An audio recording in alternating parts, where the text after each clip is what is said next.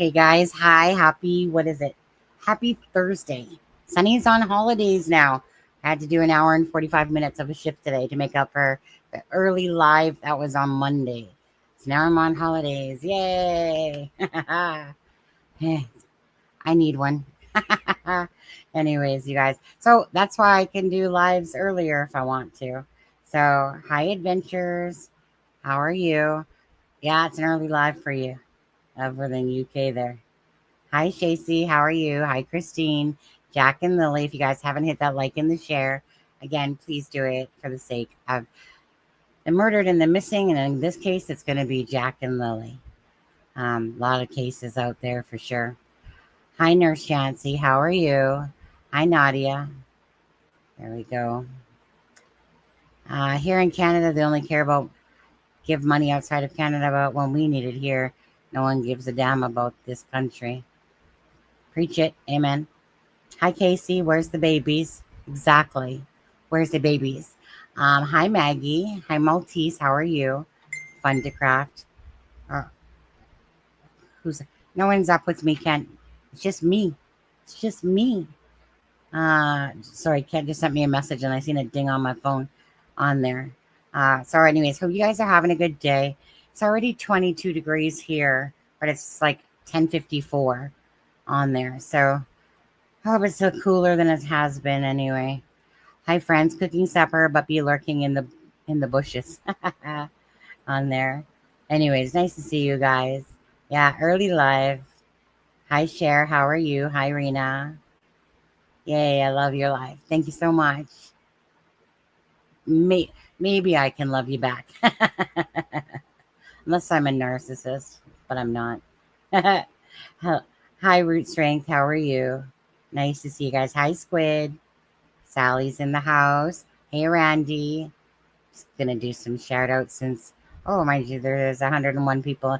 Oh, my bad. I didn't set the live up. 1 second. Hold on. I forgot. I was too busy doing the other part that I forgot to do the YouTube studio part.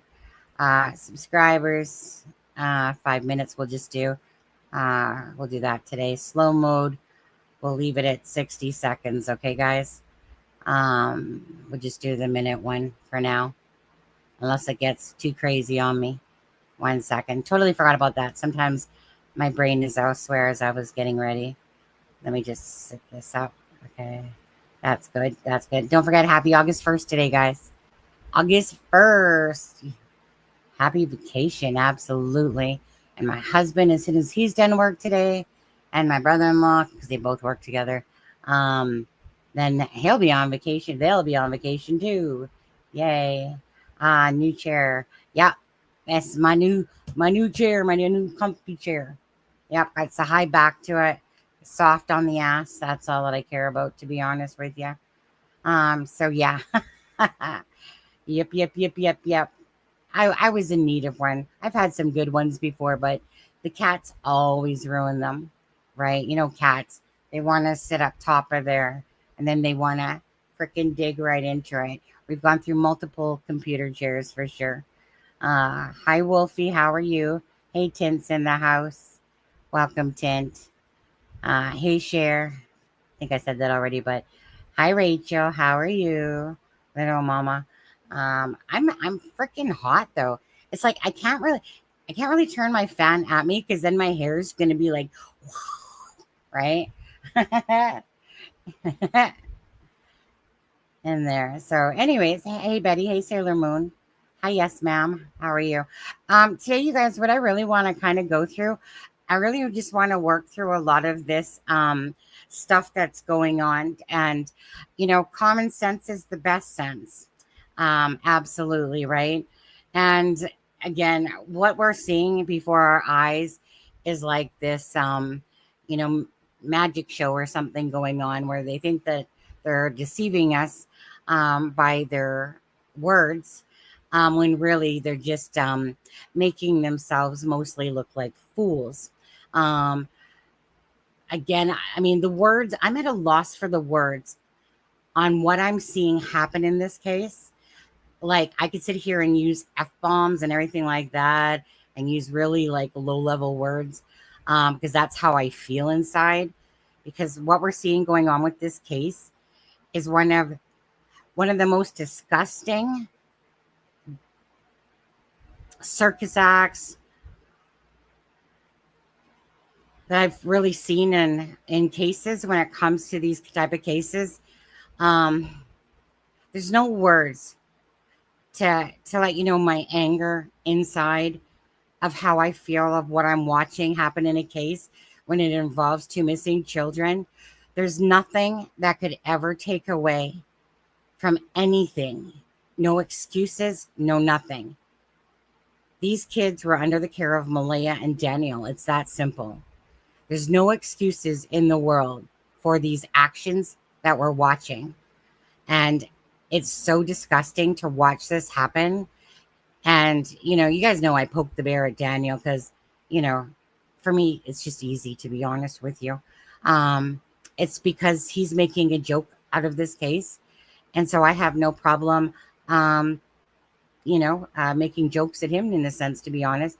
And it's my way of saying, like, seriously, you're disgusting to me.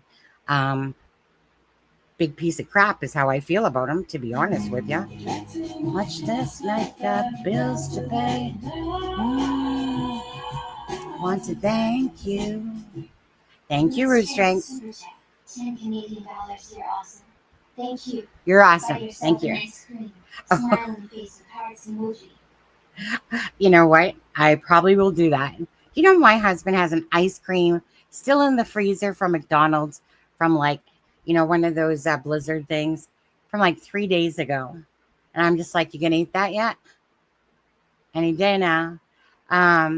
Bring back Lily. Yeah, liars are us. Not Toys R Us, liars are us. Hey there, TGIF. Well, it's my Friday. Right. And you know what? And that's one thing that I think a lot of us feel. We are so disgusted with the despicable way that the family members, excluding Belinda, okay, are handling this case. And although Daniel has been put himself out into the media and that, but watching these games, like I said, I would have to have been born yesterday. I would have to dropped out of my mama's vagina yesterday to fall for this crap. Okay.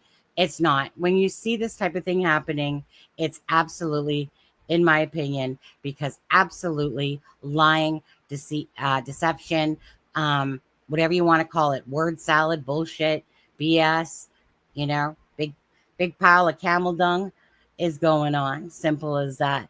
And it pisses me off because obviously it's this at the stake of Jack and Lily.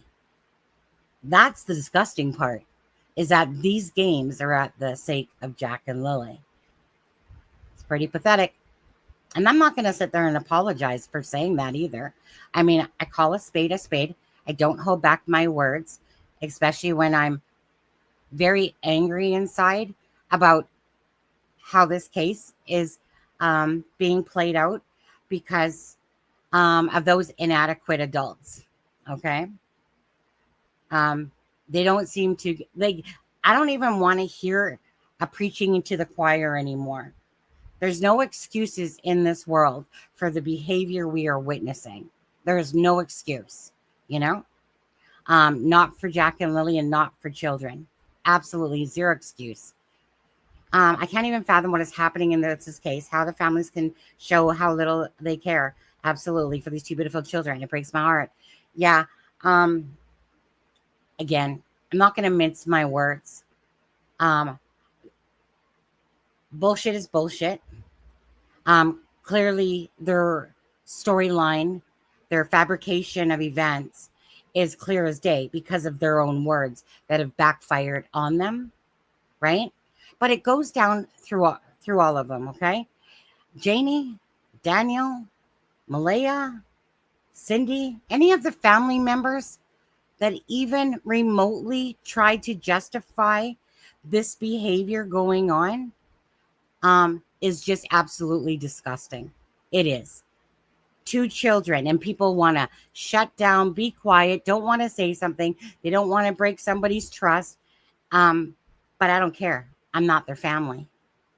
So I don't have to sit there and be loyal to anyone at all. I'll be loyal to Belinda, but I don't have to be loyal to any. Well, Charmaine, maybe. Tint, Steffa, maybe. I love you guys. Thank you guys for caring. And it's too bad, like Dirtwat there. I just wish he would have stayed neutral throughout this whole process.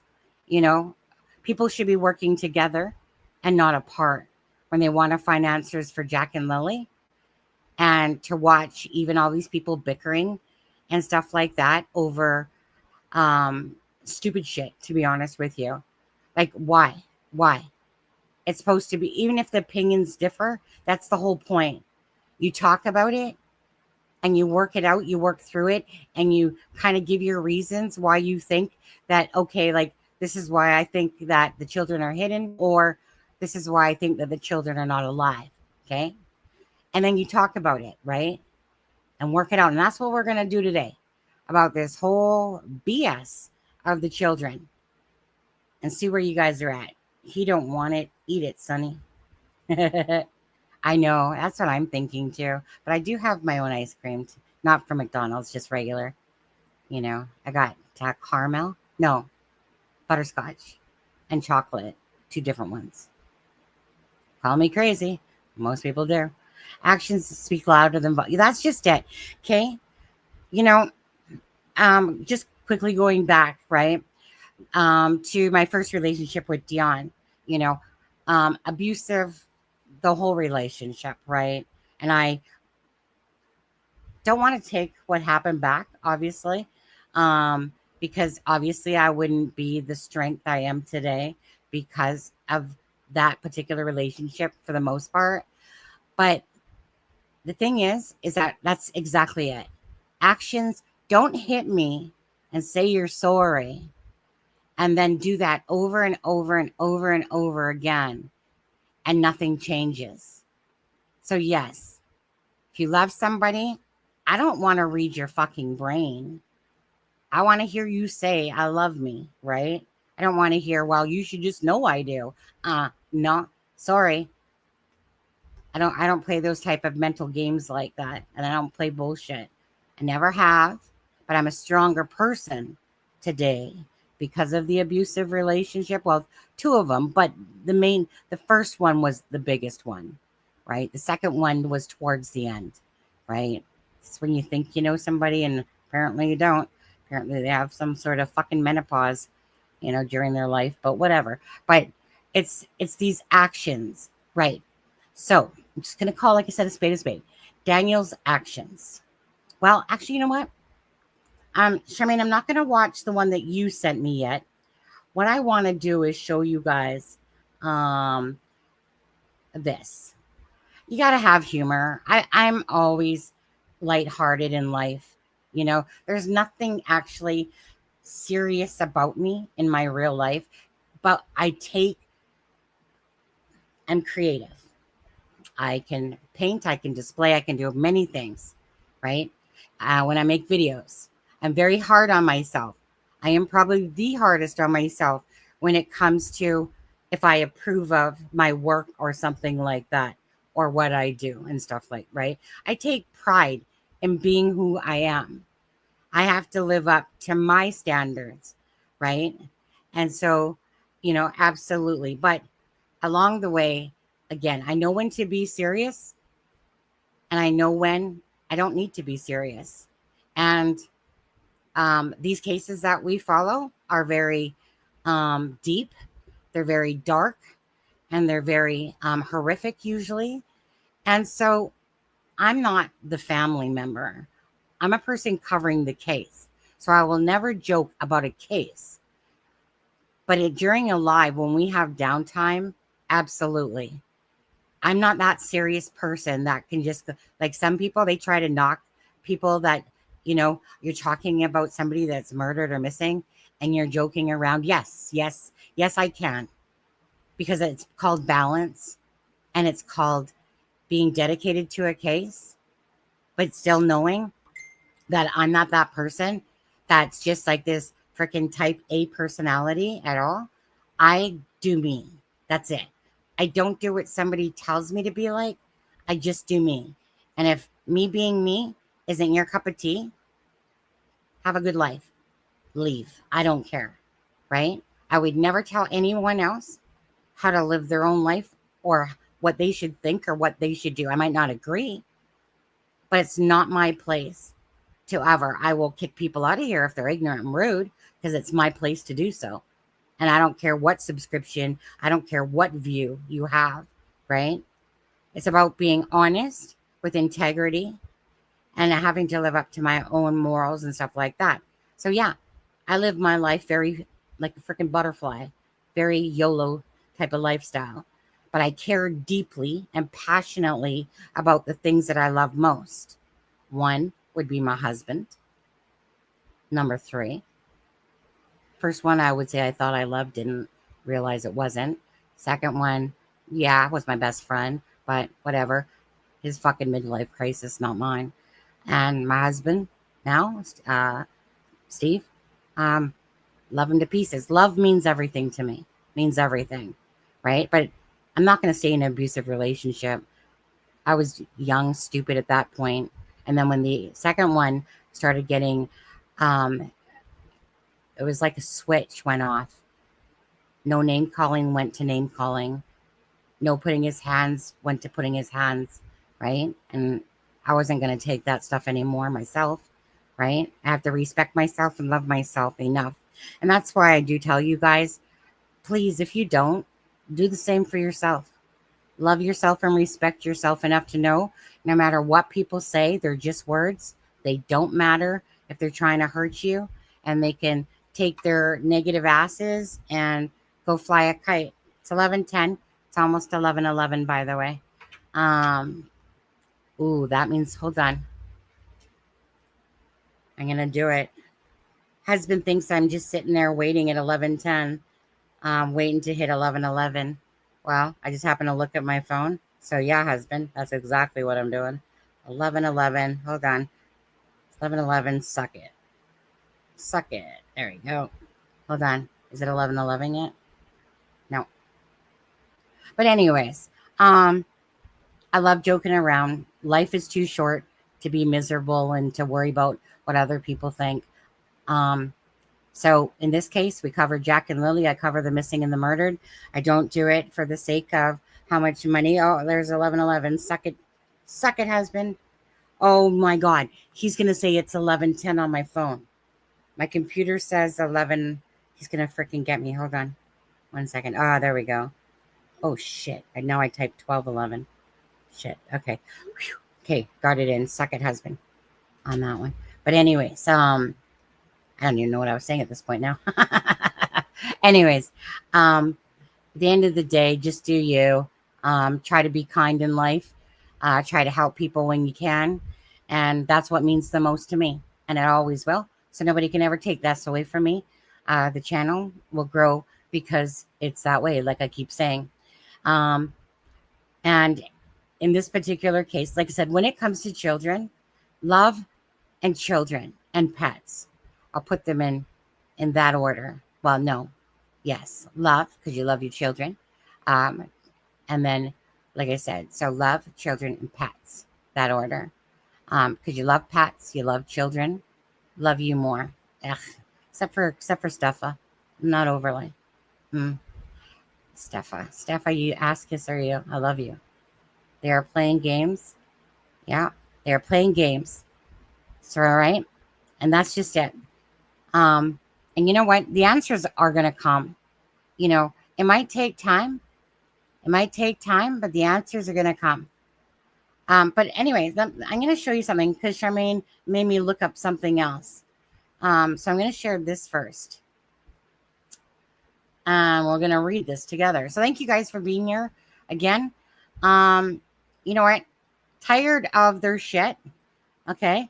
Tired of it. Anyone that doesn't see that this wicked game is going on at the expense of Jack and Lily, no offense, but seriously, give your head a shake if you guys aren't knowing exactly what's going on here, right? It's such a joke that anyone would ever sit there and play these wicked games at the expense of children. Is Dolly in the house? Where's Dolly? Did Dolly come in? I've seen someone say, hey, Dolly. Oh, my mom. Well, if Dolly's in the house, then hey, Dolly. Hi, Laws. How are you? Anyways, so I don't give a shit. I'm not here to be this nice person when it comes to talking about these children anymore.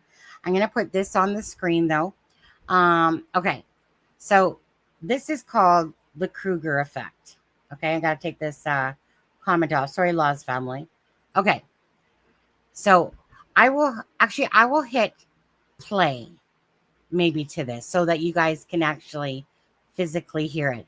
So we're talking about the Dunning-Kruger effect, about lying, deception type of thing. Okay. So give me a second. Gotta see which one I'm on. Oh my God, I got too many things open. Where the heck is it? Which tab are you on? Oh my God, I lost track of myself. Oh, I am tired. Huh. I can't say that I slept at all last night besides 1 hour. Yeah. I threw my hair up. That's all I did. Okay. Okay. Oh my God. Oh, you know why? Because I should be looking for a page. This one right here. Okay. I'll play it. Okay. Assert false claims or accusations, potentially causing harm, belief in their own deception because they lack the knowledge. Hold on. Go back up there. Hold on. Ignore my RuneScape. Should start here, right? The Dunning-Kruger effect, a cognitive bias, can influence lying by causing individuals with limited knowledge to overestimate their ability to detect deception and believe their own lies are more convincing than they actually are. This effect is characterized by the tendency for those with little competence in a particular area to overestimate their abilities, while those with high competence may underestimate theirs. How Dunning-Kruger relates to lying. Overestimation of lie detection skills. Individuals experiencing the Dunning-Kruger effect may believe they are adept at spotting lies, even when they are not. This can lead them to confidently assert false claims or accusations, potentially causing harm. Belief in their own deception because they lack the knowledge to understand the nuances of deception. They may not recognize the inconsistencies in their own fabricated stories. This can lead them to believe their lies are more believable and convincing than they are. Difficulty in recognizing deception in others. The same lack of knowledge that prevents them from recognizing their own deception also hinders their ability to discern lies told by others. Perpetuation of misinformation. Overconfident in their ability to discern truth from falsehood, individuals may readily accept and spread misinformation, potentially influencing others and contributing to a wider spread of false narratives. In essence, the Dunning-Kruger effect can create a feedback loop. Individuals overestimate their ability to lie and detect lies, which can lead them to engage in deceptive behavior, further reinforcing their false belief in their abilities. This video explains how the Dunning-Kruger effect can lead to overconfidence in your knowledge. 58S Sprouts YouTube, March 31st, 2021. Oh my God, stop. Okay, you good? Okay, so let's see what this video. Baffled by this reasoning, David Dunning. Hold on a second. Is that the right one? Sprouts? That's where it took me when I clicked on it. Let me just go back for a sec. Okay. That's quite loud, though. Let me turn that down. It says 58 seconds, though. Oh, I was at the 58-second mark. Okay, my bad. Baffled by this reasoning? Okay, play. Can you guys see this? Yeah, okay. On April 19th, 1995, MacArthur Wheeler robbed a bank with his face glazed with lemon juice, believing the juice would make his face invisible to the surveillance cameras. He thought so because lemon juice works as invisible ink on a piece of paper. Police broadcasted the security camera footage on the local 11 o'clock news, and just after midnight, Arthur was arrested. Incredulously, he said, "But I wore the juice."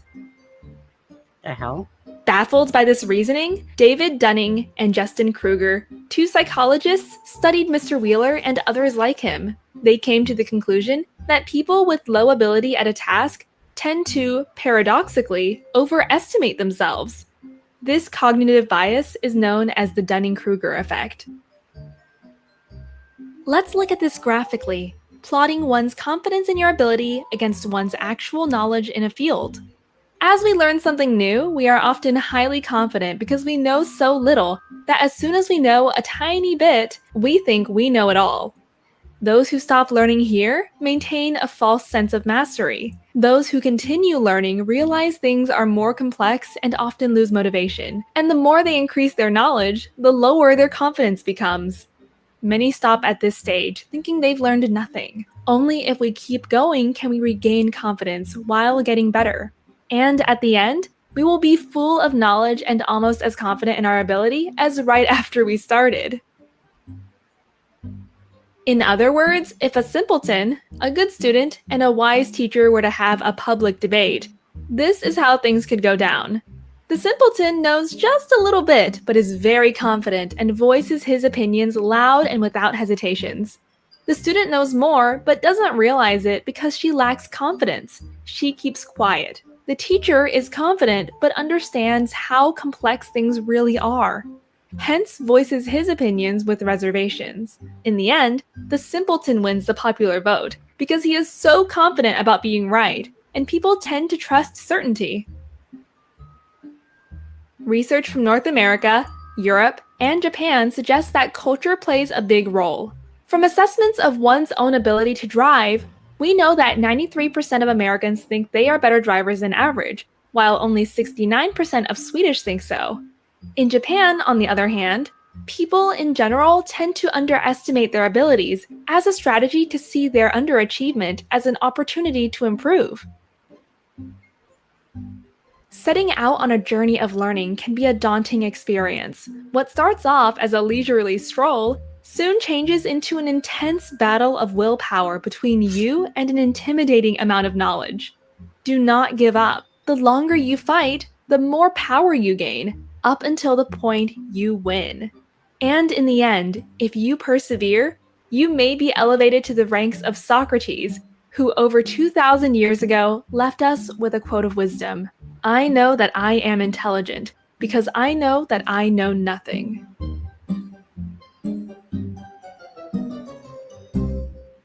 Okay, well, what the hell was that? Oh, I'm going to hit back. Okay, that one. Basically, I think Daniel thinks he's Socrates at this point. So going back to this, guys. So anyways, Psychology 101. So I keep calling, okay, in my opinion, I keep calling Daniel a narcissist, right? Because he's exuding the signs of somebody that's grandiose, exuding the signs of thinking that he, to me, is the best way I always explain it to myself is, think of a guy who's like, when you look at him and he's a 5. Nothing special about him, but he thinks he is, right? He thinks he's got the looks. He thinks he's, a bag of Twinkies or a bag of chips and a Twinkie or whatever that expression was that I fucked up on. But anyways, and when really what they think about themselves is highly different than what we think about them. And they have a very, like I said, narcissistic, grandiose type of personality. And I think that this is what Daniel reminds me of personally when I watch what he's doing. Again, individuals experiencing the Dunning-Kruger effect may believe that they are adept at spotting lies, even when they are not.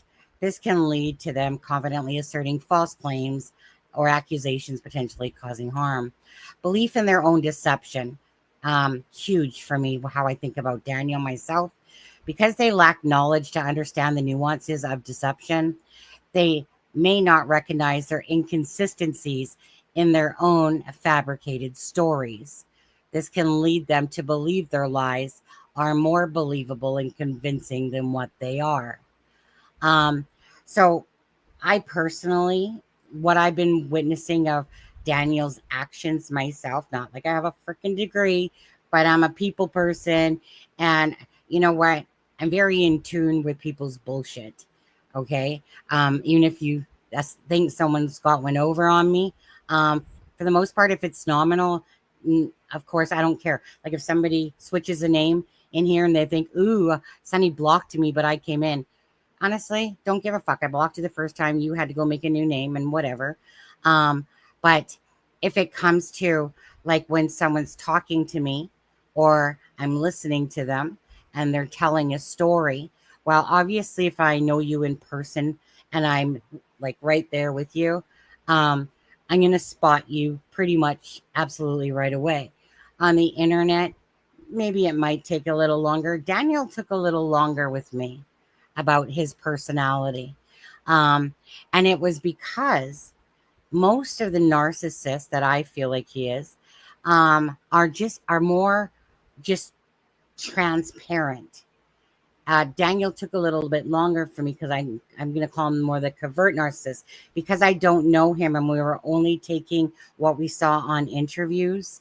He came across as more soft spoken and even though without urgency to Jack and Lily, but he seemed like, you know, just more chilled in a sense. And so to me, I looked at pictures and I saw pictures on his dad's Facebook with kids and children and stuff like that. Saw children in his arm, you know, and I'm thinking, you know, because usually when a guy doesn't really care, they don't really care to be holding kids too much. They expect like the mother to do it more so and stuff like that. So I did see quite a few pictures. But as this case has evolved and Daniel's true colors have been coming out, and this game he's playing. And this is probably the best way that I could say it for Daniel is that he doesn't recognize the inconsistencies in their own fabricated stories. We can say that with certainty because we can overlay Daniel's interviews with other things that he said in chats to not match what he had said at this time to this time. We can take the pink blanket and we can say the same thing with that. And we can do that with a bundle of things that Daniel has said. Now, I don't know, like I said, that he's blinded by his own shit is what I like to simply say it as. But it's like that. This can lead to they believe that they're lies.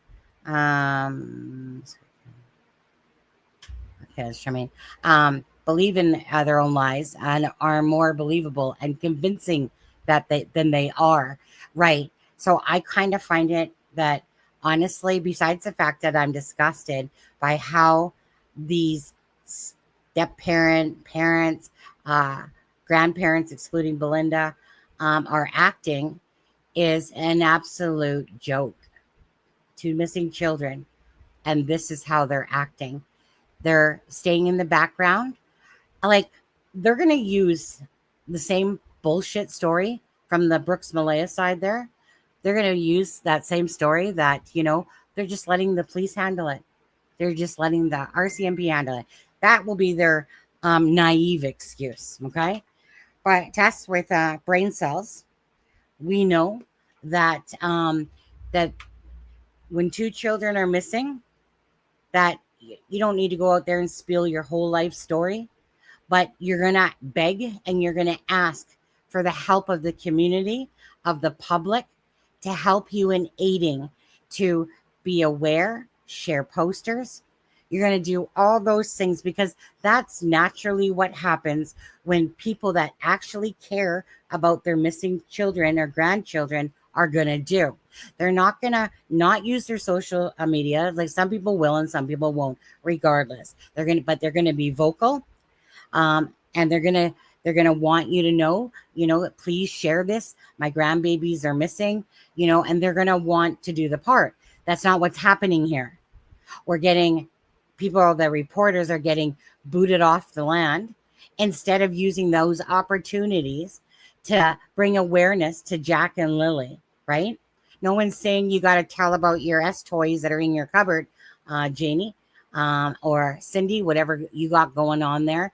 But all that stuff that you guys are doing is the biggest crock of crap that I'm witnessing when it comes to the missing case here in Canada. You guys are almost topping the cake with how you guys are acting in the sake of 2 children that are missing. And it's disgusting. That means you are disgusting. I want to make that clear. To me, you guys are disgusting. If this is how you handle 2 children that are missing, you should be walking the walk of shame. You should be embarrassed and humiliated for being who you are, in my personal opinion. And I'm sorry, but there is no excuse at all. I don't want to hear it. We're just waiting for the RCMP. You know, they're going to do everything. We're going to sit on our tuffets. We're going to go to a beach. We're going to do all that. Okay, why is my phone dinging on there? I think it's my messenger. Anyways, and stuff like that. But going back to Daniel, he's popped in and out of groups. He will not.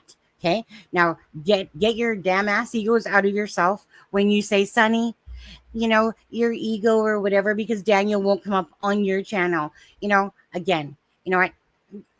Go eat dirt for all I care on that stuff. It has nothing to do with that. It's about the fact that somebody is popping in and out of chats like a little gopher. He doesn't remember what he said, and he'll say something different, and he'll act like, oh my God, I'm giving you guys too much information, right? And then again, this whole gay blaming too, from the Malaya side. Really? So people have said it, and who knows, but that they're coming out because of like money, because money's involved and stuff like that. Now, I don't overly want to get into that, but you know, what I find ridiculous is that, again, Wade said that Malaya spends pretty much all the time at the beach, right? So one could think in their heads, well, you know what? One might think, well, maybe Malaya, because she knows where they are, and she's just, gallivanting around the beach because she knows, right, that they're hidden and that they're taken care of. So these are my actions. What we're witnessing is, thank you, Missy. But the thing is that her actions and Daniel's actions aren't matching what the story that they were trying to tell. And the only way I was going to give Malaya a break was if she was speaking with the RCMP and that she was asked not to say anything, right? Because they're investigating, say, Daniel, perhaps. That doesn't seem to be the case here. That doesn't seem to be the case at all. She said she had no apologies for taking this long. And granted, you know what? Each to their own when the timing is right. But that doesn't mean that it's not despicable, disgusting, or anything else that it took you this long, to be honest with you. So none of these people seem to give 2 flying fucks what happened to Jack and Lily, besides Belinda. Daniel, whatever act he's playing, whatever act he's putting on is not believable because he's shown enough mistruth, inconsistencies, and out lies. So how can you believe anything out of him at all? He has no credibility, right? He pops in and out, and he will not take the opportunity to go on people's channels like most people of missing children actually do, right? They go on the news, and a lot of them go on YouTube channels, right? There's a lot of good channels out there that are police officers, detectives, and all these ones. And there's a lot of people nowadays with cases that know to use YouTube. Not these people. No, Daniel wants to only use us to his benefit to spread his bullshit to us. That's all Daniel has been trying to do, in my opinion, is that he keeps coming in, pushing his narrative, like we said here, right? And others can potentially influencing others and contributing to a wider spread of false narratives. He's overconfident in the ability to discern truth from falsehood. Individuals may readily accept and spread misinformation, okay?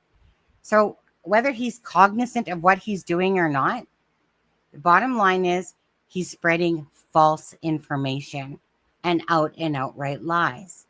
That is proven by his own words and his own interviews to match the same words he's using. So ask yourself, when you're thinking about the story of Jack and Lily, right? You're thinking about the fact that two people, Malaya says that Daniel was sleeping all the way up till 9:40, right? So if he was sleeping all the way up to 9:40, at what point did he hear Lily and Jack come in the bed, or sorry, Lily come in the bedroom and Jack in the kitchen? Because he was just sleeping basically from 6:18, as Malaya said, to 9:40. So if he was sleeping from that time, then Malaya must have been somewhat awake to know that that's exactly when that he was sleeping there the entire time. And you don't think that Malaya would have heard Lily come in? Okay, you guys? They're feeding us a bunch of crap is what it is. Why? In my opinion, because they're covering up the truth of what happened to Jack and Lily. And they don't seem to give two fucks about Jack and Lily at all. Any of those people. Any of them. No Cindy. No. Well, maybe wait a little bit because he was just blah, blah, blah, blah, blah, blah, blah, right? To Tint. Thank you again, Tint, for Wade speaking. Appreciate that. You know? But all they're doing is sitting there giving these, when you start picking it apart, right? Remember, they both say that they asked each other. They both say that. Wow, how inconsistent can you keep being? They both talked about a sliding door. These two people, in my opinion, if not more, they totally scripted what they were going to say. I don't believe for 1 second that either of them don't have knowledge of what happened to Jack and Lily and that they're saving their own asses. And that's where all this deception is coming from. It's not because they're tucked away, hidden anywhere. Again, let's realistically look at both sides of this. The hidden and obviously the children not being alive. So they both claim that they woke up together, right? At basically 20 minutes after, right? Well, that's a lie right there. Or let's just call it inconsistent, okay? Because 8 o'clock to 8:30 means that the maximum then approximately would be 8:50. No, they took us up to 9:40 based on their own words, okay? So there could have been no 20 minutes in between that time because, again, it's like putting a story together and they think that they're smart, right? It's when simpletons think that they're smart but they're clueless, right? Like there's no way in God's green earth that the RCMP don't watch them. And it's probably almost comical to them. Almost just how stupid they look to the public, in my opinion. They both get up. They both each say that they told each other about the kids can't hear them. They can't even get the timeline straight. So they say 20 minutes after, right? They start talking about immediately getting into a vehicle, immediately calling 911. Well, that would have had to have been then at around like 8:55, 9 o'clock, not 10:01, based on your own truth serum there, right? Daniel can't tell the story. He told the story 3 times about Malaya on the phone, all different versions, okay? Malaya, right? Again, she puts Daniel freaking that he was sleeping from this time to this time. So at what point then again could he have heard or seen Lily come into the room? Isn't it crazy that Lily can come into the room 3 times And Malaya must be so comatose herself that not only does she know that Daniel's sleeping, but obviously she was oblivious to Lily, and they can't hear that sliding heavy door, but he can hear Jack in the kitchen. Then you get into Janie's crap, and then she just even adds more insult to the timeline. Thank you, Janie. By her own stupid story, right? Daniel says, my dumbass believed Malaya to go up in the woods. Janie says, well, I was the first one to go up into the woods. Or, like Malaya didn't tell me. I was like, oh my God, first thing I thought of to do was go up in the woods. No, Daniel, actually somebody sent a video yesterday, actually. Maybe we'll play that actually video as well. Anyways, for me, this is Daniel perpetuating a bunch of bullshit, but because he's putting himself out there to the public, then more than Malaya has, and I honestly don't give two smacking shits. If she speaks to me ever again, she'll probably block me after this one. And I don't care anymore.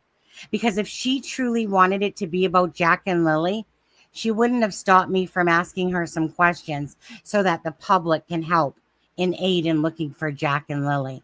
So I call bullshit on Malaya saying that she cares about Jack and Lily, and that what mother wouldn't care about that, because a mother wouldn't stop. If they thought their children were hidden out there, you would not be putting your ass at a beach. You would be grieving. You would be in such, agony and pain and sorrow. Remember? Pain and sorrow. But your actions do not match any of your words, Malaya, at all. Right? Again, if you would have kept, in a sense, talking, because what I asked you was, right? What I asked you, Malaya, was simple. Let's do this for Jack and Lily.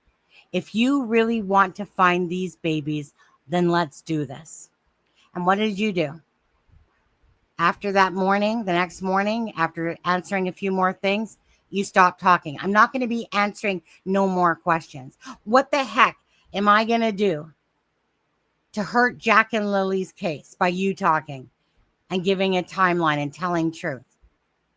So all of you, Cindy, Wade, all of you, less Wade because he started talking to a stranger. So, okay, Daniel, Janie, you guys do not care about Jack and Lily. None of you do.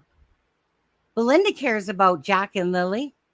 There's other family members out there that care about Jack and Lily, but I'm talking about the people that should be at the forefront of all of this. Why is there only one grandmother at the forefront of all of this? You got Daniel popping in like a weasel in and out of the chats, right? Trying to make us believe what he's telling us is the truth. Dude, honestly, I literally want a vomit every time you open your mouth, to be honest with you. But I humor myself just to grasp any stupid shit that comes out of your mouth, because I just want to catch you in more lies and more lies and more lies, or more inconsistencies, because you obviously have no self-awareness of how you're portraying yourself. And this is a joke that we're bigger voices for Jack and Lily than the own damn family. So all of them, I don't care again, all of them, be disgusted with who you are as a person, considering 2 children are missing. So again, let's go back to this. Malaya, well, or Daniel in the woods. Okay, nope, not there. Daniel instantly knows this the next day, right? They're not in there. No, of course not. Janie says that they haven't been taken by no random stranger. I know these roads. I've been living here for 60 years, lived in this trailer, for 26 years, right? I know these roads like the back of my hand, and they're definitely not in the woods either. Yes, do tell us, Janie. Do tell us. And then of course, all they're trying to do is pin everything on Malaya. right?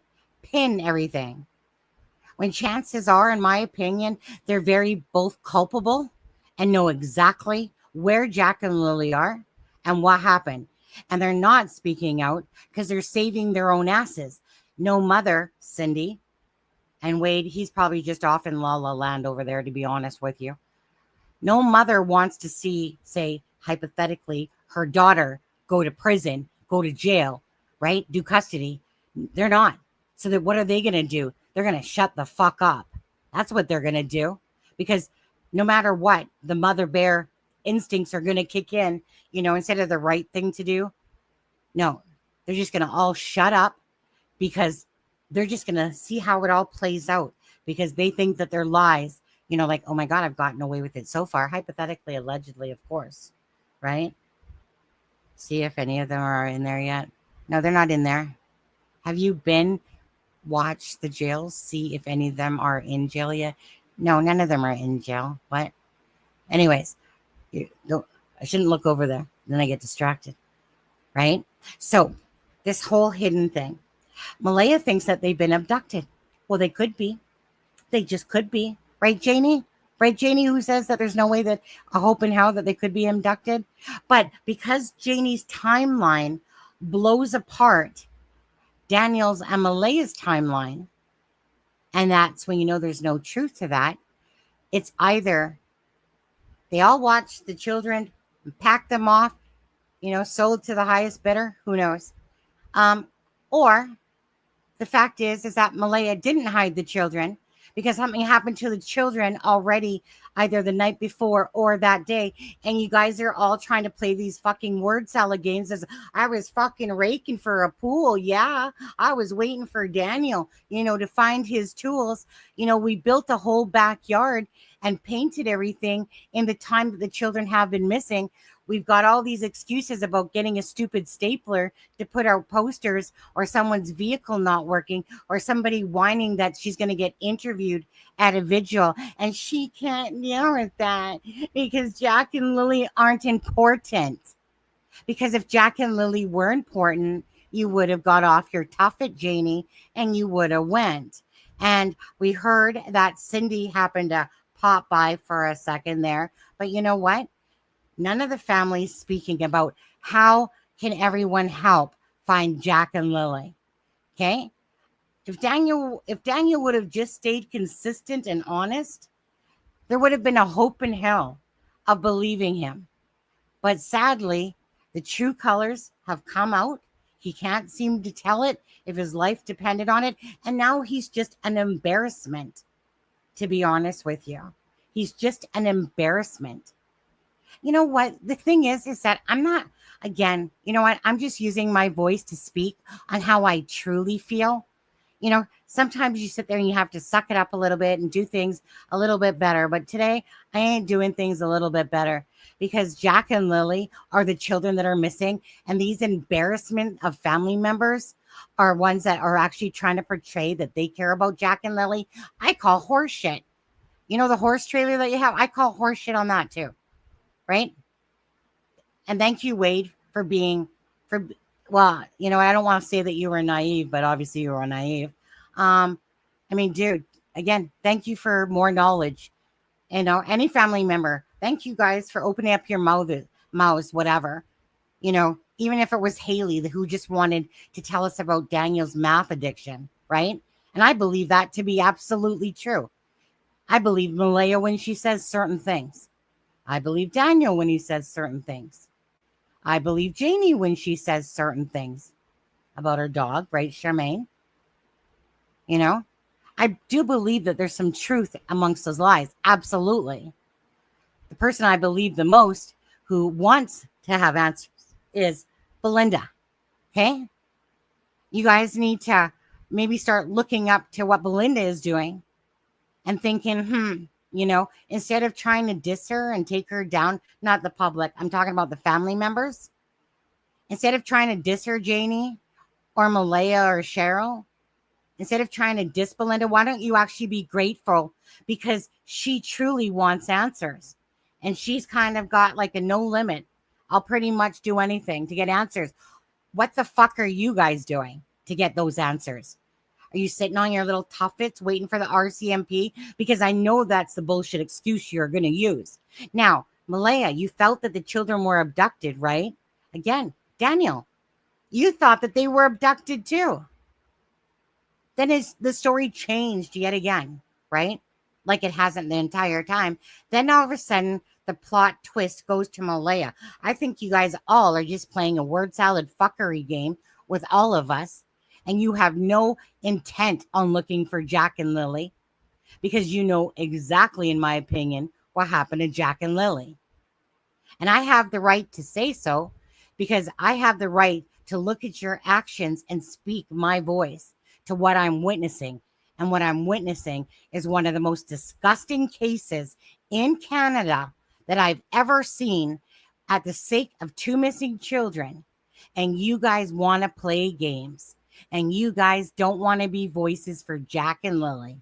And you guys want to start talking after Darren started stirring the pot. And you guys didn't like what Darren had to say. Now, Darren, whatever. He's a cranky old man. I know that he really wants answers for Jack and Lily. Sadly, with Darren, instead of working together, he chose to pick a side. And that was Daniel's side and Janie's side. Because Janie's word's so believable. That's my source. That's the one that said that they were hidden. Darren is the one that believes that they're on a reservation. But let's look at the truth. At what point do you guys believe that Malaya put those kids in that car during their timeline and hid them on a reservation? Okay? I mean, her actions, right? Like somebody said, she leaves the next day. Why? Because Haley comes on. Or was it? Yes. Haley comes on and talks about what really happened about the whole meth incident. You hear Janie? Yeah, Janie. I don't know. I don't recall hearing anything. I just know that there's arguing going on, and I told them all to get off my property. I told them to all get off my property. Thought if I had an apple, I'd eat it right in front of your faces right now when she was freaking doing that just for the sake of it. Right? I'm clueless to what the fight was about. Bullshit. All you're doing is making excuses and bullshit for your son. That's what you're doing, Janie. He's good. He's great. He's amazing. He's better than God, pretty much. Malaya. All you guys are trying to do is just pin Malaya now. And Malaya, she's just taking it, right? She's just taking it, right? Why? Why, Malaya? Why are you taking it? Why did you delete Daniel from your Facebook, right? Why are you taking it, Malaya? Why are you letting Daniel speak like this about you if you're so innocent? Or are you guys just a bunch of all bold-faced ass liars because you don't know how to tell the truth if it hit you in the ass? All of you. With Malaya, I don't know her truth besides what little she told. But the fact is, either pretend like you care about Jack and Lily. Pretend. You guys can't even fake pretending. That's the sick part about this all.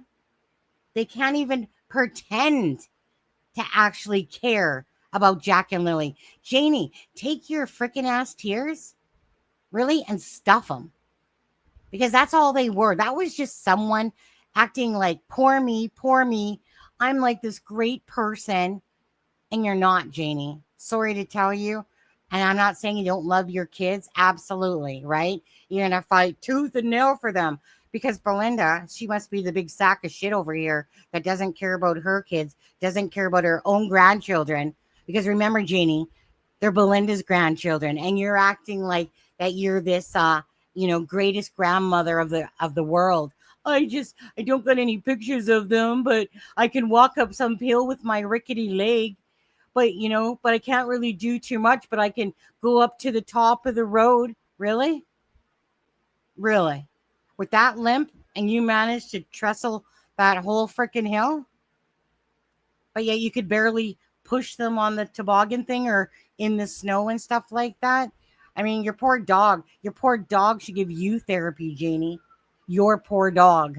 The poor dog needs help. Poor dog probably has to listen to you every single damn day.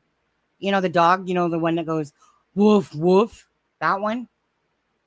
Where is the broken fence? I'm not sure what you're talking about there. Anyways, I'm going to show you something that I think it was Kimber put it out. Yeah. I'm not sure what's happening to that PM group, but I also want to ask, Daniel, why did you say to Haley? I think I said Cheryl one time, but I meant Haley. Why'd you say if you shut up, then you'll shut up? Why? Why do you need to shut up about anything? What do you need to shut up about anything? Is it the math issue? Is that what's going on? The math issue? Because I'm pretty sure you lied about that too. And the thing is, it's going to come to fruition. Wait till the DNA comes back. Bet you any money there's particles of math on there that floated through the air and landed on the blanket. Bet you any money. Okay. Where I got to go to.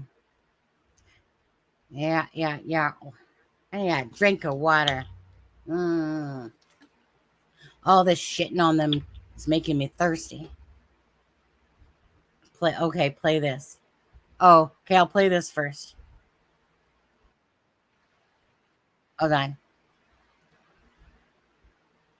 Charmaine says, play this first, and then I'll come back to Kimmer's video. Or hold on. No. Actually, cancel. I'm going to go to Kimmer's video first, because I think we should do it in that order. 1 second. Okay. Give me a second.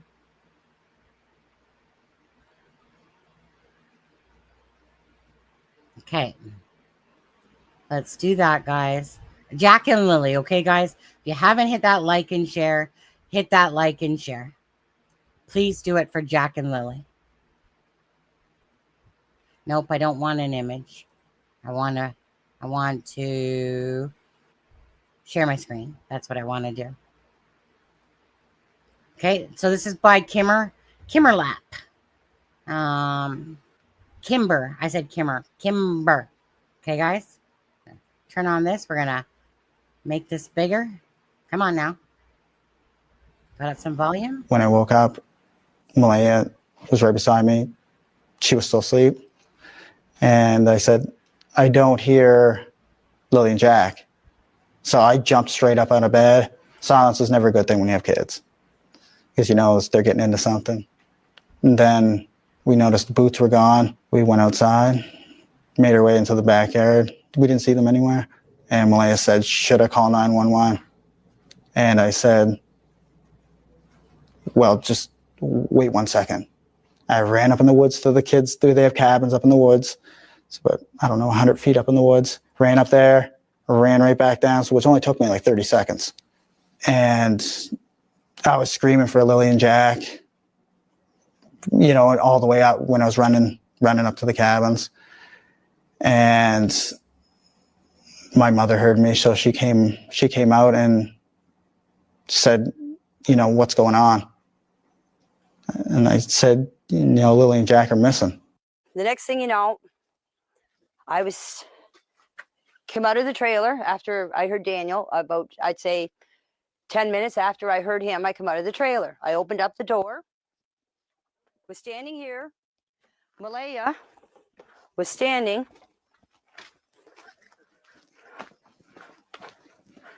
right here with Meadow on her hip. And I come out and I said, what's up? She said, Jack and Lily are missing.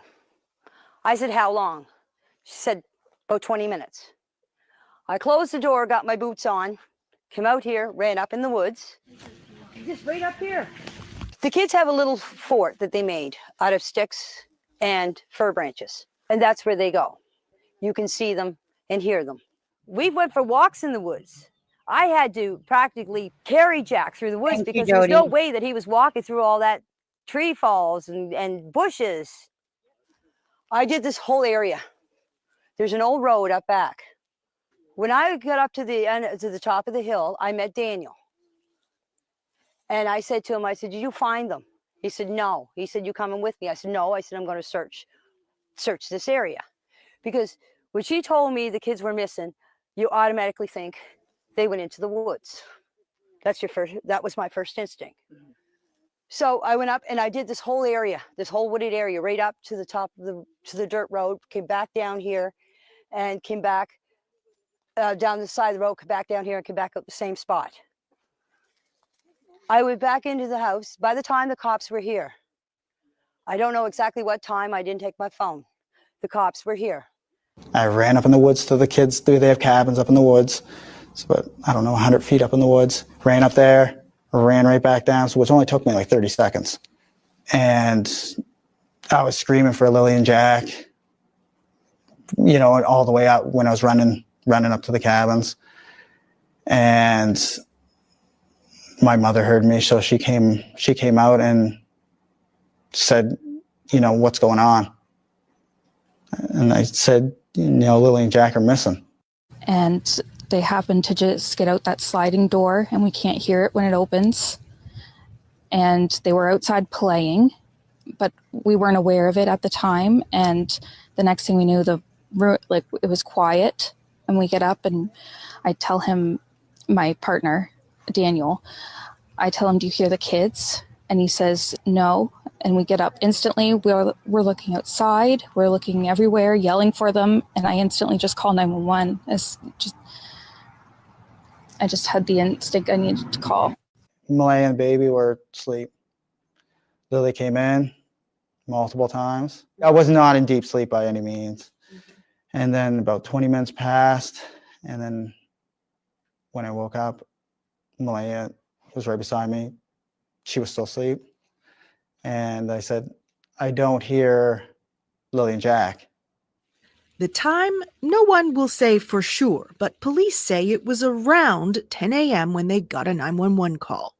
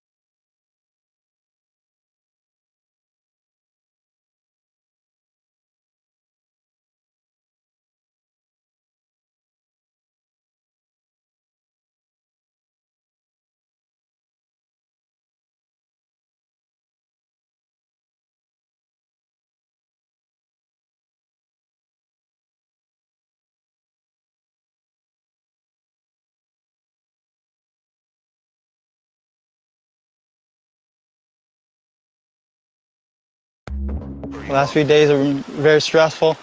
I mean, ever since the Friday morning, when we noticed that the children were gone, immediately jumped in the vehicle, surveyed all the areas, many dirt roads, many culverts as I could, and waited for the police to get there.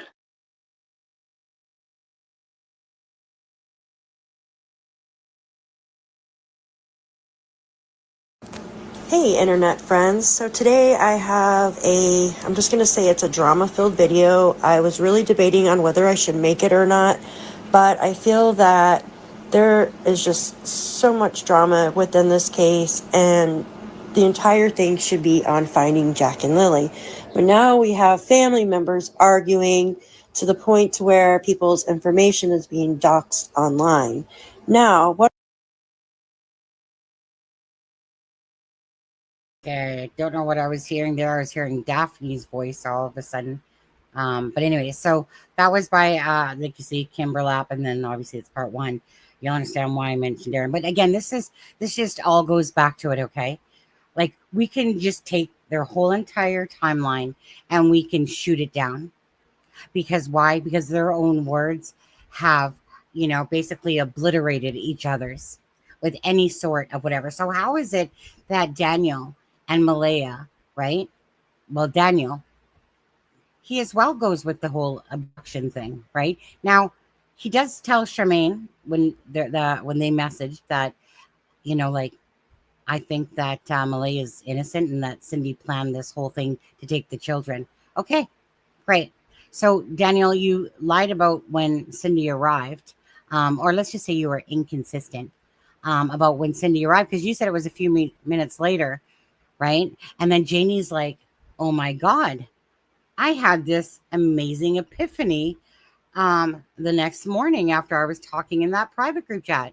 What if you guys, that Cindy was sitting around the corner basically, and just messaged her from there, right? What happened? Oh, I don't know. Let me see.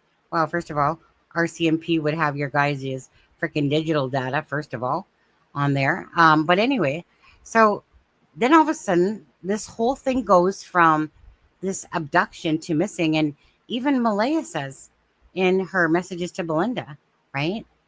Well, I mean, they would never go in the woods unsupervised, that type of thing, and unless under supervision. And, Belinda has said, no way, no 6 and 4-year-old. We've heard them already contradict why they would not go in the woods anyway, right? Doesn't make sense. It's nonsense.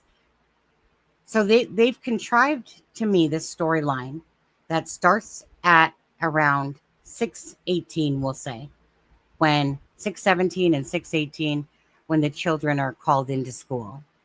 Again, screenshots can show, the day before, Malaya says she went in for blood tests. Who knows what the truth is, if that's the truth, or maybe they were doing something else. Who knows on this one?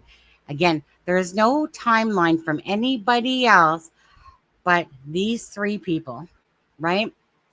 And if they're doing these odd things and they're doing these strange things by hiding or whatever you want to call it, and that you don't want to come to the forefront because Jack and Lily are missing, right? But I don't think that that's true, Malaya. I don't think that that's true. I think that you know the truth. You're minimizing the truth. You're just giving parts of the truth, just like Daniel, just like Janie, because, I mean, there's got to be some truth in that bullshit somewhere, right? But their whole timeline is absolutely, they blow each other's fire. And you can just take that from the minute that they said 8 o'clock, both Daniel and Malaya saying 8 o'clock to 8:30 is when that Lily was coming in and out of the room, and that Jack was in the kitchen, and I was not in a deep sleep at all, Daniel says. And so only 20 minutes had gone by, right? Janie lies to Belinda and says that she heard Malaya. Well, this is where, who concocted this part? Darren's in the picture at this point, right? And Darren puts out there for Janie about the shushing. Belinda says she absolutely said that to me. Janie's like, no, I didn't hear them shushing. Oh, wait, by the way, I didn't even say potholes either. I was raking a pool for the kids, which sounds ridiculous. Not only that, but come on now. It's raining. It's one of those days, and you're going to find what? A set of blueprints in front of your trailer only, nobody else's. But it's the fact that they literally tried to concoct this story. And when I say they, that Daniel from his side concocts this story that, Malaya magically mushroomed those kids into a vehicle during the timeline that they've said. So how do you believe anything that they said? Well, you just don't. You just don't. Are their actions showing that they care about Jack and Lily? Or are they showing deception, right? Downright lies, manipulation, and trying to divert and direct it? It's almost like, I swear to God, it's almost like monkeys planning that I'm going to act like this, you're going to act like that, we're going to confuse everybody, and we're going to toss everybody all around, even though they know the truth, in my opinion. To me, still, these children are not hidden. When you look at everything of what they've said to this whole hidden thing. Okay, so when Darren comes in and he's buying all Daniel shit, including probably adding some of his own shit in there, who knows, right? Because that couldn't have happened, and because Darren or Daniel, like wherever, so Daniel obviously was talking to Darren. So Darren's repeating stuff. So did Daniel tell Darren that Malaya was at the end of the driveway? You see that driveway right down there? The one that's not in front of the trailer, that driveway, right? Because they tried to have us convinced that that's where Malaya was with her phone, at the end of the driveway, right? And had this guilty look. Not that this stealth car managed to get by all the way down that road without Janie's dog barking once, and Janie's stupid comment of, well, if it's a new car, I might not hear it. And then people are saying Tesla. Seriously?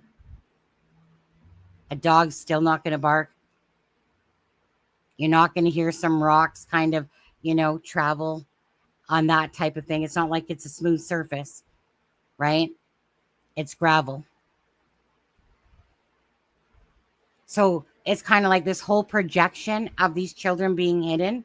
Now, again, one might look at it from Malaya's angle, that she's living the life without her children. She's going to the beach. She's not bothering to speak out about Jack and Lily. One might project that, you know why? That's because Malaya knows where the kids are. That's because Malaya knows where those kids are, right? Or it's somebody that knows the truth of what happened that day, and she knows that the children are gone, in my opinion. And that's why her actions, which match with typical actions of not looking for Jack and Lily, because they ain't doing shit. They're shutting down media. Did they come out just for the sake of money because of the fundraiser? Right? Because, it is kind of ironic how all this fundraiser money was being talked about. And then next thing you know, Malaya's talking. Maybe it has nothing to do with it. Maybe it does. Who knows? How would you believe any of it from any of them? Because they're all just bullshitting us. They won't give a timeline. Malaya's actions of talking to me and making it about the kids. I don't want to hear any shit saying, well, Sonny, maybe she just didn't want to talk to you anymore. Like, fuck off. Let's get real. She hasn't talked in 3 months. We're 1 day shy of 3 months for Jack and Lily.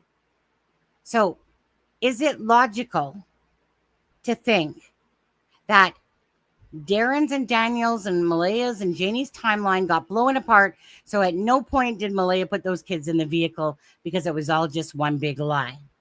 Is Malaya coming or crossing, you're trying to use your brain cells and go, well, her actions though, she's living the good life. She's going to the beach, right? She doesn't seem to give a fuck about the kids. She must know where they are. No, it's still not the logical line. When you look at the fact that she said abduction and all this stuff, and how the story has changed, and Malaya has basically hidden herself, and Cindy as well. And they're not going to pull that bullshit on me about, well, the RCMP, are looking for the children and they're the ones that are going to find out the answers. No. These are not the actions of somebody that cares about looking for Jack and Lily, because you have to understand, right, you guys, is that if Malaya thought that her children were missing, right, she would be doing something about that, regardless. Either side, Malaya would be doing something about that. Cindy would be doing something about that. No, I'll tell you what, it's because they're keeping a fucking secret within themselves. And again, the mothers, both sides, both mothers are protecting their babies, their children. Hi, Ben. Oh my God, there's my Ben. Hey, my Aussie. How are you? Not working today, Ben? Or you got off work? Nice to see you, buddy. Well, my online husband. Shh. Don't remember. My husband doesn't care. Don't forget. But anyways, so locals, please, right, exactly. So then who ends up having to become a voice for Jack and Lily? Right? The people of the Pictou County, Nova Scotia area, They do. The ones that are invested in this case and really want to put forth an effort, and put a search team or something together. Anybody that has quads or this or that, right? We all have a different purpose and a different thing that we can do. But I'm not going to sit here and listen to any of those bullshitters any longer, because they have portrayed nothing about looking for Lily and Jack. Nothing. Now, I'm going to play this thing now. Like I said, even if the children are missing, right? Why is that side of the family not sitting there, right? Creating a search team, going to do something, being proactive. Why?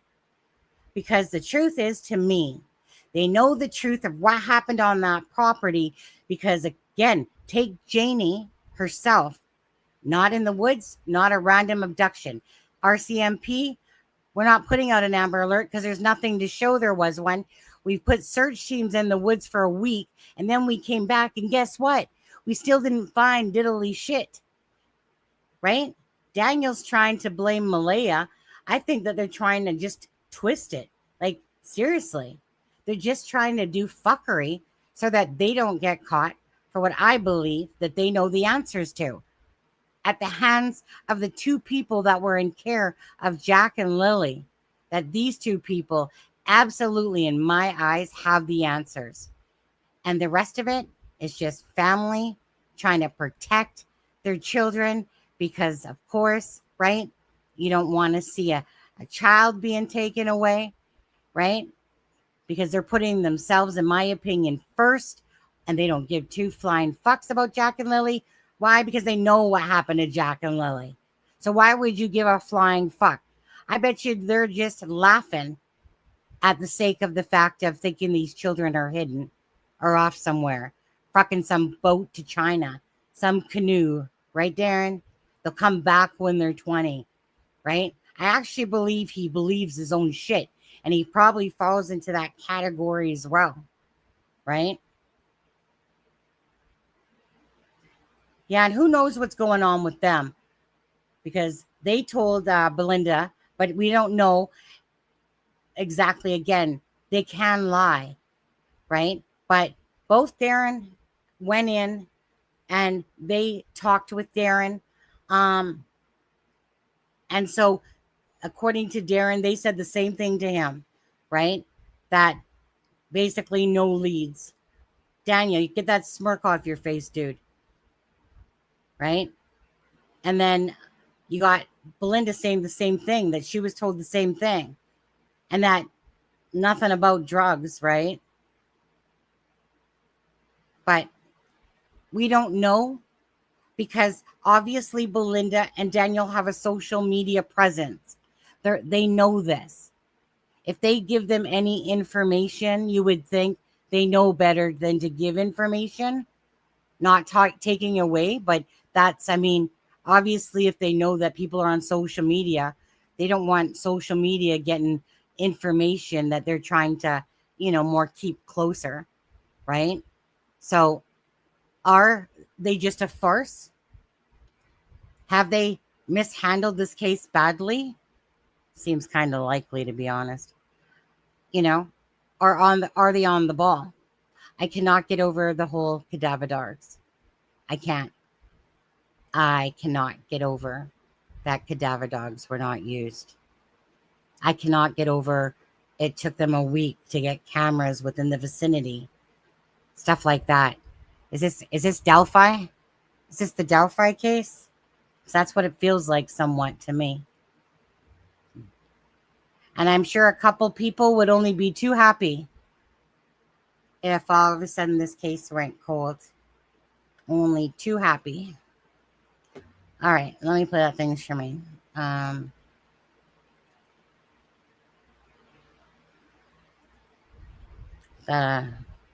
Who's canoeing?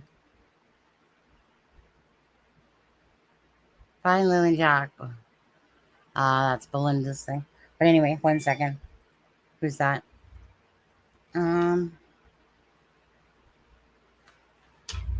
Nothing. Hey, Kent.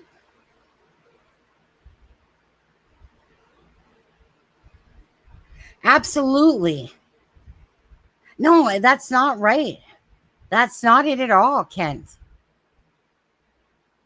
Right? I can't get over the cadaver dogs because they're not going to instantly go, oh, yeah, you know what? Let's not bring in cadaver dogs because they're, you know what? Because someone's hidden them. That's not what they're doing on the first day. They're going to rule out. They're going to rule it out. So you're wrong on this one. I'm calling you on that one because that's not true at all. They're not going to sit there on the first day and go, you know what? Let's see here. You know what? Malaya hid the children. They've been hidden. No. They're going to rule out. I can't get over cadaver dogs because it's done on any freaking missing child's case. Whenever there's suspicious things going on, a cadaver dog is brought in because you're going to try to eliminate, okay, is there a scent in the property? But we're going to agree to disagree on that one. I know how you feel. I'm not buying into the whole hidden thing because it doesn't make sense. Every time I try to look at that line of thinking, there is not one thing that truly even fits to that storyline. It doesn't. Every action that has happened is showing that they're all lying and covering up. And it's not because Malay is going, well, the kids are hidden nicely tucked in somewhere, so I'm good. I'm going to go to the beach. Nah.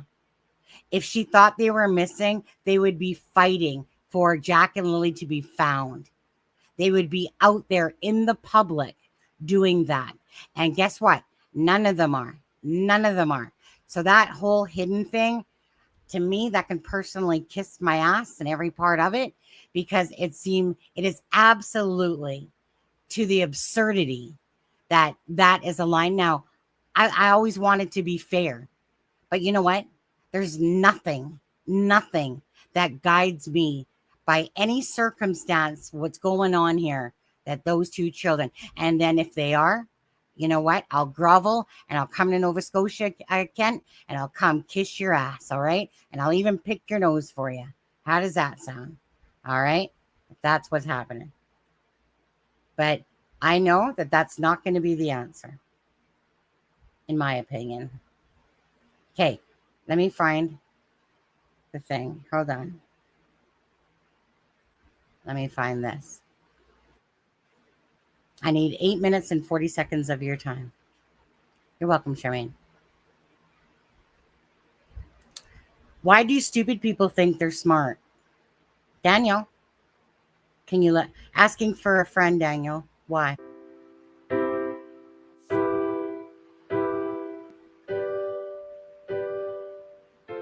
One day in 1995, a man robbed 2 Pittsburgh banks in broad daylight. He didn't wear a mask or any sort of disguise, and he smiled at surveillance cameras before walking out of each bank. Of course, the police found the robber and later that night arrested him. Didn't I play this, Charmaine? Interestingly enough, when the robber was handcuffed, he was puzzled and he mumbled, "But I wore the juice." Okay, no. Charmaine. Apparently, this robber thought that smearing lemon juice on his face would render him invisible to bank security cameras. Hold on. And he didn't just think that, he was pretty confident about it. No. His rationale was that since the chemical properties... Charmaine, I played this. Was there a longer version? I think maybe this, because the other one wasn't as long as this. Well, let's play it from... Okay, so I think this is a longer version. ...formed and mistaken. Let's go back. But what's interesting is that even after the police showed him the footage of his robbery, he was genuinely surprised that it didn't work, and he thought the footage was fake. The police concluded that this man was not crazy or on drugs, just incredibly misinformed and mistaken. The funny robbery led to social psychologists Dunning and Kruger to study this phenomenon more deeply. Specifically, what interested them the most was the confidence exerted by this robber that made him believe he'd be able to obstruct the security cameras with just lemon juice. To investigate this in the lab, they examined a group of undergraduate students in several categories: their grammatical writing, logical reasoning, and a sense of humor. After knowing the test scores, they asked each student to estimate his or her overall score, as well as their relative rank compared to other students. This is when Dunning-Kruger found something fascinating. They found that the students who scored lowest in these cognitive tasks always overestimated how well they did. And not just by a little, but by a lot. They thought they scored above average, while their score was one of the lowest. So not only were those students incompetent or less skilled in those areas, but they obviously didn't even know just how bad they were at them. Students who scored the highest had more accurate perceptions of their abilities, but they made a different mistake. Paradoxically, the highest scoring students underestimated their performance. They knew they were better than average at the test, but because it was easy for them, they assumed it was easy for everyone. They didn't know that their ability was at the top percentile. Today, this phenomenon is known as the Dunning-Kruger effect. Essentially, low ability people do not possess the skills needed to recognize their own incompetence or lack of knowledge. Their poor self-awareness leads them to overestimate their own capabilities. You can clearly see what I mean in this graph here. Having barely any skill or knowledge leads to massive confidence. However, when you become more knowledgeable about a certain topic, that confidence falls. Only when you start to reach above average skill is when your confidence about a certain topic starts to pick up again. Contrary to popular belief, this is not just limited to cognitive tasks. It doesn't seem to matter what specific skill we pick. The less a person knows about any given activity, the more likely they are to overestimate their skill or knowledge. The Dunning-Kruger effect can be observed during talent shows like American Idol. The auditions are usually filled with a variety of good and bad singers. The ones who are bad at it almost never realize how bad they really are. That's why they're genuinely disappointed when they get rejected. The truth is, we're not very good at evaluating ourselves accurately. In fact, the majority of people believe that they are better than average. 88% of people think that they are better drivers than the majority, and even elderly people rank themselves among the best drivers. A more interesting example is that 94% of professors assume that they are better in comparison to their colleagues. We judge ourselves as better than others to a degree that violates the laws of math. But why? Why does being less skilled make you more confident in your abilities? I'm going to help you visualize how this happens. This is Mike. He's an amateur photographer. And this box represents how much he knows about photography. And this is how big he thinks the field is and how much there is to know about it. With this reasoning, he's easily at the top percentile of all photographers. But let's say he meets a professional photographer, someone who has been doing it for 7 years, but he still has a lot to learn. This photographer knows this much about photography. But he also knows that the field is much larger and there is this much to know about it. Because this photographer is more knowledgeable about the subject, he knows that this gray area exists. However, Mike does not. Now you can see why Mike is so confident in his ability. He has no idea just how much he doesn't know. Because he only has a little knowledge of the field, he doesn't know that it's way more extensive than that. And because he doesn't know what he doesn't know, he thinks he knows 90% about photography. Meanwhile, experts tend to be aware of just how knowledgeable they are, but they often make a different mistake. They assume that everyone else is knowledgeable as well, mostly because others exert so much confidence. In this instance, the photographer is aware he only knows about 70%. But if he met someone like Mike, he would underestimate himself. 90% is better than 70% after all. We are all susceptible to the Dunning-Kruger effect. But how can we prevent ourselves from falling prey to it? Well, the answer is you should strive to educate yourself as much as possible. You're not expected to know everything after all. Thinking you're always right is a clear sign of foolishness. It seems that the more knowledge people have, the more they realize how little they know in reality.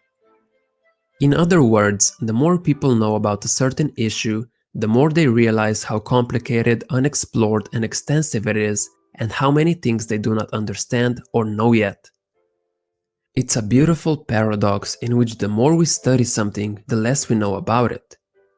On the other hand, people who dabble on the surface of anything they pursue will never know how much they still have to learn. In the Dunning-Kruger experiment, unskilled or incompetent students improved their ability to correctly estimate the test results after receiving minimal tutoring on the skills they lacked. It's helpful to have someone who is ahead of you show you what you have yet to learn. So, next time you feel confident that you know a lot about something, take a closer look at the topic, as it could be that you are a victim of the Dunning-Kruger effect. You just might not know what you don't know. Thanks for watching. If you enjoyed the video, hit the like button. And if you're not subscribed, make sure to subscribe. This way you won't miss out on more videos that will make you better than yesterday.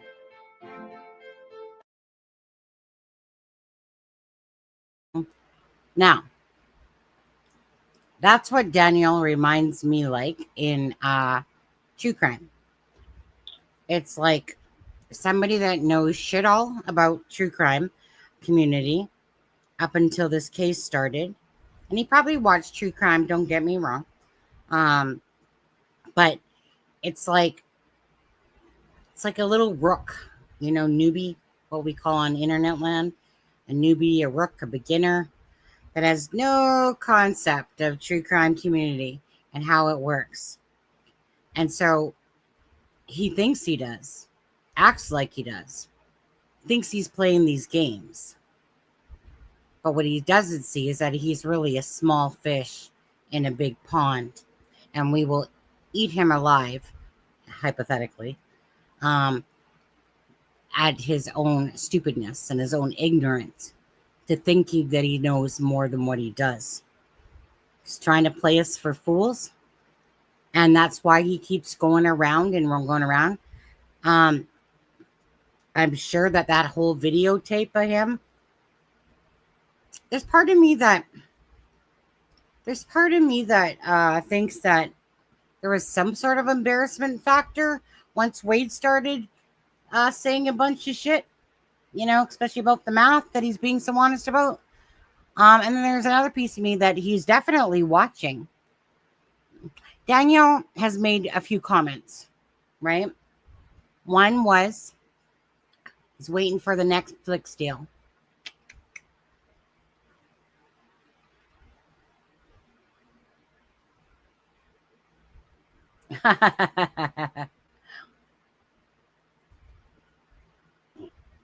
Charmaine says that video was speaking at the level. I believe our viewers listen at now. Anybody that doesn't get the message, sorry about your luck. You know. And so, like I said, Daniel has also said that he's not going on any YouTubers, that he's saving himself for the news stations. And what does Daniel do on the news stations, you guys? He tells a different story than what he's doing here. He's acting like he's just out there, you know, trying to save Jack and Lily. Doesn't say anything about, you know, he believes that the mother has them hidden. He doesn't say anything, right? It's just, you know, just out here to the end of earth and to the end of times. And I promised Malaya and blah, blah, blah. Okay? Again, it's embarrassing watching him. I'm embarrassed watching him. because he just doesn't realize how ridiculous he looks. Now, sometimes it takes people a little while to catch on.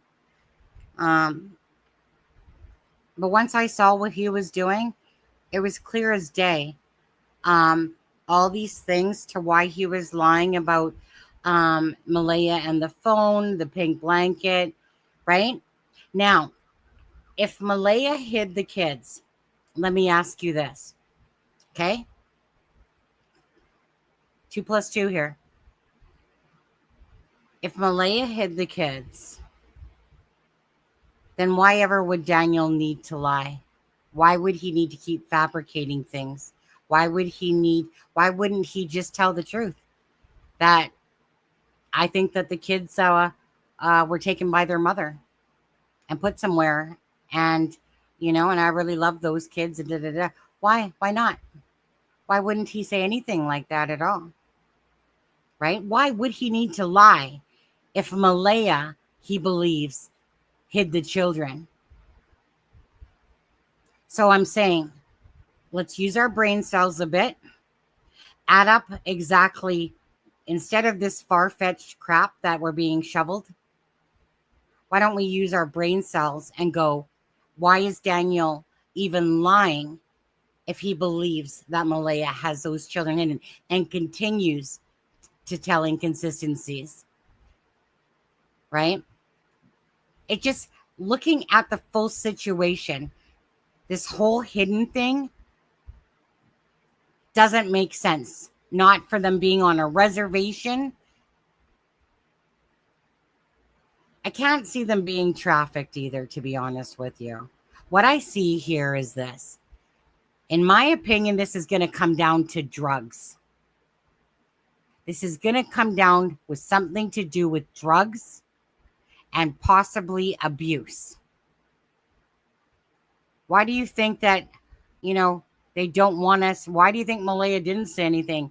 And Daniel said it was because of educational setbacks or whatever. Right? If he's so truthful, why didn't he just say, Jack had a black eye and, some stuff like that? Nope. Instead, he said it was because of educational stuff or learning. Why is all this lying going on? Because to me, they're just all full of shit as to what really happened to Lily and Jack. And it's not make-believe fairy tale land to think that they want to put the children hidden somewhere. Okay? I could have bought into the fact that they were trafficked and sold for $100,000 to the highest bidder to get them out of their hair. But I'm not buying into that either. Because it's still past. You know what? It's more likely that those children would have been trafficked than actually hidden by Malaya and stuff like that, by some family member on some reservation and stuff like that. But even again, just look at why they're lying. Who are they trying to protect? They're trying to, in my opinion, to protect themselves. Their lies, their actions absolutely are in alignment with knowing what happened to Jack and Lily.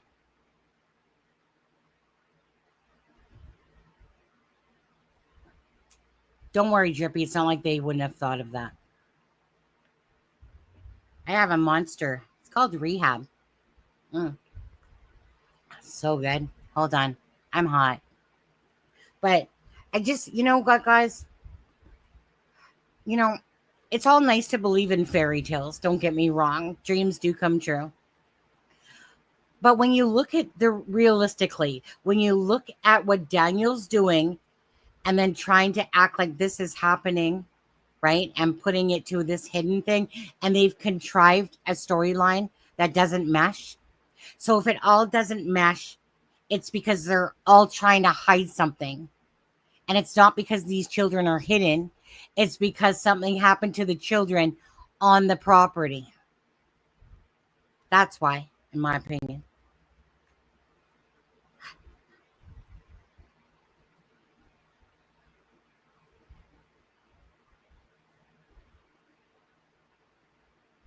Yeah.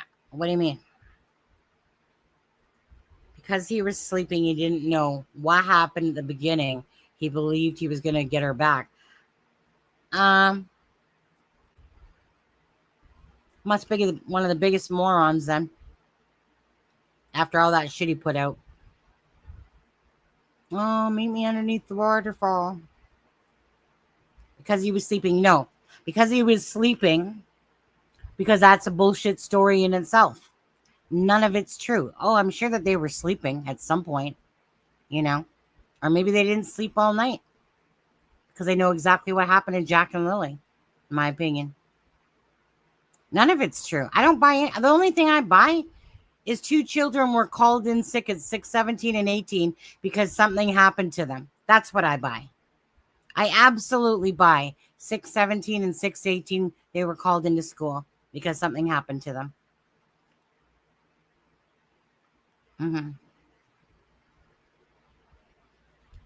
I mean, Kent, everyone has the rights to their opinion still, right? I mean, Kent's not a dumbass. He listens to everything. He does more leaned, like he's if there's an inkling that of something to show him that the kids are alive, he's gonna hope for the best, right? I can't fault him for that. I look for that inkling for something to show me that that's even remotely true. But the thing is that everything that's going on, if we look at why would Daniel need to lie if Malaya took the kids, right?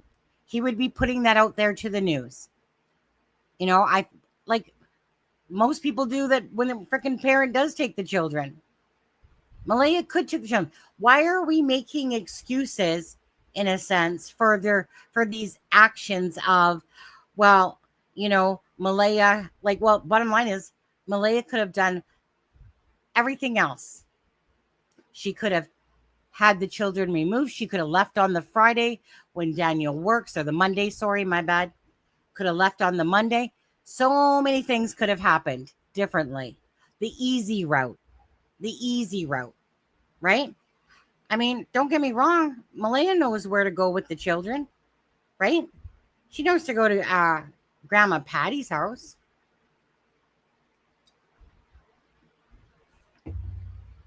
Ken, you're talking about, you're saying that she left. She left because she was trying to protect the kids from CPS. You talking about the second time with Meadow? Because why would you need to block Daniel if you're trying to protect the kids from CPS? Sounds to me like you're trying to protect yourself from Daniel. Right? So that doesn't make sense.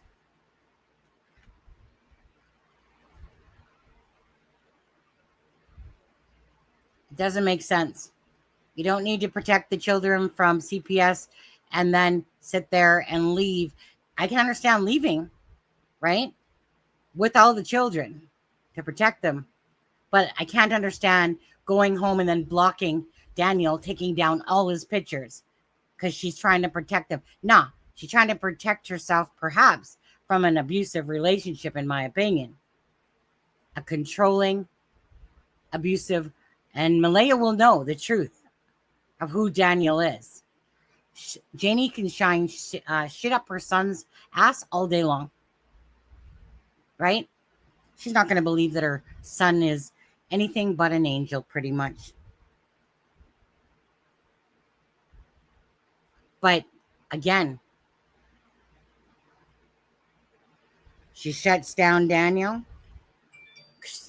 Like I said, they're both going to be culpable if it comes out and turns out that way.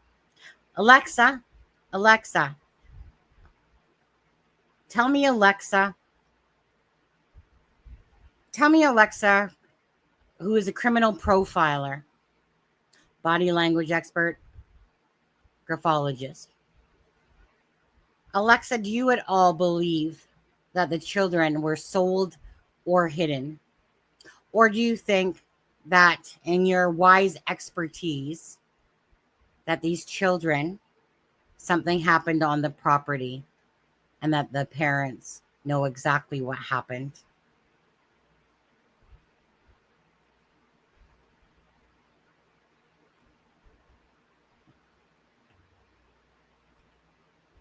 One sec, guys.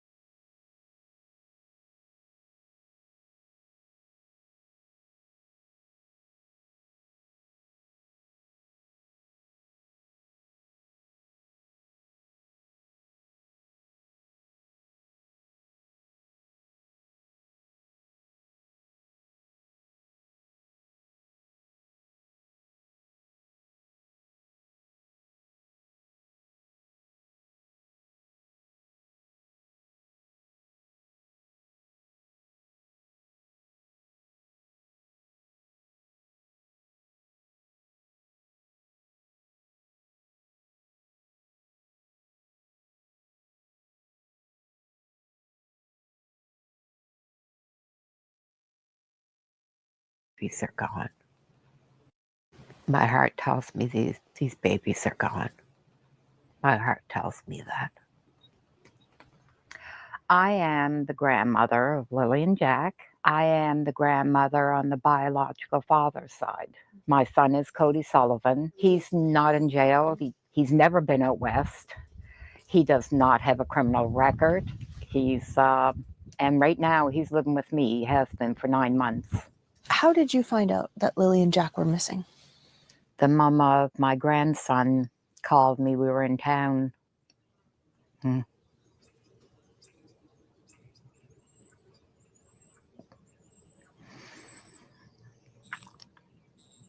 She asked if I heard the news.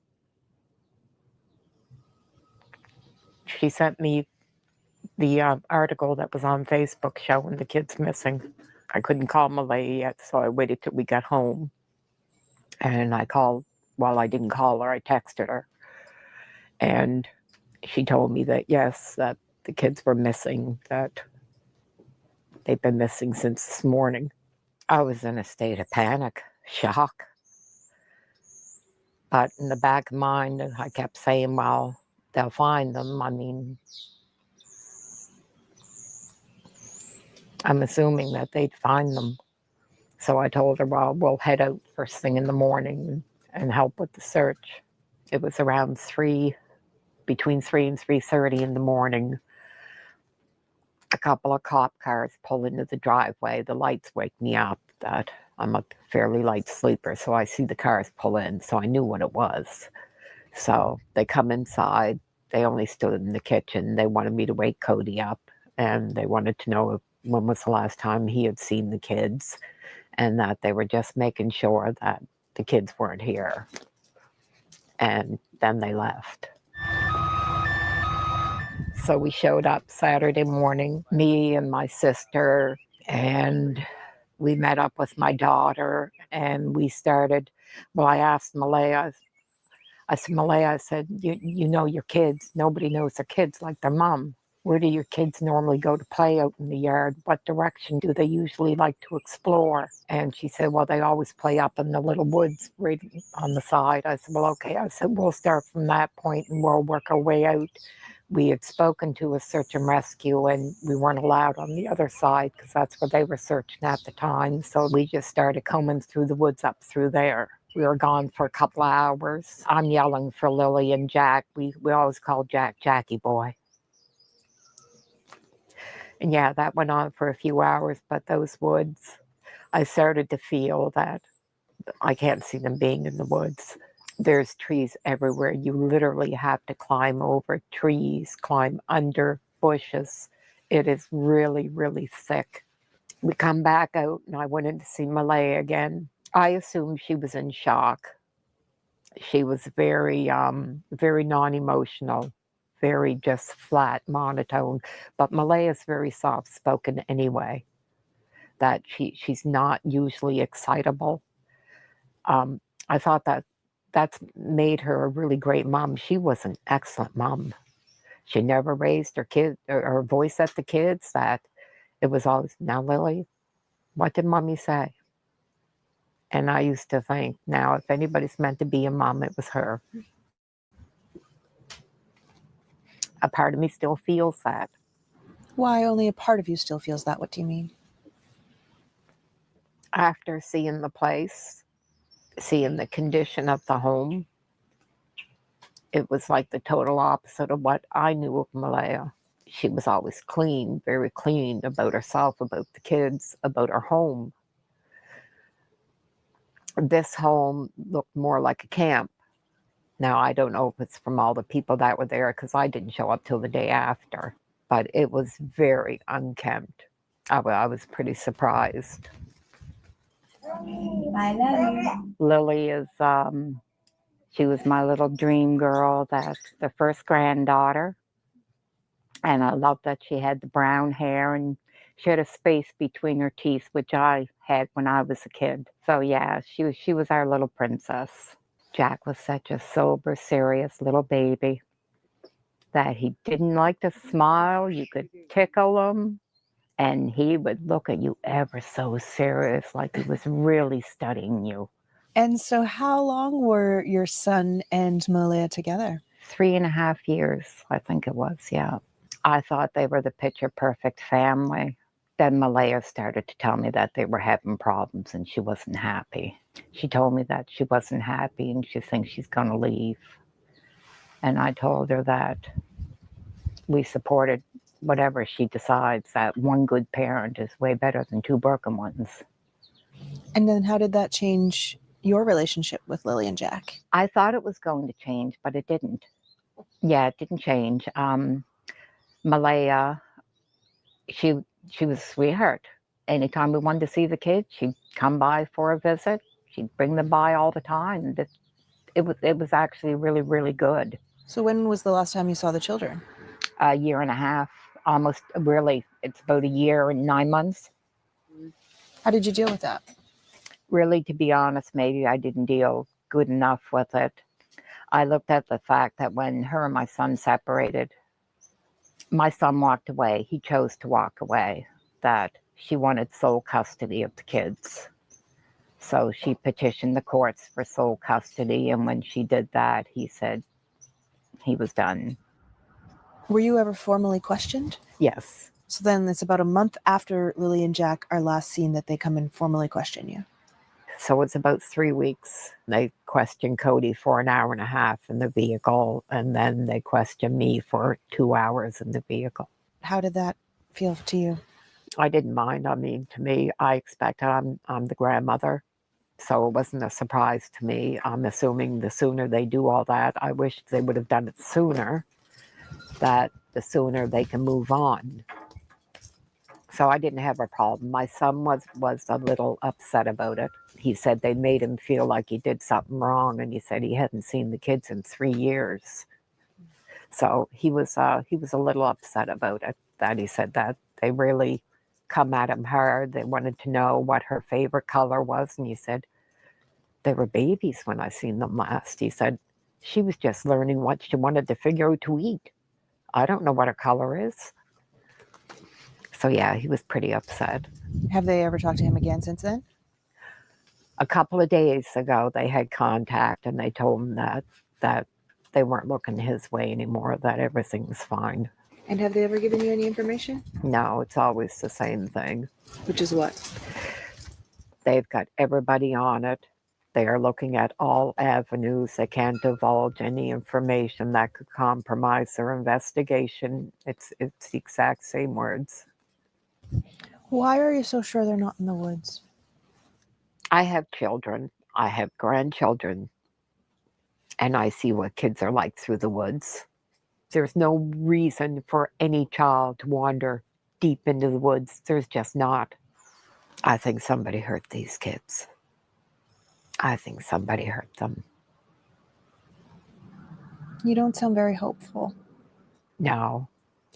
Our last day searching on Monday and seeing the woods and seeing the searchers and everybody everywhere. There's no way those kids are in the woods. There is nothing more pure and innocent than a 6 and a 4-year-old.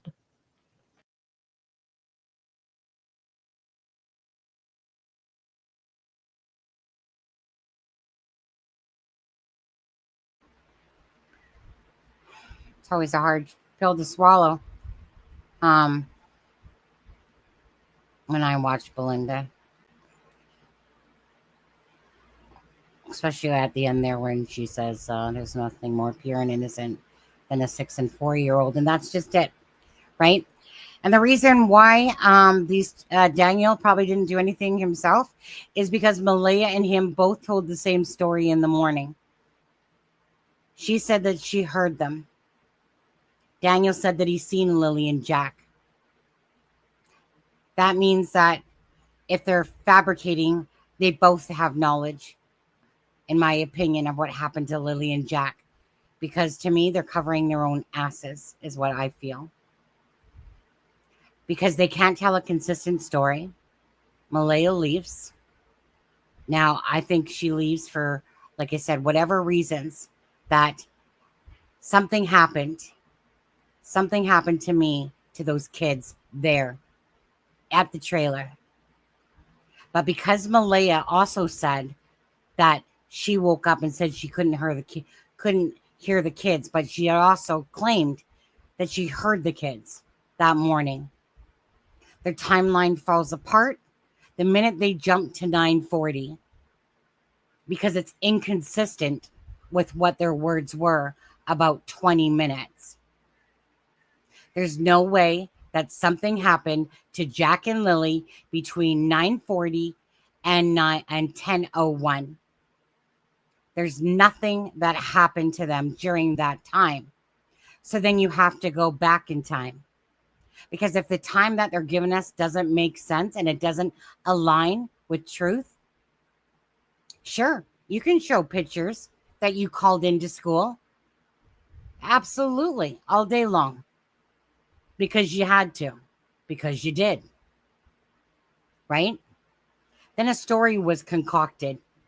Because obviously there's, these children need to go to school or be seen by somebody at some point, in my opinion. But Malaya said the same thing as Daniel, right? But they just didn't get their story right, is what I see it.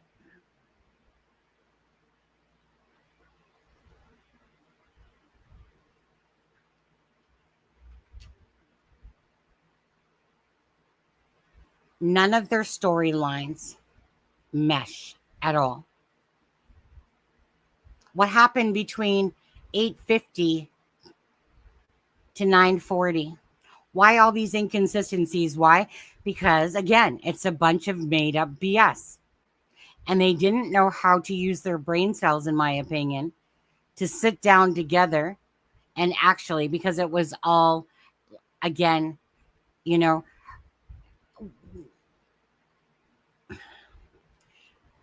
it's, to me, people that think that they're smart, but they aren't. It's not like you wake up every day going, well, let me just think of a story about what happened to the kids. So we can start with their own words. Their own words are what's biting them in the ass. Their own words, right? They can't take back what they said in their own words. So they're going to sit there and act like they're shocked and horror that people are, talking about them or looking at them. Why wouldn't we? Why wouldn't we? When nothing but a bunch of BS is coming out of their mouths. All of them. This didn't happen to me between 8 o'clock and 10 o'clock.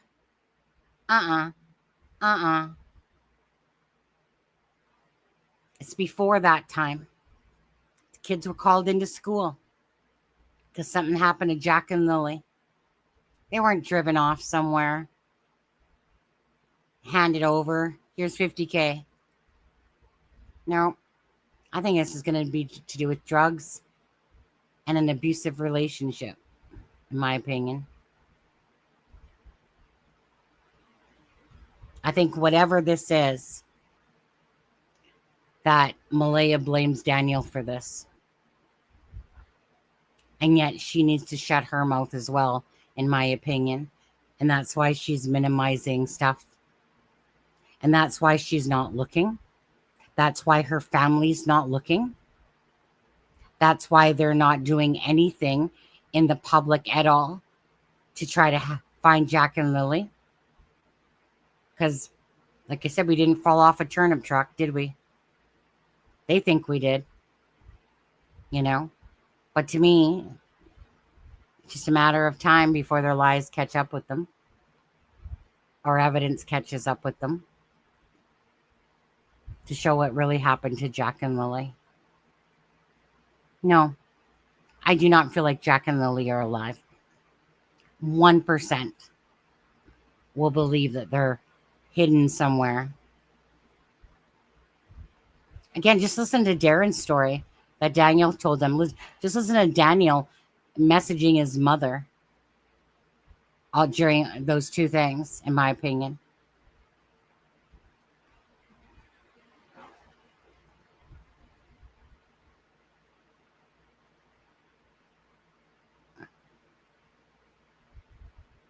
Everyone always asks about life insurance.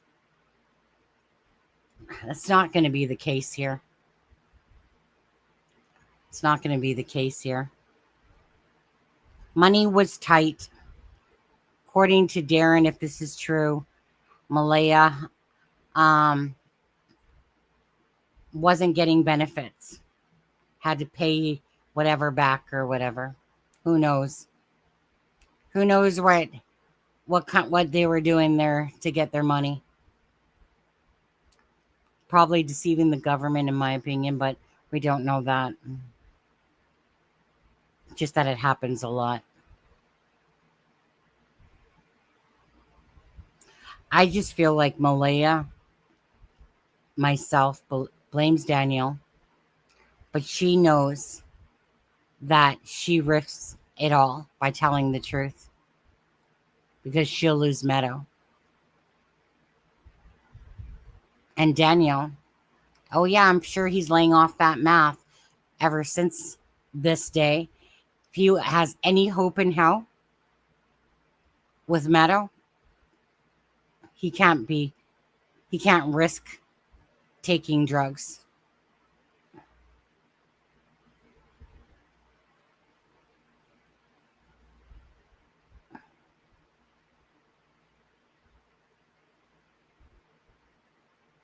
Well, no, not everybody knows that, CB. You know. But that's what it is. It's circles. It absolutely is circles. So what can we do then, right? Because it's BS. You know what?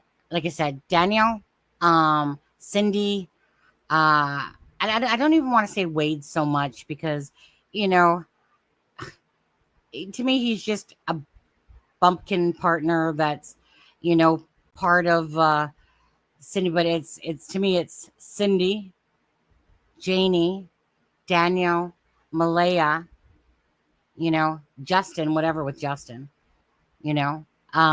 These are the people that should be out there canvassing to find these children, and they're not. So there's no more shit Malaya could tell me, or Daniel, or Janie, and Cindy, who doesn't talk. Her actions speak enough. Their actions all speak enough. It's clear when Malaya didn't want to answer any more questions. Obviously, there's a reason to it. And I think that's because, again, it all boils down to Meadow. Not Jack and Lily. It boils down to the fight for Meadow. Because they already know, in my opinion, what happened to Jack and Lily. So now it's all about Meadow. Well, because a lot of people, CB, love to talk about this regardless. Right? A lot of people, like I said, in any of these true crime cases, I could sit here for a month and repeat the same shit pretty much over and over and over again. And there's always going to be people that will come back and listen because it's just the way it works, to be honest with you. I get bored with that stuff myself. I have to do things how I feel like I need to do it. I don't want to be a repetitive fucking record, on this one. What I need to do, or what I want to do, is I want to create a visual video because people associate better when they visually see stuff on screen, in a sense.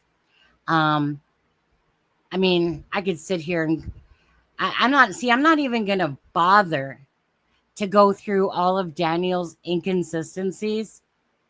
Like me and Charmaine and Kent, we're going through that stuff. But honestly, I actually can't be bothered because I already know what he's doing. But I am, you know what? Hold on. Let me pull these up. I got so many darn screenshots.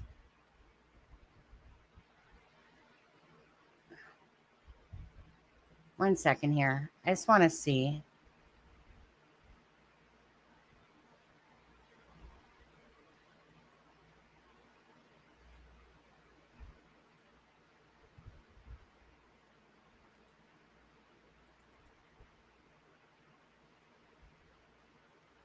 Yeah, so not right now. I was going to, but I'm not going to do that now, actually. So I could give two craps. Apparently that private messaging thing, Alana's walked away from it. I think, is that what's happened, Kent? On there. So I don't need to hold the same regard to those. Is that true, Kent? I seen somewhere about Chelsea and you or something, admins or something like that. Is that correct?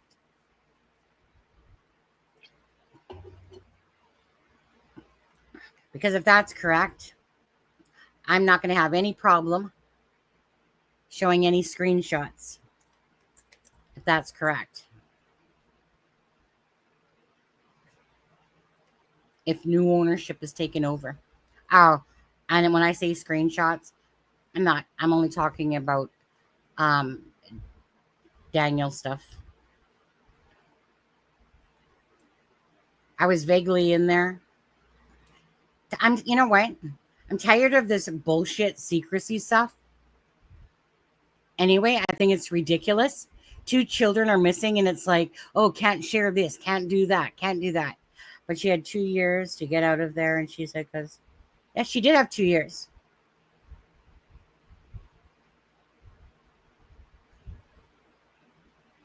No, you don't get it, Kent. You're not a female. You don't get it, Kent. When you make a comment like that, it means you don't get it. Okay? I had 11 years to get out of my relationship. I'm lucky that I'm still alive. Right? It takes something to happen before you get the fuck out of Dodge sometimes.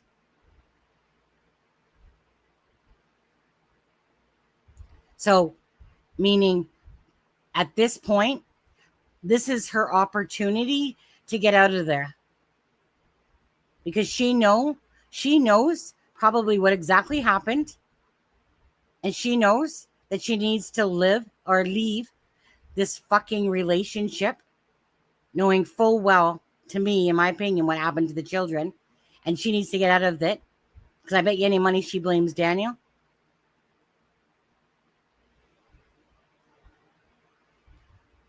Daniel keeps slagging her all day long. So it's not, oh, I needed 2 years to get out of it. Sometimes people have to hit a rock bottom, or they have knowledge and they know it's time to get the fuck out of Dodge. It's not easy. When a man, see what it's at crimingshame@gmail.com. Not it's a criming shame, at crimingshame@gmail.com. when a man is not a female, and men don't typically, compared to women, are in abusive relationship, men can talk about that shit all day long, and they have no knowledge of how it is, because most men are not the ones being abused. Most times it's going to be the female, because the male is stronger. And women, we're sap suckers for men, because we do stupid shit when we're in love. Exactly. So that comment right there by Kent is absolutely inaccurate. It's not a simple thing that she had 2 years to get out of it. No, she did. She had 2 years to get out of it. She didn't. Like she said, when you're from an abusive relationship, and I've lived the life, and I could school people on the abusive relationship and stuff like that, unless you've never been down that road, just like we haven't been down the road, myself personally, of 2 children missing on my account, right? I can only imagine, but I could not put myself in those person's shoes. But I've walked in the shoes of this, so I can tell you right now that she probably knows exactly what happened, and she knew that she needed to get the fuck out of that relationship. It was not good for her, even before the children went missing. Guarantee you that. It's all in her words. It's all in Daniel's words, and it's all in her words. So it's not about, oh, why did she wait till Jack and Lily went missing, then decide to leave? Again, we do a lot of stupid shit, but it took up until this incident to happen before she was getting the fuck out of Dodge. Because then, now, it's to the extreme.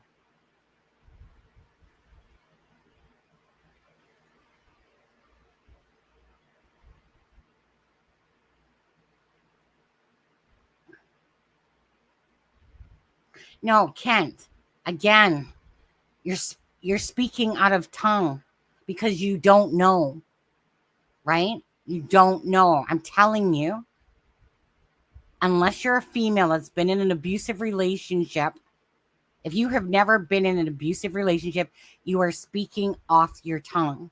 You're speaking, and I'm not saying this, but I'm saying that you are literally speaking of ignorance. But I'm using that word loosely because that's really what it is. If you are not a female and you've never been in an abusive relationship, I can tell you exactly why someone doesn't leave. Because again, we're stupid, right? We keep believing that the person is going to change. Even, I sat there for 11 years getting a black eye, getting pushed into a bathtub, getting smothered, getting kneed in my leg where I couldn't walk for a week, on and on and on, getting forks thrown in my face, fucking spinning kicks. And guess what? I stayed. I stayed until I didn't. 11 years. 11 years I let someone put their hands on me. So please, when you don't know what you're talking about, do not sit there and say stuff out of ignorance like this. Because I actually, and I love you, Kent, don't get me wrong, but I find it very offensive because those type of comments are exactly what I would call stupid comments. Because you have no knowledge of what it's like for a female to be in a relationship that is abusive and controlling. And you stay in it and you stay in it. And I stayed in it for 11 years. Now, again, don't get me wrong, Kent. I'm just in general. When somebody has no knowledge of a situation and then they're putting in their 2 cents. And I know that you try to look at things from the different angles. Don't get me wrong, Kent. I respect you. But these answers are your typical bullshit male answers. Because they're not the ones in the relationship. They're not the ones in the abuse. And then people are going, well, why didn't they just leave? It's not, yeah, we could have, right? A lot of people could have before they found themselves murdered by their husband. But they didn't, because they never thought in the wildest dreams that, first of all, someone was going to be murdered at the hands of their husband or boyfriend, or you just believe that they're going to change because you're stupid and you make these stupid choices, because that's what they are, right? And that's what's made me the strong person that I am today, is because of those fucktards like that. I just don't like it. Especially, you want to talk about domestic violence, right? Then I'm going to sit there and be a strong voice about that, because it is not easy just to pick up your shit and leave. Everyone thinks it might be, but when you have 3 children and stuff like that going on, and you don't want to whine back home to your mother and all that, and your whole life flips upside down, you always keep forgiving the person. Forgiving, like Malaya was saying in hers, right? They keep saying that they're sorry. Doesn't matter how many times that Daniel jumped on her and held her phone as she was trying to call her mother. They always say something that will make it all better again, and you believe them. Okay? So on that one, I'm telling you right now that chances are Malaya knows exactly what happened to those kids, and she got out of fucking Dodge, because not only now are her kids gone, she's leaving a fucking abusive relationship, in my opinion.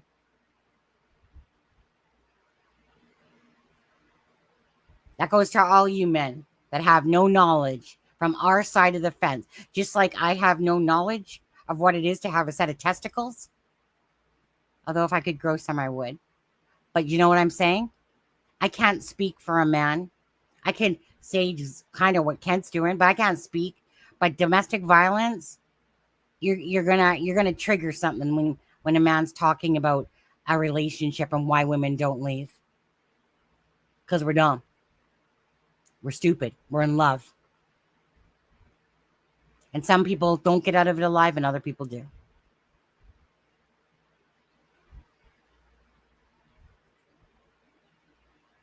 Just as a side, how do we know that she's not playing a victim here? We know women make false allegations. Oh, yeah, absolutely. But you know what?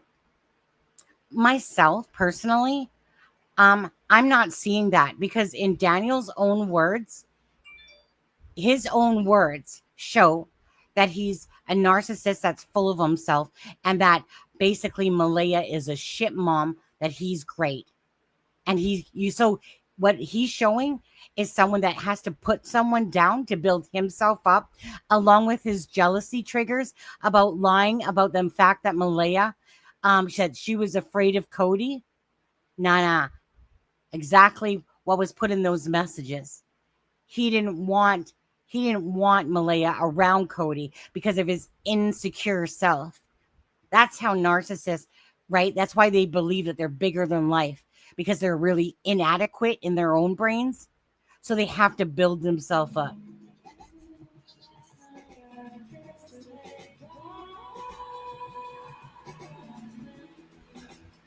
Lost family. Super chat. 13 Canadian dollars and Yeah. 99 cents. You're awesome. Thank you. When you've met an abuser, you can spot him in my life. You develop an instinct to protect yourself. Thank you, Lost Family. There's a lot of women in here that will know exactly. But you know what? The dead giveaway is regardless. Malaya didn't know that those messages were going out, okay? That was a private conversation between Malaya and the grandmother of those babies.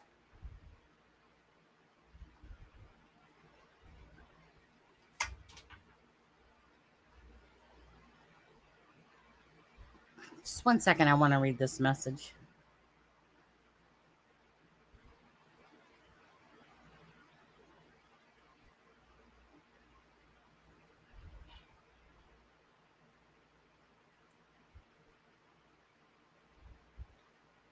Let's see here. Oh, I'm supposed to get a life. Undefeated champ 99. Permanently making remarks that everyone is lying. Really? What would you call it? Truthful idiot? Okay. Jesus, get a grip, Sonny, and stop projecting your own issues into life onto others. Well, I'm not, you know what? I feel sorry that I can't dummy myself down whatchamacallit, what's your name again? Undefeated champ. I can't dummy myself down to your level of thinking. All right, get a grip on life yourself. Obviously, you're just a moron on that one. Actually, I don't even most time read these things because if I see the odd one like this one, actually, let's see here. Just because I see this one, have a cup of go fuck yourself and hide user. Go fuck yourself on that one. All right. But anyways, again, hopefully the truth will come out with this regardless, because it's certainly not coming out of the mouths. God, that, morons like that. I can't even go to that level of stupidness, to be honest, just to even read shit like that. That's what I mean. It's like, how do you even dummy yourself to that level? Obviously, they're lying. Duh. Their own words contradict themselves. Duh. That would be called lying. Lying.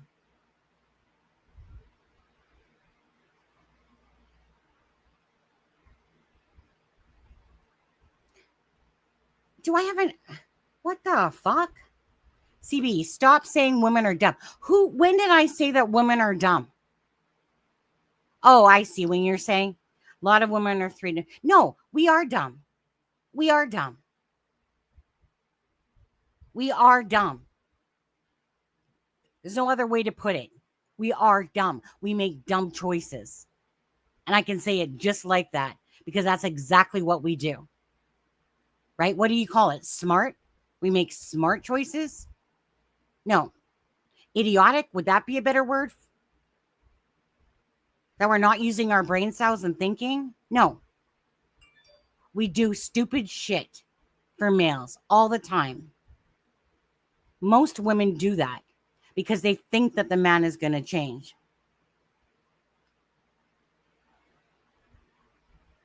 No, it is. We are dumb. It is our choice to stay in those situations. If you don't like the word dumb, too bad. That's the word I'm using. Same thing. Thank you, Dottie. You know what? We're here for Jack and Lily. You want to point out stuff like that.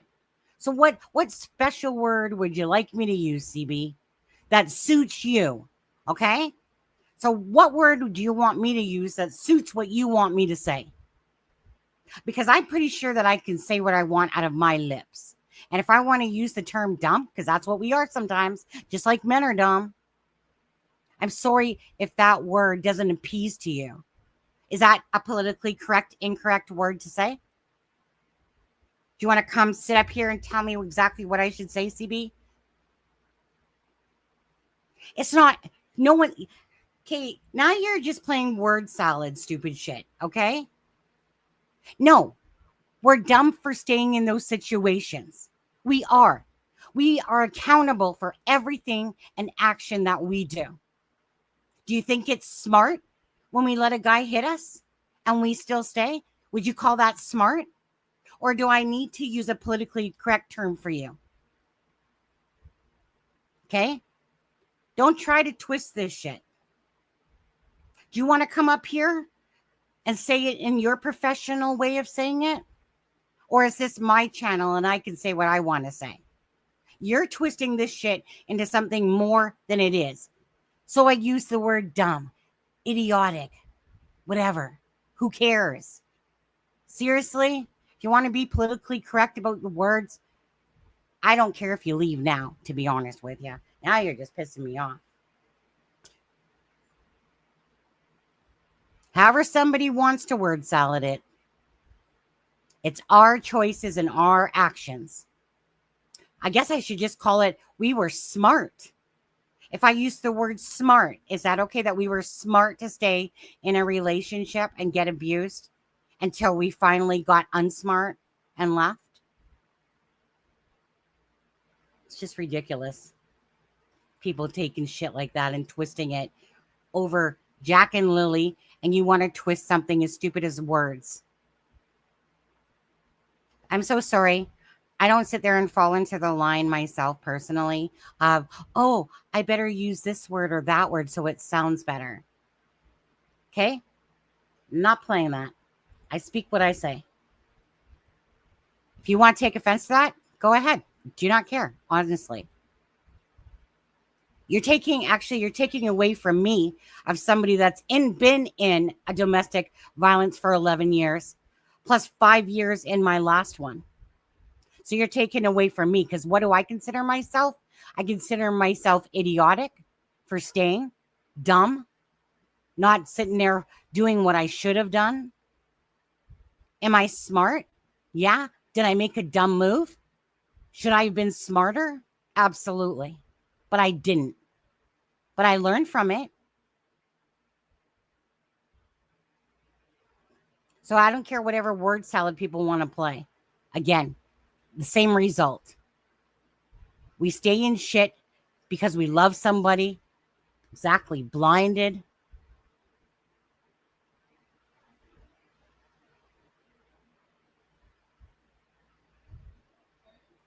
Oh, I hear my husband. He's home. It's just, you guys, come on. Don't get off course of Jack and Lily.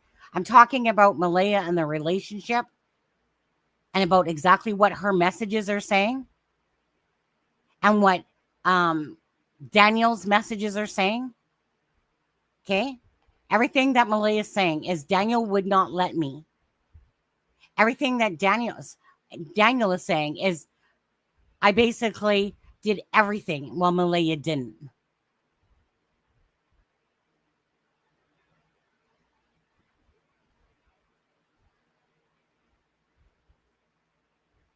Don't talk to me about freaking domestic violence. Don't preach to me, CB. In fact, you know what? Right now I'm pissed off enough that I'm just going to block you, to be honest. Because I don't think I want to hear all this politically correct shit, okay, about domestic violence. If you want to preach shit about how you want it to be said, okay, but when you're in a domestic violence relationship and stuff like that, we do stupid things. All right? A lot of us don't leave. I literally just said that. I'm so sorry if my words aren't matching what you're thinking or how you're wanting to say it. Okay? Kiss my ass. I'm not paying attention to you anymore. All you're doing is trying to throw frickin' a bunch of word salad for the same shit.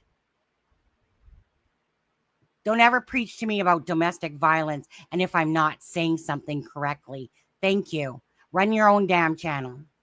So don't wow me. And it's not too often I get triggered. Kent, you started it.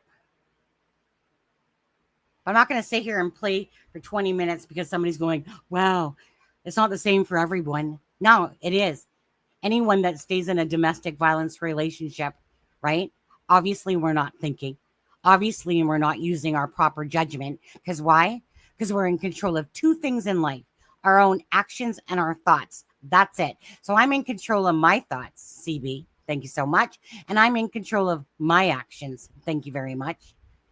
At the end of the day, it boils down to our choices, right? Just like Jack and Lily, everything boiled down to Malaya's choice, Daniel's choice, their choices that they made. If they wanted to lie about the visit that they had from CPS prior to Jack and Lily going missing, their actions, right? Absolutely. Absolutely. That's where I am today, right? That's where I don't take people's shit. Because I've been through enough abuse in my life, and I'm not going to sit here and fucking whine about it. I grew from it, learned from it, and moved on. I didn't sit there and blame Dion for all the stuff that he did. I allowed myself to stay in that relationship. If Malaya allowed herself to stay in this relationship, again, whatever happened to Jack and Lily, and if this is all part of this relationship and it boils down to that, she has to live with that. Daniel has to live with that. If they had any part in Jack and Lily's disappearance, they have to live with that.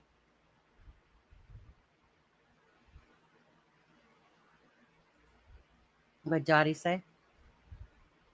Yeah, well, you know what? We're all still learning. right? We're all still learning, no matter how old you get. But the thing is, I've never portrayed myself as a victim in life for anything, because I always know it's my own decisions. That's the only thing I'm in charge of, is myself. And if I put myself in dumb or stupid situations, that's on me. That's on me. It's on nobody else. Nobody made Malaya stay there. Nobody. She could have left at any point if she wanted to. But again, we do stupid shit, right? You know how many cases out there all day long? All day long. I could cover about a wife taking her husband's life, or their kid's life, or the husband taking the wife's life. Why? Because of an affair, because of money issues, because they're tired of that naggy bitch and they're just done with her. They don't want to pay child support. All day long, these type of cases happen for females. I'll always be strong. I don't take anybody's shit. I don't. You know, like I said, there's a couple things in life that I truly care about. But again, when it comes to domestic violence, like I said, I've lived it enough that I very much know exactly what the signs are. Okay. And what I see from Malaya's messages and Daniel's words and Malaya's own words recently, is somebody that is not in a good relationship. And Daniel is trying to portray like he's the saint, that he did everything. How dare Malaya say something, even say something bad about me or whatever, because I'm great. I'm Daniel. I did everything. Malaya did nothing.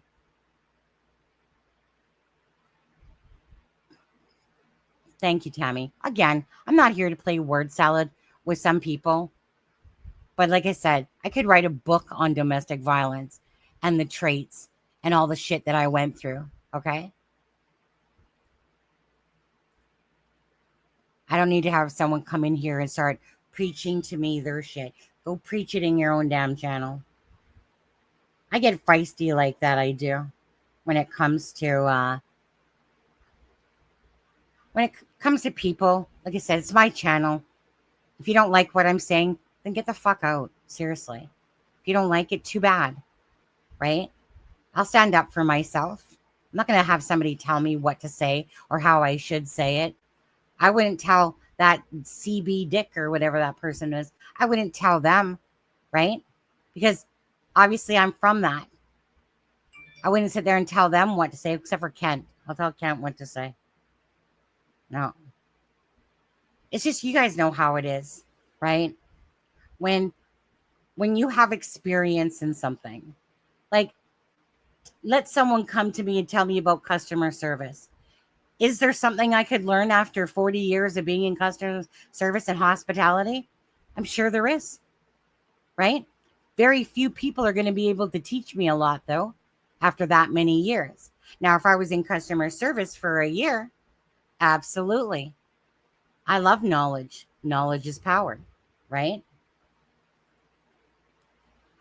Sorry, CB, not sorry. You don't argue with the channel host, and if you do, it's not going to end well.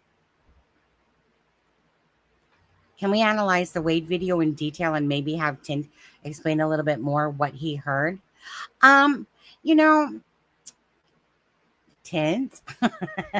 or Tint. I do want to say this. It's not like I haven't asked Tint to join us on a live. I have. And he said that, at some point is what he said, that he will call in. Not holding my breath, though. Not holding my breath. Whenever people say that, most times it doesn't happen. So, when somebody side answers, right, Tint? You hearing me? I'm using reverse psychology on you. It would be great if he would, to be honest with you. Maybe he could just even say it in a recording, and then I just play it, right?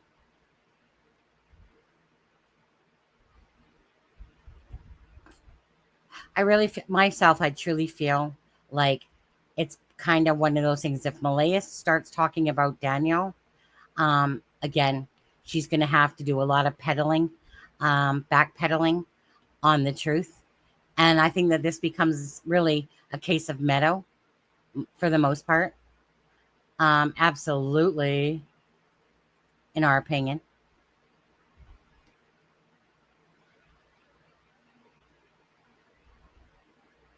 Yeah, that just depends where you're from, to be honest with you. Well, that's what I'm saying, you guys. You know, when Daniel starts popping up in all these chats, right? Because he will be back, unless by this time he gets the point that everyone just knows he's full of it, right? Christopher Proudfoot finally got the hint to stay off of social media, because if you can't tell the truth, then, right, it's just going to backfire on you.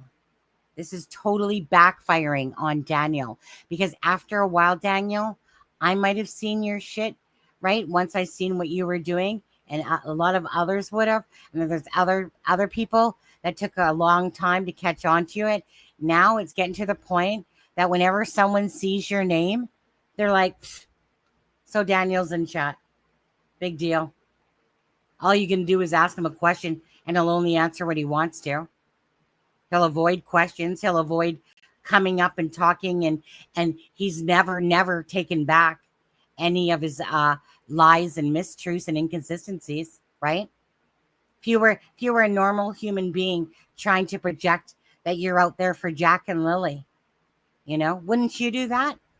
But nah, he's so big and famous in Jack and Lily's case, right? Hey, Daniel, if I'm out in Nova Scotia and you're not in jail, can I get your autograph? Because obviously you're this big celebrity in true crime. That's how it feels like. Like, you know what, you little people? I'm going to use you just to pop in and out of the chat rooms and do this. And then I'm going to use the news for whenever I need it to be brought up into the media. And then, I'm going to wait for that Netflix deal, you guys. Because everyone, when two children are missing, talk about a Netflix deal. Even when they're joking. Even if they were joking, right? Jack and Lily are missing. I can joke about a Netflix deal. But you should have no right even mentioning a Netflix deal in joking or sarcasm or not. Or let alone me giving birth to a bucket of chicken. But thankfully for you, I did, And I'll probably just give me those chickens. I'll tell you, I'll make the best bucket of chicken with those little chickies.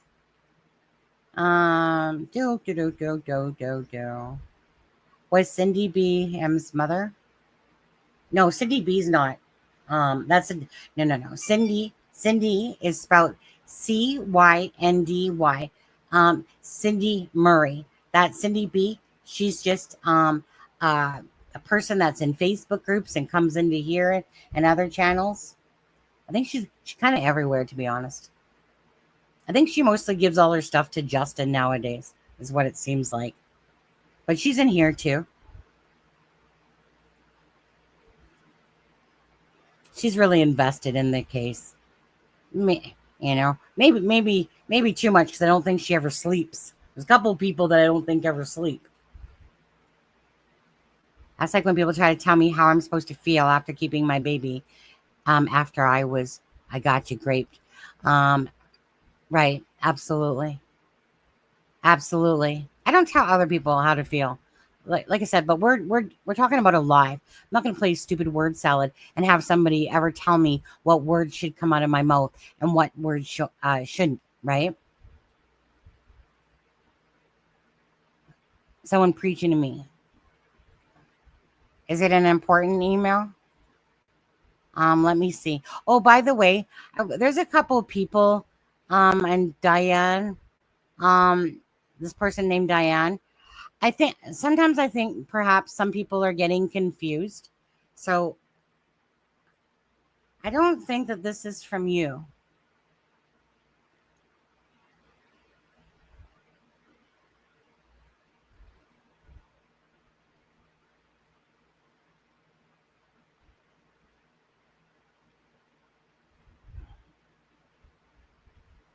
Yeah, this one's not from you. This is from somebody else. You might want to check here. Your yeah, that well the night before or in the morning. Yeah, Kim. At criming shame at gmail.com. So it has to match that. Loose lips think ships. So you want to block too, huh? Is that your new name? Ban user. That idiot just came back with another name. And they made it loose lips sink ships. One of my favorite expressions, actually.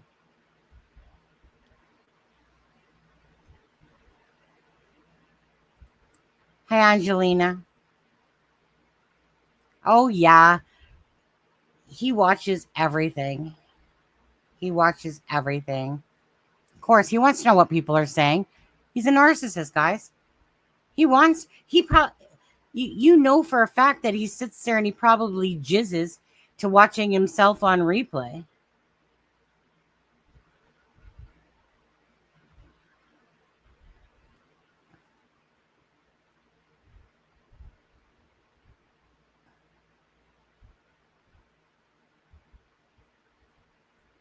Oh, yeah. Doesn't Little Meadow look so much like Daniel? You know?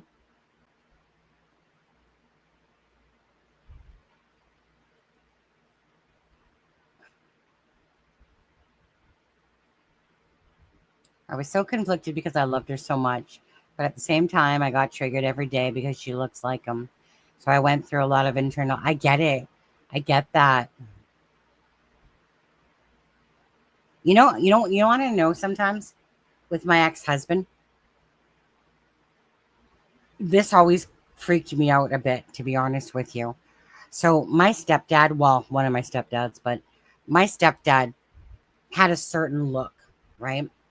He hadn't had the horseshoe after he's getting older, but he had this certain look. There was moments in that relationship when my ex-husband started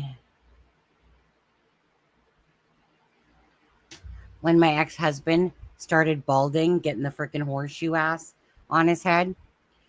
And there were sometimes when he would come down to kiss me, and all I could picture was my stepdad, because he looked like, when somebody just they look a certain way, and that would always throw me off.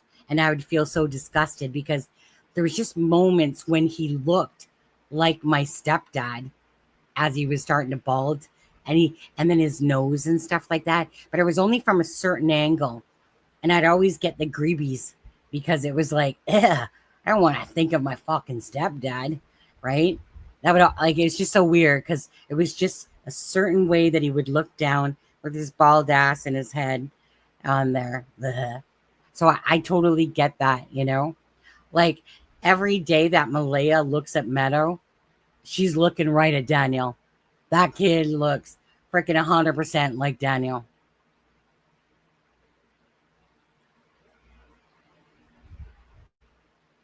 Mm-hmm. Oh my goodness, it's so hot.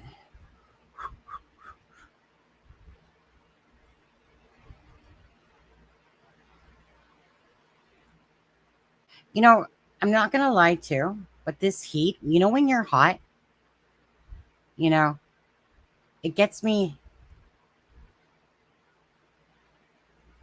crankier, and I don't get cranky. But when I got freaking heat wave coming through the window and I can't really blow my fan on me because then my hair is going to be like, bleh, and you guys are probably just going to hear it. But anyway, so yeah, some days you just don't piss off Sunny because you say the wrong thing and I'll freaking boot your butt just for the sake of booting it. I guess I was lucky. My 3 oldest kids don't look anything like my ex-husband. My son looks just like his father. He doesn't have me. When my son recently asked me if Thalia looked like him, son, maybe in the cheekbones, maybe. Other than that, Thalia looks like Grace. I have that, and it sucks. I bought one. You guys don't know how much money I've been wasting on fans. I spent $80 on a fan for my husband for his side of the bed. Okay, I was expecting this piece of, right? I was like expecting like this amazing $80. I could have went to freaking Walmart and purchased that same shit type of fan for $30. But I thought I'm just going to pay more because I want one that has the strength to blow. Yeah, well. Oh, by the way, which reminds me, my husband doesn't typically do this.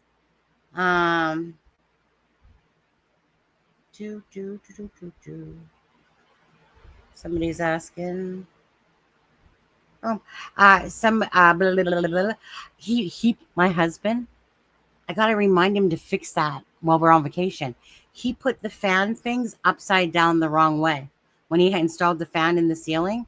It's hard to tell, but all of a sudden this one day he says, maybe I put them up the wrong way. I went back to the picture and I'm like, yeah, you did. My husband never reads instructions, by the way. Oh, yeah, that's called a towel, Seawood.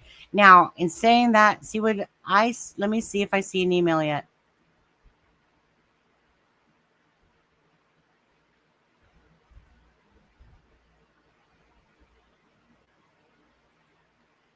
Seawood, is that you, the one sending about the recording? Is that what you're doing?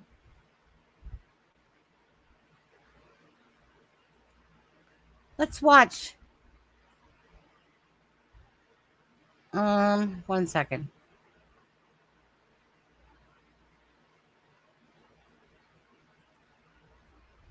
Let's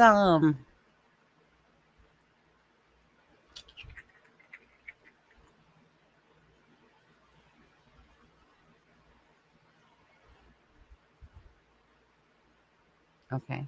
Ken, I'm not sure if you answered me on that. Are you in Chelsea taking care of that Facebook group now?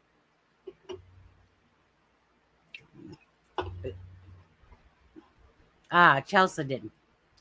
I know you're talking because it comes out Chelsea.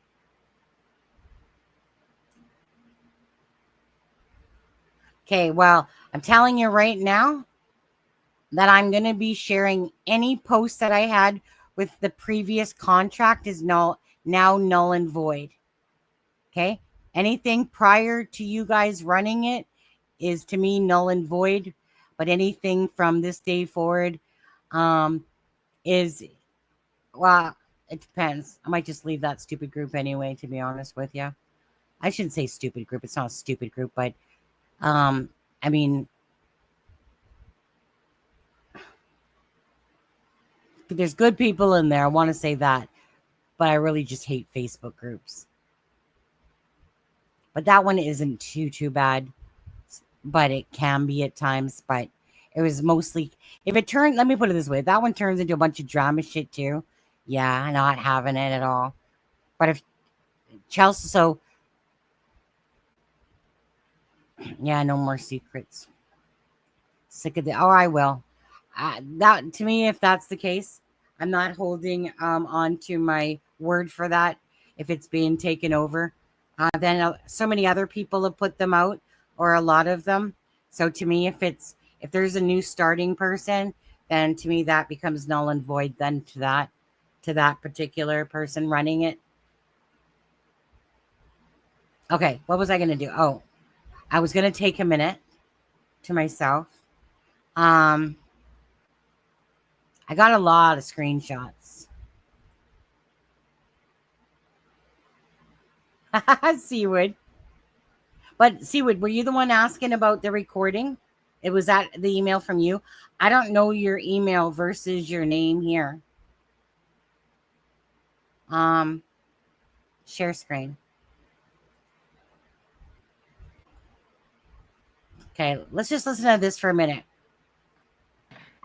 He walks up to the farmer's farm, he knocks on the farmer's door, and asks the farmer to buy his horse. And This you know is what the 10. farmer says? Jim Walker. The farmer says, no.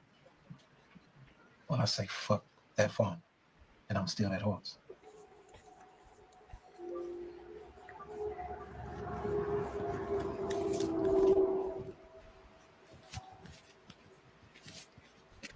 Fair enough, but now you're a horse thief, and they hang horse thieves. Not to mention the horse goes back to its original owner because the horse is still its property. We need her, and we need a bill of sale. Well, if we ain't gonna try to buy it, how we gonna get her?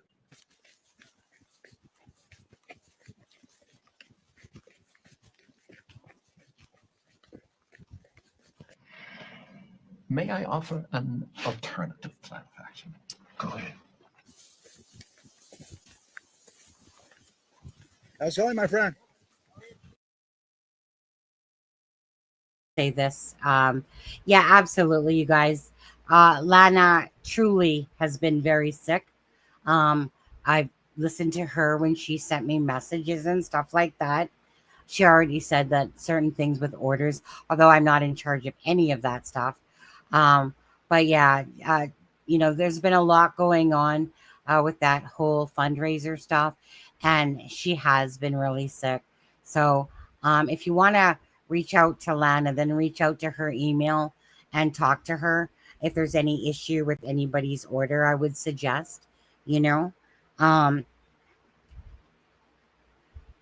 yeah. Lana is getting back to her normal self after everything she's been through lately, including sick. I know I agree. She's going through a lot. Her heart was in the right place, but sometimes things in life go sideways, right? And this went sideways, and on top of it, she got sick, where it was either, to me, bronchial or pneumonia, one of the two, because it was right in her chest. But anyways, I'm just going to play this. Go say hi to my husband for a minute, too, since I haven't seen him since he just got home. Okay. Pretty good. Is that a horse trailer? Is yours? All right. The man walks up to the farmer's farm, he knocks on the farmer's door, and asks not to buy the horse, but the farm, and makes an offer so ridiculous. JB, thank you so much for that. Appreciate. Hello, everyone. Hope you all doing well. I am one of the searcher who was looking for clues of the whereabouts of Jack and Lily since the beginning. I was deep in the woods since day 3.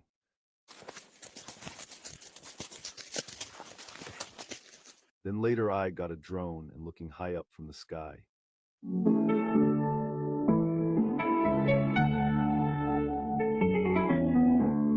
Checked and asked everyone who has any info. Why people ask me, I always told them because if their biological parents don't even care about them, then someone has to. I am just one of those people with time and opportunity to dig a little deeper. Anyways, it has been 2.5 months. There's still pretty much zero news about where are those children. No real updates from RCMP neither. Seems like we all going to a dead end, and this case may just going cold. But no, I won't let that happen.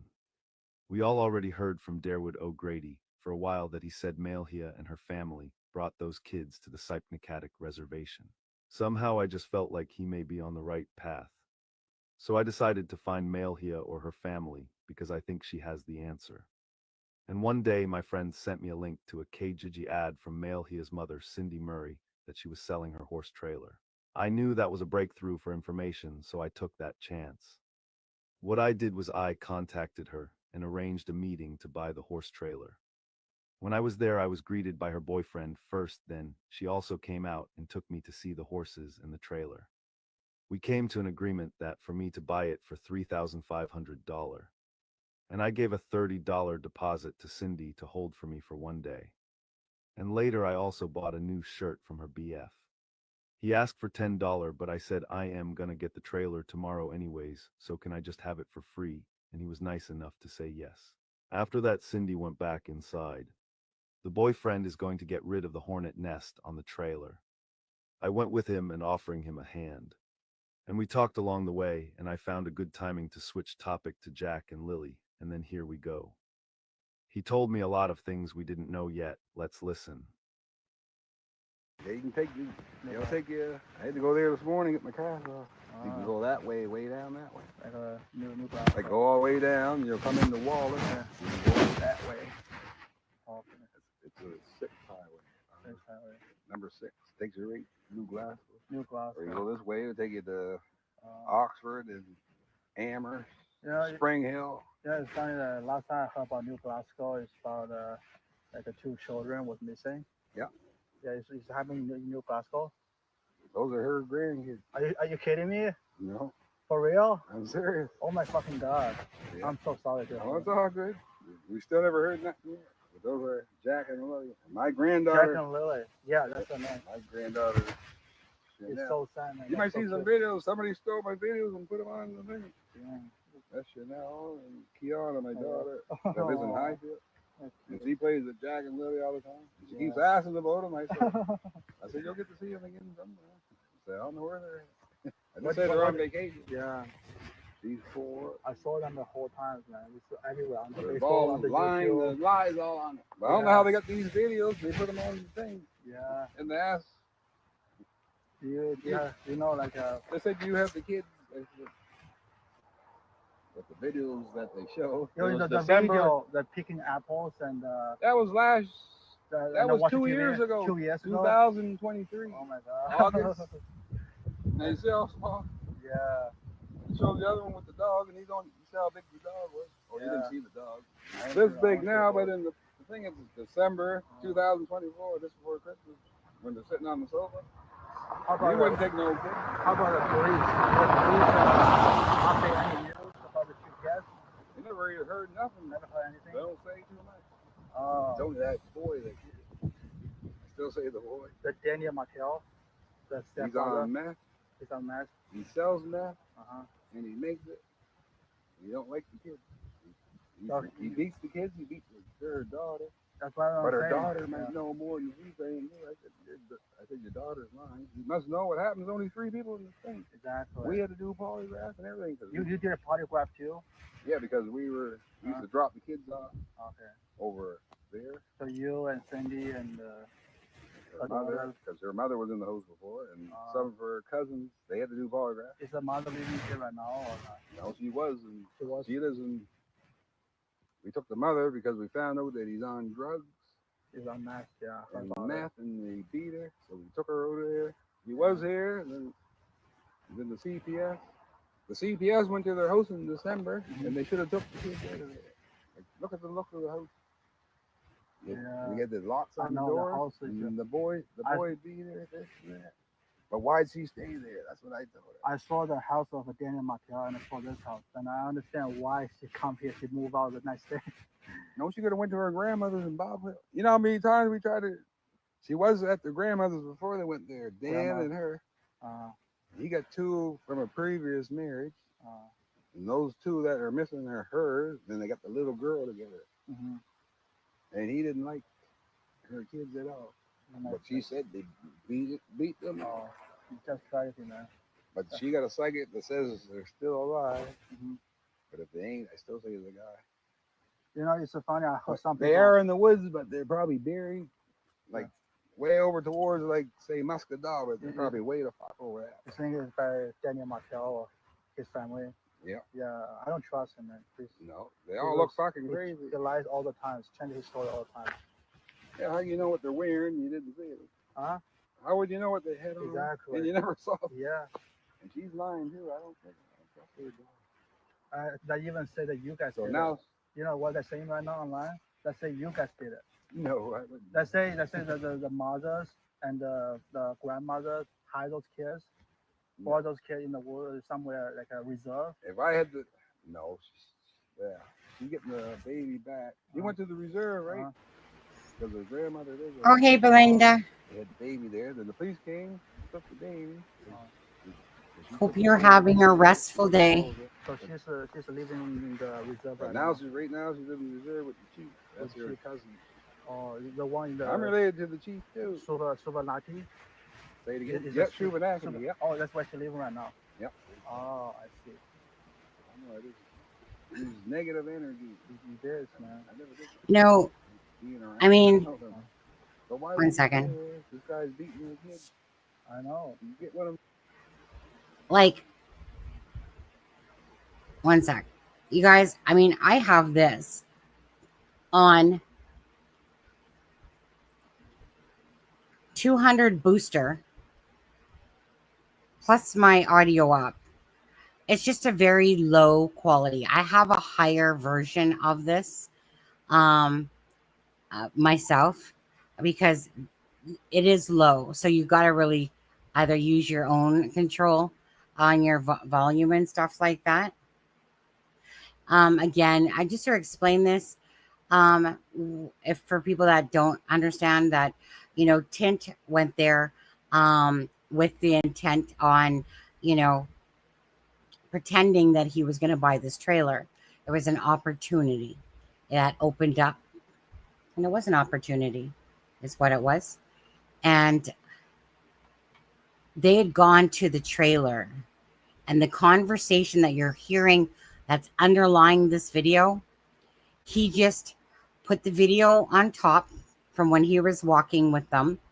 But the conversation he had with Wade, Cindy was not there. So he basically slowed down this video and overlaid it on top of the audio of a conversation that happened afterwards. Yeah.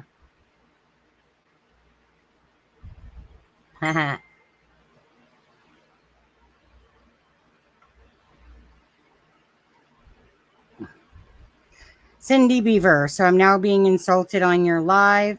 I'm too invested in Prob Don't Sleep. Fuck, I barely. Cindy, I wasn't insulting you, but obviously I see you giving stuff to Justin. I was just commenting on that. You used to send a bunch of stuff over to me. Now I see that you send it over to Justin. So if you want to take that as an insult, go right ahead. I'm not going to sit there and play tit for tat on that one. I know how hard that you work on it. So if you wanted to think that you were being insulted, go right ahead. I wasn't saying that to insult you, but I was just calling a spade in a sense on that one. What I was going to say earlier, though, so take it however you want, Cindy. I know you work hard for it. You used to send me messages all day long, to be honest with you. Nope. Don't think I am on that one. But again, I wasn't saying it to insult you, you know? So if you're going to get defensive about that, that's a you problem, not a me problem. Because I wasn't saying it to insult you. There are a couple people that have purchased memberships on the coffee app. I've noticed. And I think that you might, I'm not sure, but I think that you guys are getting confused with the coffee app is simply a coffee app. It's nothing to do with the membership of YouTube. That's two different things.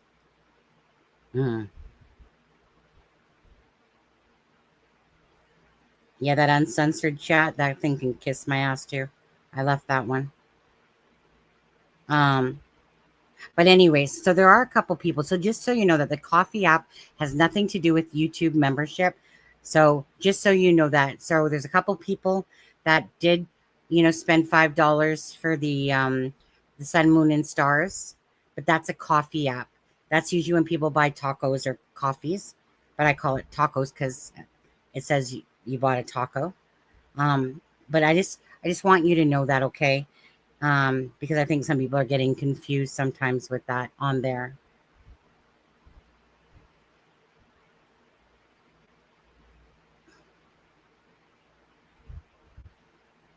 Maybe Cindy. I don't think I'm confused, but if I am, again, I wasn't saying it to insult you, to be honest with you. If you took it that way, I'm sorry. Well, yeah, I mean, I'll say sorry if I was completely wrong on there, but I wasn't actually saying it to insult you. It's just people come, people go, people do whatever they want. You used to send me things all day long. Now you didn't. Now you never do. So that's pretty obvious. But I don't care though either way either.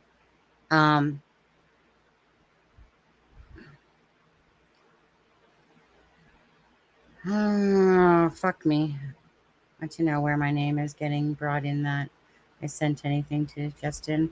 I never said anything, so please help me out here and let me know who or where it's coming from on there. It's because of me being in the live and watching it. That's where it's from. But again, it wasn't ever. I'm just gonna leave it at this now, okay? Cindy, I know you're everywhere. You're all over Facebook. You're all over the channels. You deeply care about this case, okay? If you took offense to that, I'll say I'm sorry. I wasn't intending to insult you on this one, but I get it, right? You're hearing your name and you're like, what the fuck, or whatever. Again, if I'm wrong, I'm wrong. I don't believe I was wrong because sometimes I go into Justin's channel on there and then I see the shit, right? But anyways, if I'm wrong, I'm wrong. Okay. And I'm sorry then. It would be me. I was the one saying that. Because sometimes I go into his life. If I'm wrong, I'm wrong. Okay. So I do apologize if that's the case. If you say that I'm wrong, then I'm wrong. Okay. Because I'm not trying to take away from you and Jack and Lily. You are one of the biggest people out there for Jack and Lily when it comes to channels and Facebook groups. Okay, so we'll let that one lie. Okay. I'll apologize one more time. That's it. That's all you're getting out of me is like 5 of them. All right. So we'll end that. But anyways, again, sorry if I was wrong on that. Okay. Yeah, I haven't been able to watch really any of anybody's at all lately, to be honest with you. I've been watching some stuff, but too tired. I keep falling asleep. And lately they've been covering the quadruple murders of them, which is a very sad case in itself. I know that case is out there, but I don't usually sway too often to another case. I look at it, but, you know, I don't really like to follow 2 cases at the same time, really. Jack and Lily. But that's what's going to happen with Jack and Lily's case, though, is that, again, if there's nothing new, you just start looking at everything that's old.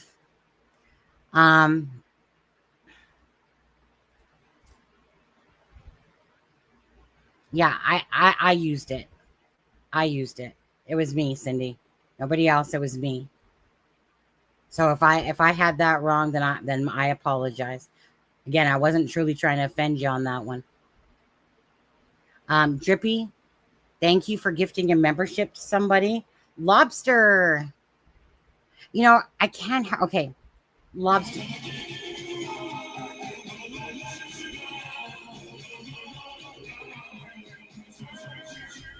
I'm talking, Angelina, to Cindy B. That's in chat right now. So it's kind of like a side conversation on the live. I do want to say to Lobster, though, okay? Oops, sorry. No, it's okay, Cindy. I know how much we both care, and a lot of other people. But I know the people that really stand out when it comes to this case, because they live and breathe it, you know, and have balance.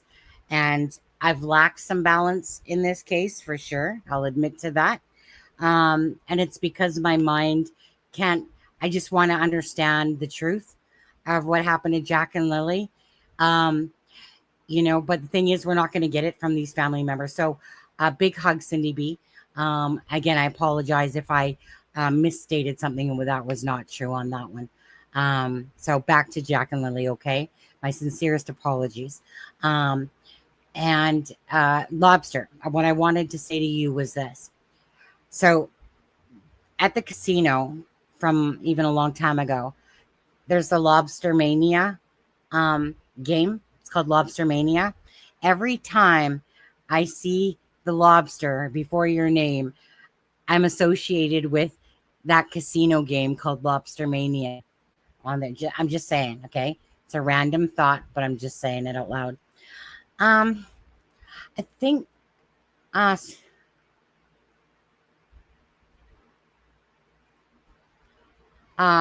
yeah, absolutely. I can't speak for Atlanta and that, but with that, P, honestly, you're gonna have to deal with that honestly outside of the chat here, because that's between Lana, her email, and that stuff, not the stuff. Okay, well, Belinda's asking you what was your order on there. Yeah. Don't want to bring that crazy shit into here. Mac, how are you? Woke up. Just good to see ya. Nice to see you guys too. I'm just trying to decide something here because this live has already been 3 hours long. There's Charmaine's. I have emailed you 2 days now. Oh, I've emailed 2 days now. A t-shirt. I know, but that's nothing to do with me though, right? That's Alana, right? I can understand if you're getting frustrated, but I know that she's been really sick and all that shit that went on, but she's been really sick. Yeah. And sometimes people get overwhelmed. So maybe just, have just a little bit more patience. And then after maybe a few more days, I'd start getting more pissed off. Because she already did say that everyone that placed an order, that she will be working on it, right? Did you ever see again, what was your email about? Was it about the only thing I see for in email is the word interesting, and another email that says Janie's recording. Is any one of those?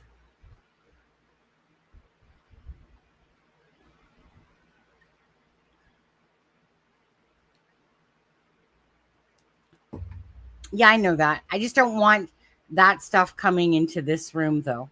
That's all, right? Because that stuff is, like I said, not part of this channel. That stuff that's going on with the orders.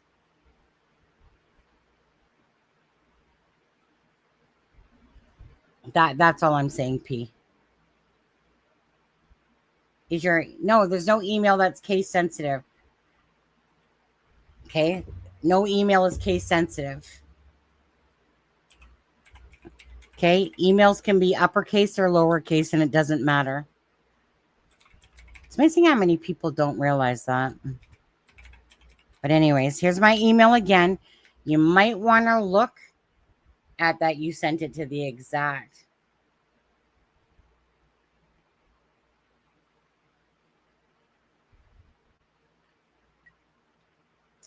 P. We're talking about emails. About case sensitive, not Jack and Lily or the things. We're talking about email addresses between me and Seawood. I think you're getting confused on that one. I said emails are not case sensitive.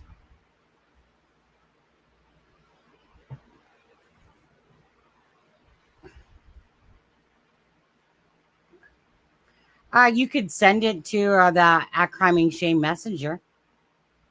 You could go to the At Crime and Shame Facebook channel and do it that way. What you're saying there doesn't make sense. It's either too big and it's not coming through,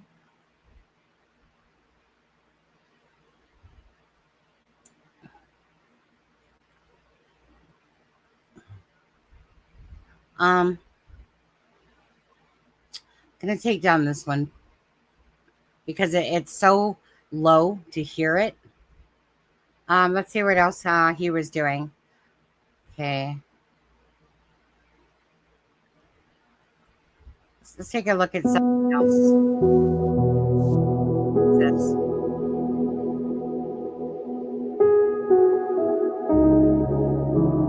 No, this couldn't be it. Wait, January, February, March, April, May.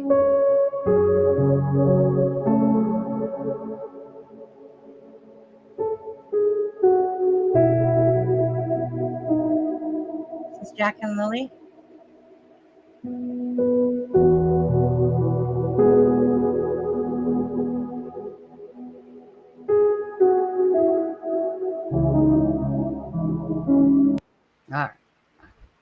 I doubt that that's copyrighted. Yeah, this is about Jack and Lily. Okay. Just some of Tint's footage there.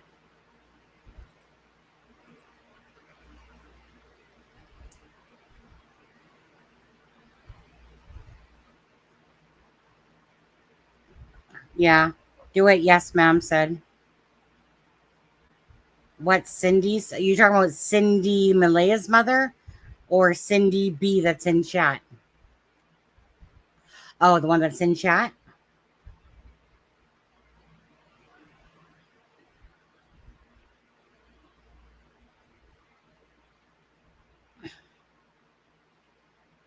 I'm not sure what she thinks.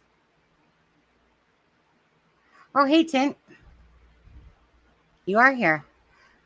Tint, if I use reverse psychology, will you come join me on a live soon? I'll use reverse psychology on you.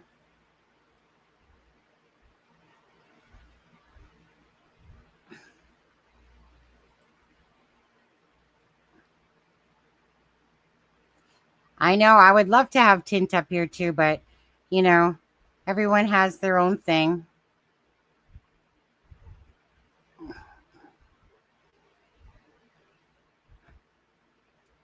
He's a very smart person, I'll tell you that. I can tell.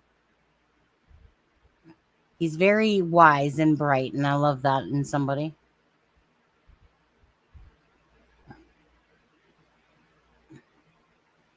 Hi, Lise. Go up, hero. Now they're going to come after you, Tint.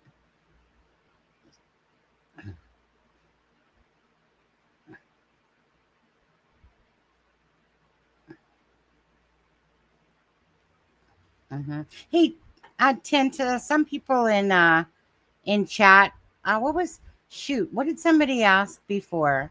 So they wanted to ask Tint something about, what did they say? I forget. I was going to remember. They wanted to ask Tint about the footage for Wade. But I don't remember what the question was anymore. My bad. Okay.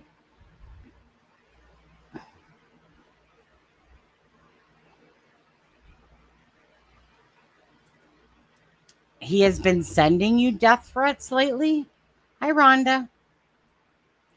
Tint, because that's worded a little bit, has he been sending you some?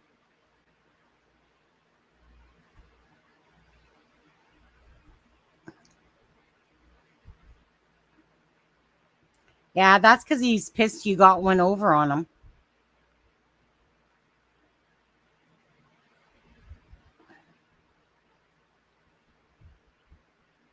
Talking about Wade, I think. Yeah. Talking about Wade is right. Oh, there we go. There's the homestead right there from this angle.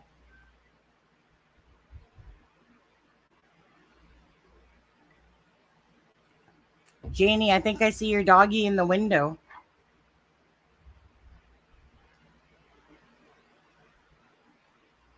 Yeah, he's always Walker to me. That's why I call him now. Walker.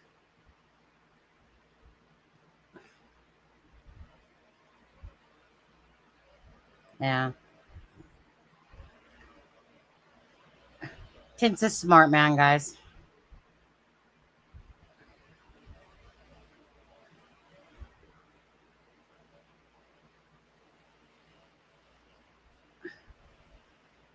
If it's from Wade, then it's because he's just pissed that that he basically got his ego bruised.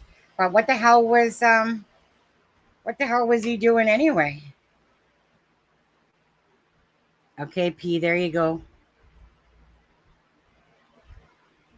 I just received an email from Lana saying that all remaining orders were mailed yesterday. Okay. KP? Did they check the falls Dan mentioned in earlier? No idea.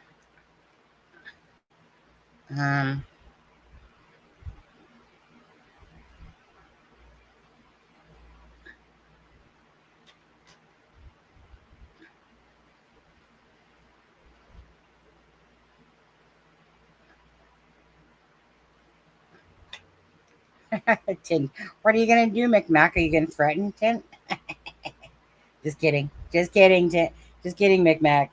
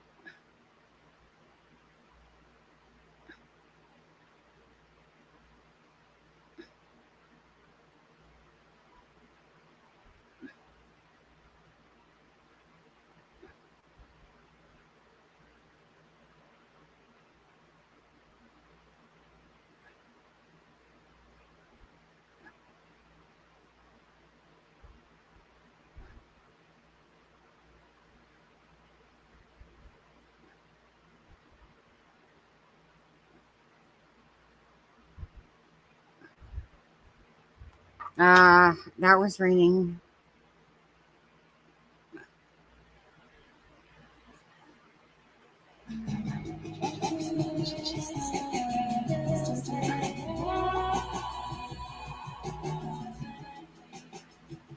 Lost family. Super chat.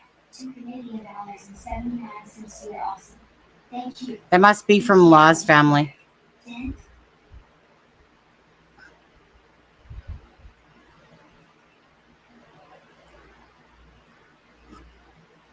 What do you mean, who's McMac? Thanks, Laws. What do you mean, who's McMac? Right here, McMac. Oh, yeah. She's from the spirit world.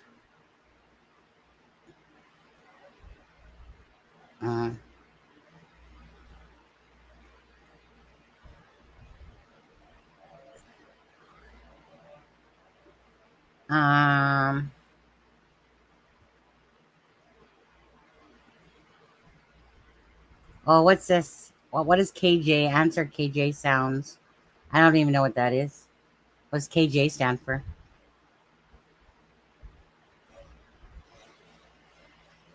What do you need Charmaine for? It's my channel. You don't need Charmaine. You got Sunny. What's KJ sound? Lindsay, are you having Charmaine withdrawals? Do you need Charmaine in your life?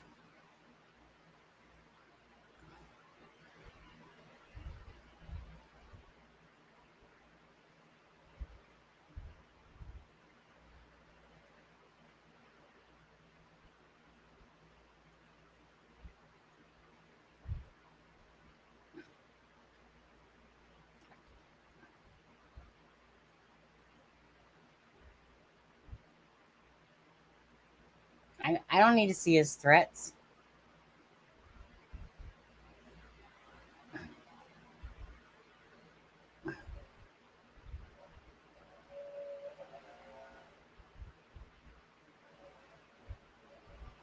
Am I drinking? Yes. It's called orange juice. Why are you asking me if I'm drinking? Because I don't know what KJ sounds means? I'd save the true drinking for later, maybe tonight. Spirits everywhere. See? Wine spirits, beer spirits, they're everywhere. No, Micmac's not Durwood. Micmac is not Durwood. Telling you that right now.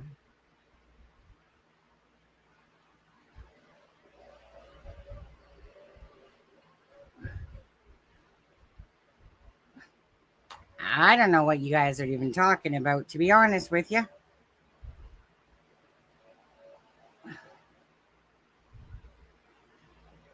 Oh, well, shit. Nope.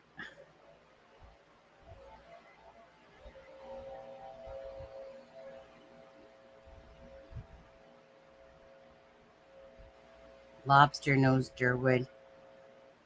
What the fuck? What the hell are you guys going on about in the chat? I don't even know. Just sitting here having a drink, watching Tim's video. And you guys, you know what? You guys just go ahead. Talk it out in chat. I'm just going to keep playing the video then. Okay? I'm just going to be innocent here, just watching a video. You guys talk amongst yourselves in chat. What do you mean look at Tim's comments? What comments?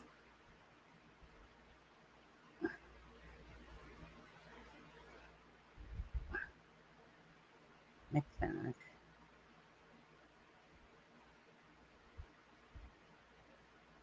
What are you guys going on about?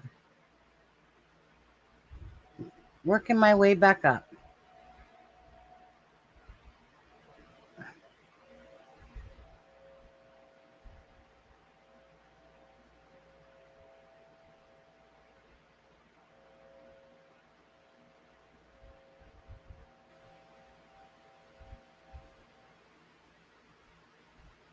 You guys are obviously having a private conversation within.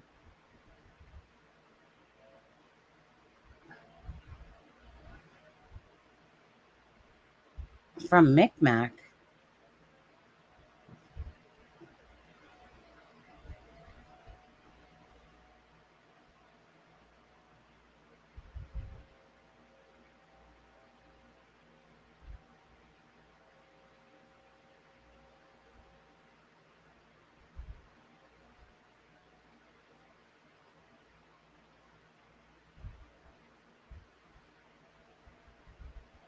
I don't know what fucked up conversation's going on there.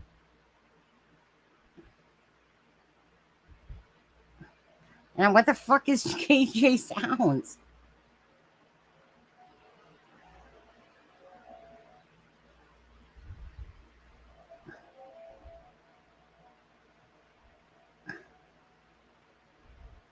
And seriously, you guys got me lost, man.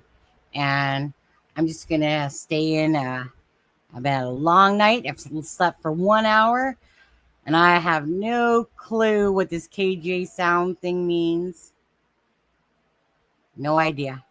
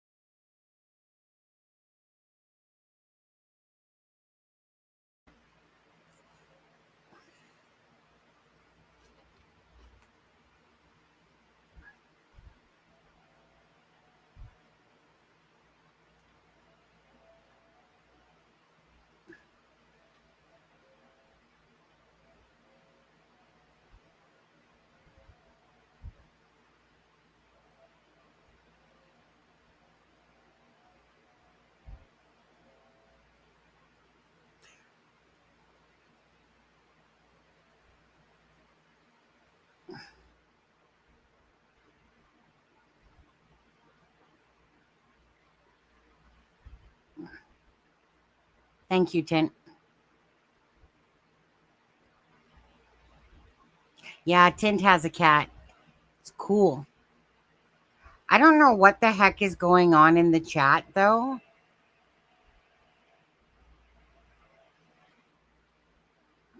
But whatever it is, it needs to stop. Okay? I just finished looking at some screenshots.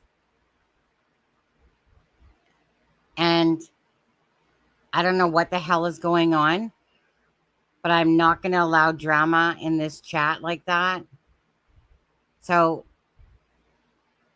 Micmac, is your username KJ Sound?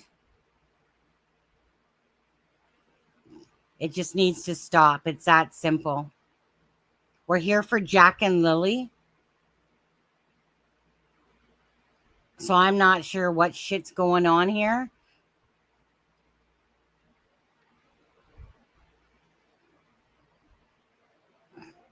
But honestly, this is about Jack and Lily. And if Tint wants to use his drones or get information, however he gets information, if it's about Jack and Lily, I'm all for that. I don't know what is going on with your guys' stuff. The thing is that, yeah.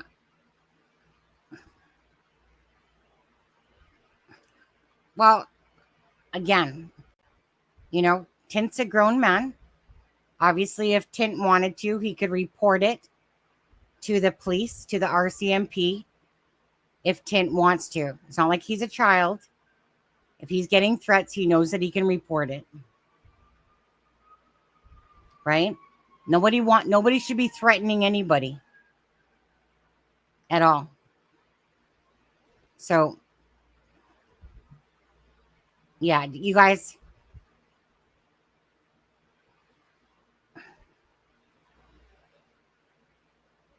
if Tim wanted to come up, he would come up. He obviously has his reasons, but, maybe it's just he's more comfortable behind the camera.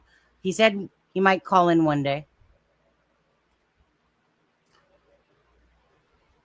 So, I don't have to know everyone's darn background in all this.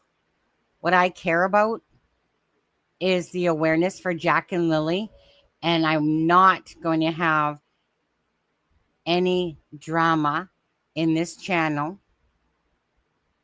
at all. I will not tolerate people attacking each other.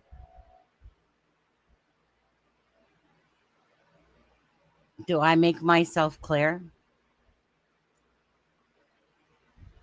Okay. You guys can work the shit out yourself if you need to. But I like what Tint is doing. I don't know everything he's doing. But if it's providing some information for Jack and Lily, or if anyone is providing information at all to help understand what happened to Jack and Lily, that's what I care about. So please get your priorities in order. Okay? Nobody needs to be attacking people. Live and let live. Jack and Lily is what we're fighting for here. Okay? So, 1 second, you guys. It's Charmaine.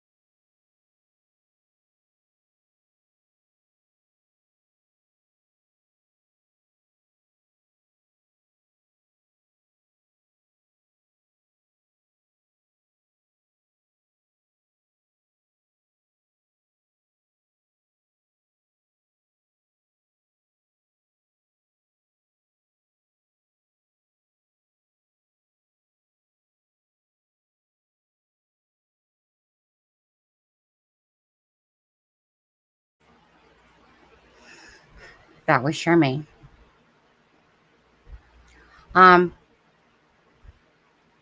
So yes, for me personally and Belinda, and others, I just want to say this.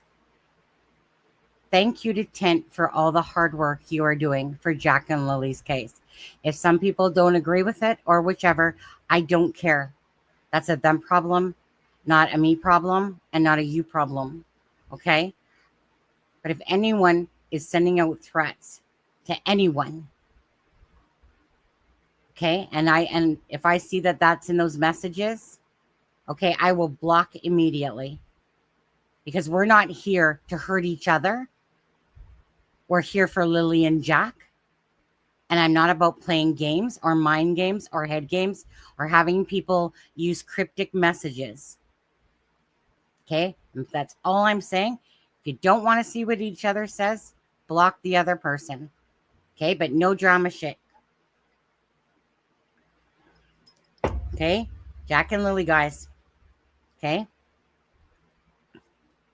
People should mind their own business, not what other people are doing. Okay? Just going to say that. Okay. Okay, then.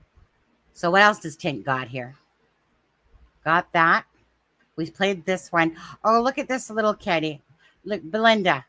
Look at this gorgeous cat. Oh, there's his blue car. Look at this. How sweet is this beautiful cat?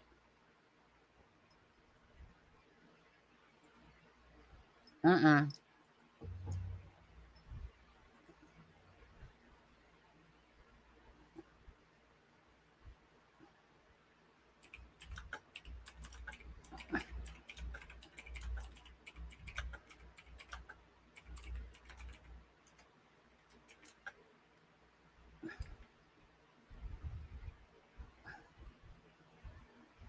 think I did play as a play. Look at this kitty cat. Oh my goodness. I know. Freaking my cat would scratch the hell out of me. Okay, we need a toe. We need a little bit of. Now who's messaging? Who's that? Oh, Langley. Fuck off, Langley eye surgery.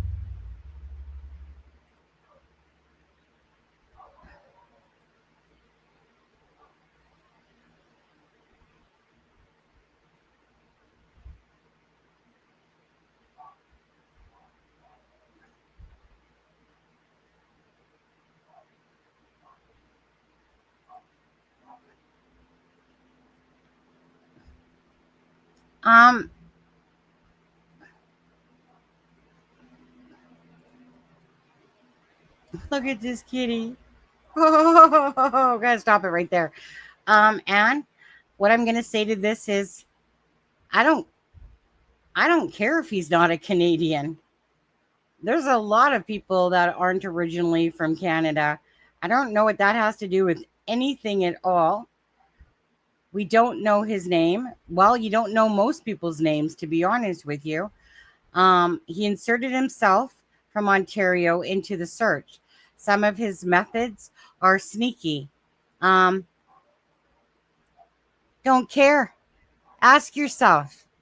Now, and I'm not specifically directing this at you, but kind of, sort of, because you're the one that made this comment. Sounds racist when you say not a Canadian, by the way. Just saying that.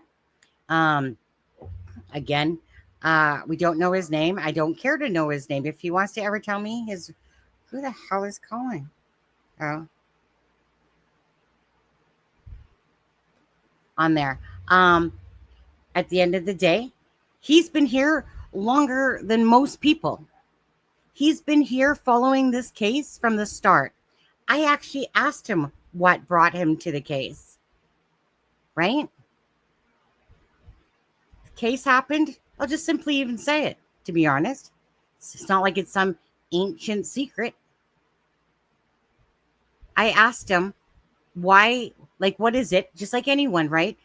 Obviously, if you live in Nova Scotia, you know, this case is what? An hour and a half from Ontario from him? right? He has time, like he says. This case caught his attention, and he just wanted to see if there was anything that he could do while he has time, because obviously 2 children missing. So like most of us that are watching this case, it's just like myself. I might be in Western Canada, and someone might say to me, well, you're from Western Canada. You're not over here. Why are you covering the case? Right? But the point is, he was probably here before you were. Like, he was right there from the start of this case. Now, I don't give a shit if his methods are sneaky. Ask yourself this, though. To anyone, actually. Ask yourself this. Who's not looking for the children? Who is playing games on the internet? Who isn't coming out and saying that their child is missing and yet going to the beach? So really?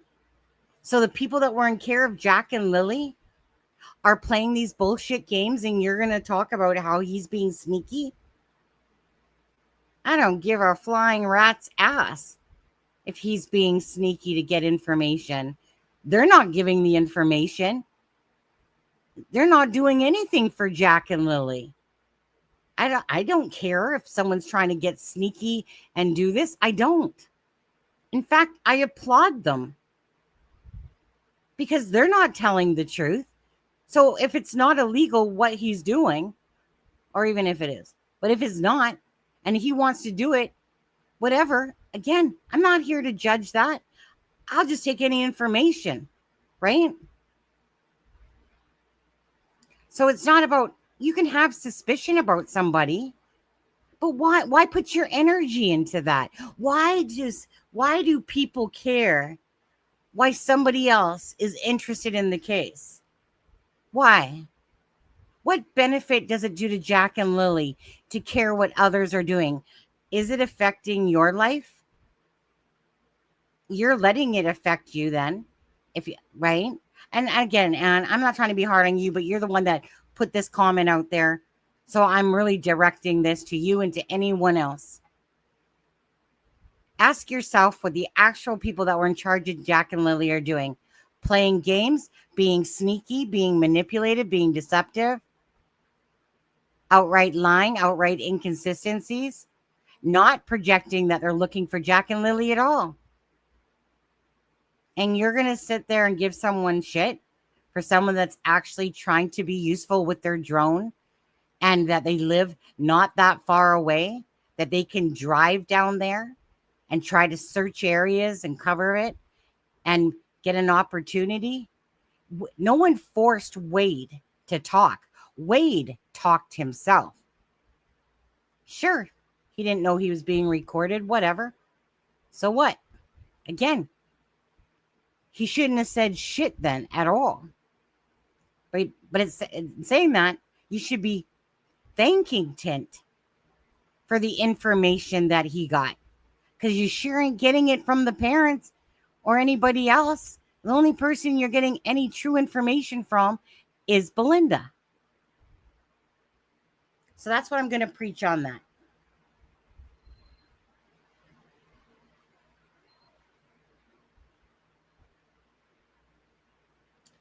So, it's a ragdoll cat. Oh my goodness. Just so gorgeous. So gorgeous. Criminal record for who? I don't give a shit if somebody has a criminal record. As long as it has nothing to do with children.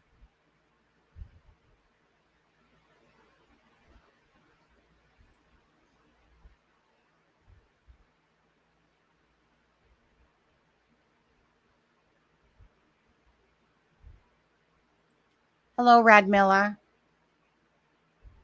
It's just that so many people are minding everybody else's businesses all the time, right? And I'm not perfect myself, for sure. But it happens way too often. Why do you care why somebody's following a case? So because somebody's following a case closely, that somehow makes them suspicious. You know, God gave us this. It's up to us to use it. And for those of us that don't know how to use it, that's a you problem.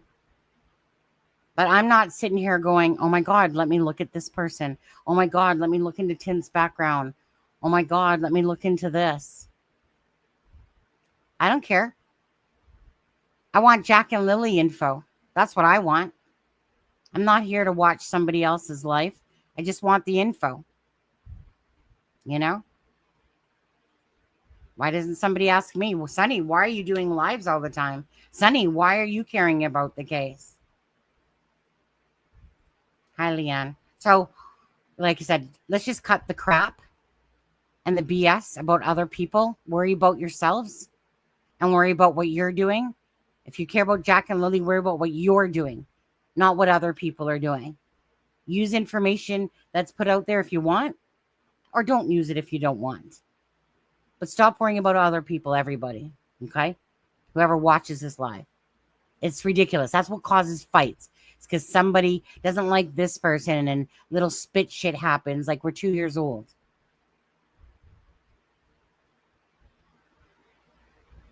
Thanks, Red Miller. Yeah. So, again, the family's not putting out the information, and the information that they're putting out cannot be trusted. It cannot be trusted. So what happened to Jack and Lily, two beautiful children? Sorry, taking the cat off the screen. Really cute. These two precious babies right here. Hey, Heather.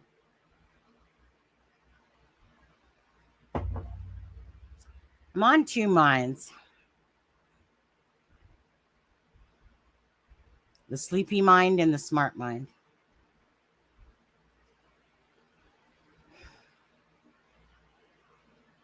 Got a shitload of screenshots. I'm not a very organized person, by the way.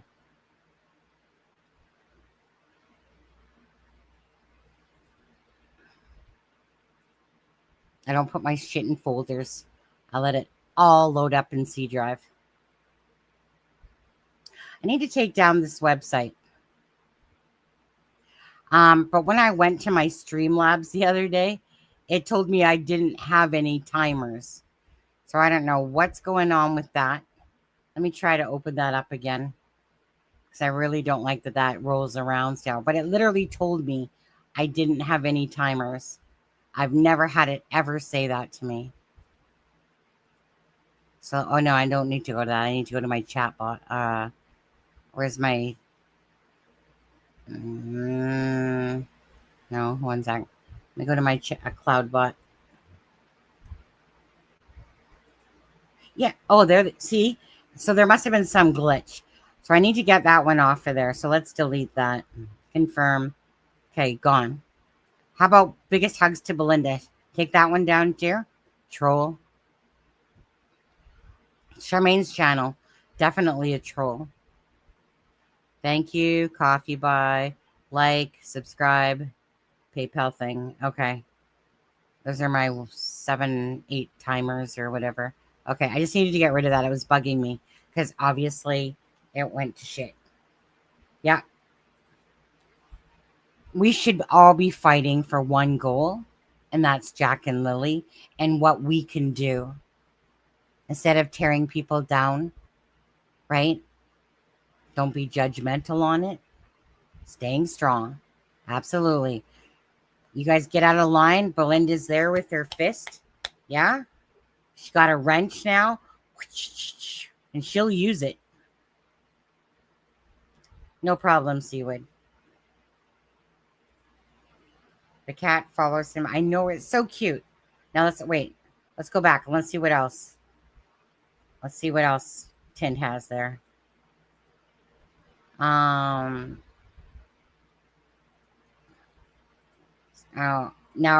Tint's YouTube and TikTok, whoops, I'm trying to paste it there, are in the description of this video.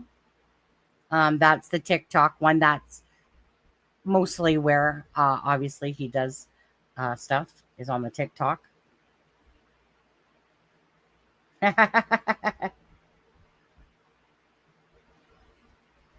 Yeah, like I said, the family is not giving the information, and the stuff that they are giving is not truthful, in my opinion, because their own words take away from that.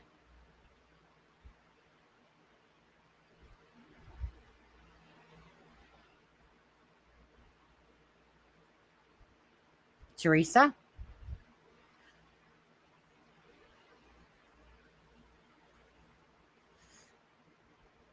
Some of that?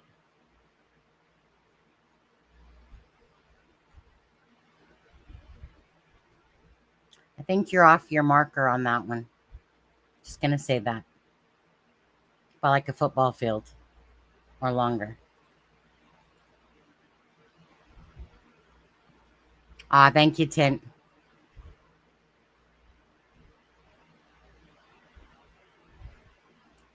Thanks, Tint. You have a good one. Belinda, do we love Tint too? Yes.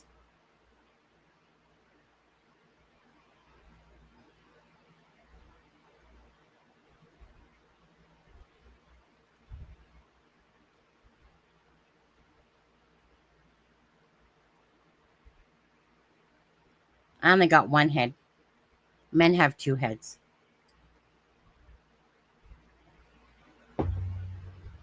Seen something about that.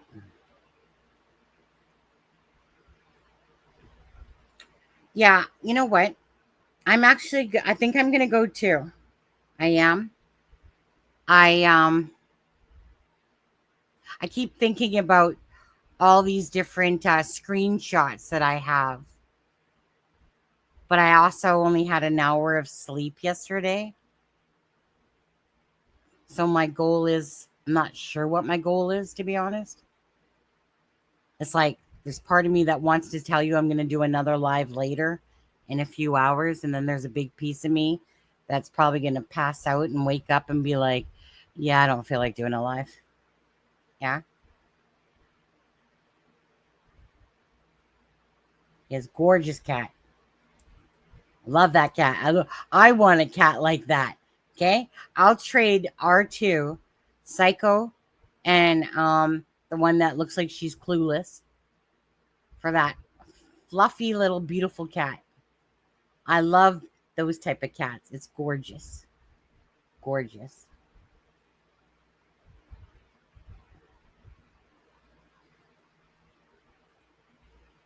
Any relation to Belinda Gray there, Cherry? Or is that just a coincidence? And thank you so much, Cherry. Sherry or Cherry. I'll call you Cherry. Can I call you Cherry?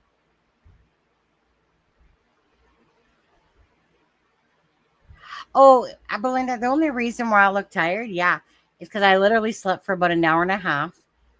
And then when I was going to go to sleep, the husband said, come snuggies with me. And I'm like, no, get away from me, bitch. That's what happened there. But no, it's because I slept for about an hour and a half. And it's because I knew I only had to work for an hour and 45 minutes today. So you're just looking at someone that tossed their hair up, didn't put on any freaking basically makeup or nothing. And yeah, so I'm good. I'm good. I'm good. I'm good. Yeah. I could use some more sleep today for sure. You know, but after I was done my shift, I was like, I better do this now or else I'm probably just going to want to like sleep all day and just enjoy a day of vacationing. But it's sun's out. I really wanted to talk about the BS because I'm like I am so over Danielle, Janie, and Malaya as well, right? I mean, there was an opportunity there for her. What pissed me off with Malaya is that there was this opportunity for her to, you know, focus on Jack and Lily. So I said, okay, if I need to ask you more questions, can I? She answered a few in the morning, and then she said she will not be answering any more questions. Why not? Why not? You're talking about a timeline. You're talking about an important timeline, right? So why don't you want to take any more questions? Why would you not want to look for your children? You know, do I appreciate the fact that she spoke to me? Absolutely. You know, would I be doing anything remotely similar to her if I was in her shoes? Absolutely not.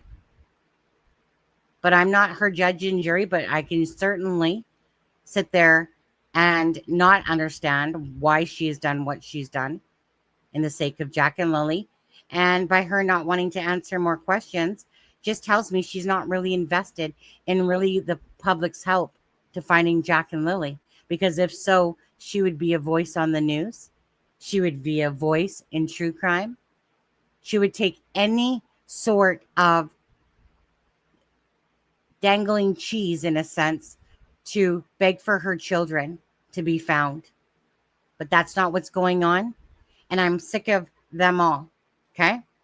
All of them. All the ones that have spoken out. Right? If you're really doing it for Jack and Lily, but your actions are not showing that. So that's like trying to lead a horse to water and make them talk. And yet they're covering up stuff because they sit there and think that somehow that RCMP, I guess, are going to handle it all. Or they're just out and right not telling the truth. Or they just don't care about Jack and Lily. And that's what they're showing to me. You know, they can sit there and bitch behind their computer all they want. You effing bitch, Sonny. I can't believe you don't know my family. You don't know me. I'm sorry. As a mother, there's an expectation of what should be done when two children are missing. And all of them, except for Daniel, even though Daniel's bullshit, but Daniel's doing his stuff. But because people want it, we're invested in what Daniel had to say. Now when people hear Daniel, they're listening to him, but they're just going, liar, liar, liar, right? And same thing. Happy belated birthday to Danielle, I think you meant. So I really just, you know, there's a point where no matter what they say anymore, the truth isn't going to come out. Malaya obviously didn't care about wanting to keep the voice for Jack and Lily out there. She can make every excuse in the book, right? But again, she spoke to this channel probably for the same reason that Belinda did, right? That you're truly trying to fight for Jack and Lily. Or maybe just the other channels out there she had no interest in, right? Who knows? But the minute she said I couldn't ask her no questions, okay, I held off and I sent a message saying, reconsider. Her side matters. Her side's important. But that just showed me, you know, because you can't get the wool over my eyes. That's the thing. Not with stuff like this. You cannot pull the wool over my eyes. Daniel did for a bit because I didn't know him well enough besides the interviews. But once I seen his messages and I saw more of his personality, that's when I was like, dude, seriously, it's not very often somebody gets by me like that. But he got by me for a bit. He did, but not no more. You know, Malaya's actions don't match up with someone that's wanting that Jack and Lily back, right? Even if the relationship sucked, they both know, to me, in my opinion, what happened to Jack and Lily. It's not going to be this hidden stuff. It's not, guys. Again, look at what they're saying and look at their actions. Try to match it up. It doesn't match up with children being hidden somewhere. It just doesn't. It matches up with Daniel trying to misdirect, Malaya hiding and not wanting to talk, them not doing anything to show that they're caring about Jack and Lily. And it's not. It's not because that Malaya secretly hid them off like Daniel's trying to portray. That didn't happen in the time frame that they said. It doesn't match with anything when you look at it. Now, you can still have your opinion, how you feel. You can hold out hope all day long, all you want. You know what? But just look at what's being said to you and told to you by these people. Okay? And Darren, again, he's trying to match up shit with Daniel. Spare me. Malaya wasn't at the end of the drive. That contradicts Janie, right? The way he told the story about Malaya 3 times, the way he lied about the blanket, right? Malaya goes into hiding. She turns off her Facebook, adds some more friends, gets rid of all of Daniel's pictures. Do you think she did that because there was this massive plan for Daniel and Malaya to sell those children or something like that, or to hide them? Do you honestly think someone that's going to hide those children is going to sit there and outright do something that's so visual to us that she's that dumb? There's that word again. That she's that dumb. That she's literally going to leave Daniel the next day, block him from Facebook. Or there's more than meets the eye, right, Daniel? But it's not the version that you guys are trying to sell. Okay? Daniel's trying to misdirect you guys. Malaya, she knows. That's why she's not coming out saying anything, in my opinion. So, again, so who's going to be the voice for Jack and Lily? Well, we will have to be the voice for Jack and Lily and Belinda. You know, so I'm going to say I appreciate any information from Tint, from Belinda, from all the family members that have spoken up. But you know what? There comes a point in time. Thank you for the timeline, but your timeline doesn't mesh. And anything more you're going to tell me is going to only add to the BS of a timeline. So why do I want to hear anything else about what they have to say? What I want them to hear them say is, you know what?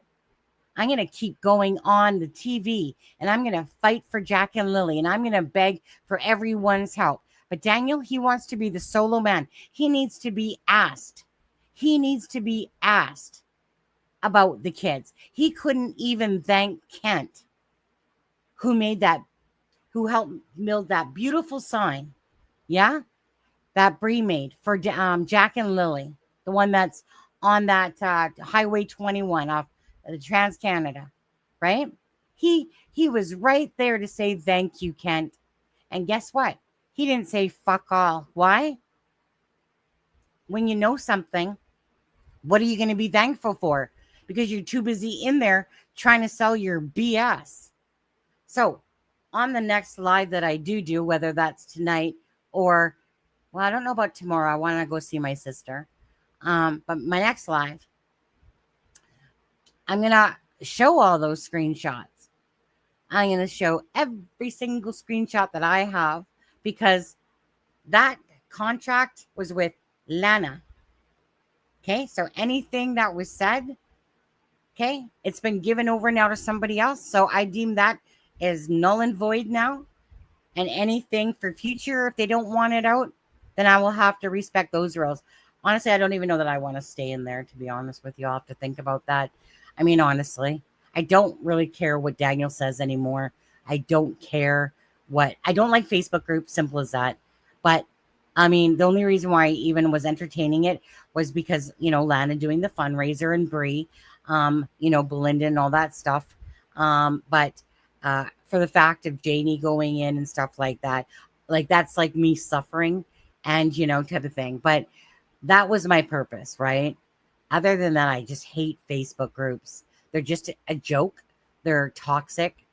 And so I don't really need anything from Janie, Daniel, Malaya, right? They don't care about finding Jack and Lily. They don't care. We care. So what do I need any information from them? You guys might want it. I could care less anymore. You know, it's like, what was that expression? Fool me once, shame on me. No. Fool me once, shame on you. Fool me twice, shame on me. Right? I don't need to listen to more BS of a timeline. We're not going to get one properly. Simple as that. As simple as that. Okay? This whole hidden thing is their way of diverting the truth. And if Darren wants to be that big ass sapsucker, that buys it, and sorry, Kent, if you do too, then so be it.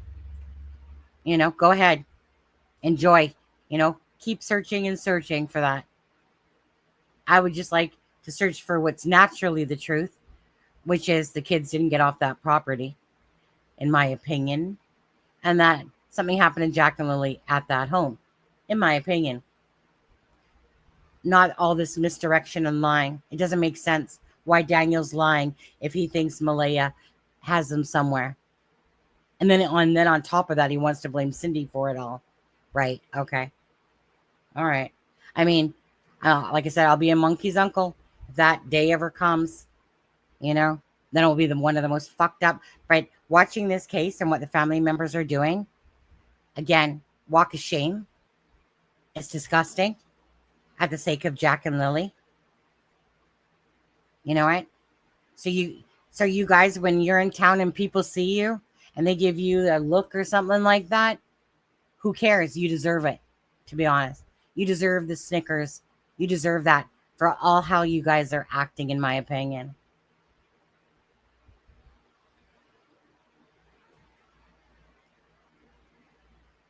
One second. Oops, I was talking. As for the complaint about Belinda, I think so. I honestly think so. You can tell which person is the stronger personality. So I don't know for sure, but I'm going to think so.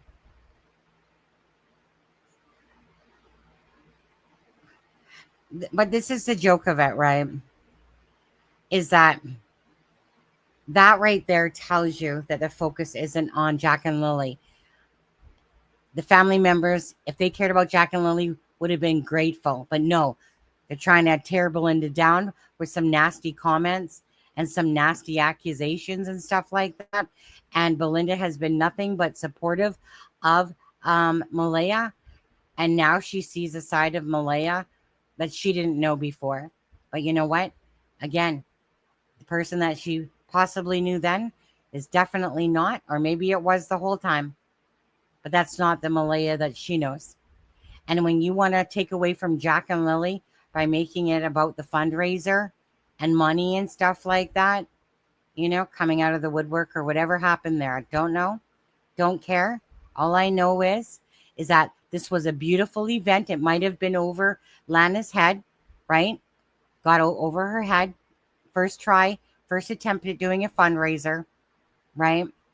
And then the backlash that she took regardless of that is ridiculous. People always want to go on the attack when people out there all day long will donate to missing kids and this and that. And then Lana tried to do something really nice for Jack and Lily from the bottom of her heart. And people just wanted to bash, just like they try to bash this channel.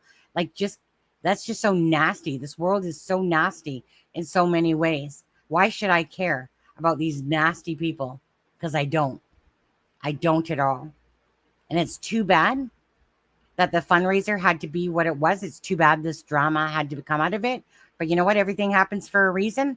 So, let the, cards fall where they may when it comes to all the stuff that's going on for Jack and Lily that way.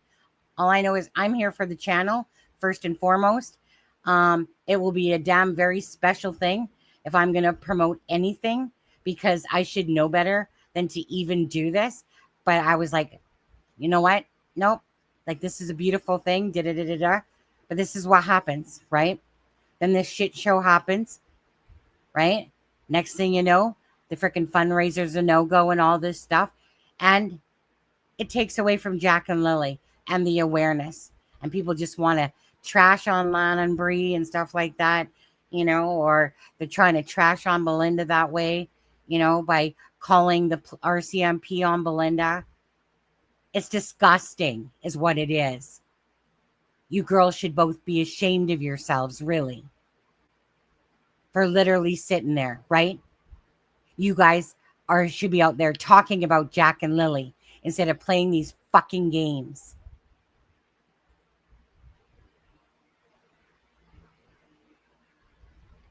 I promise I'll be better with no swearing on my next live.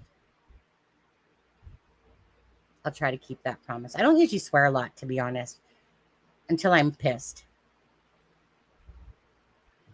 And I'm pissed. I'm pissed. Belinda.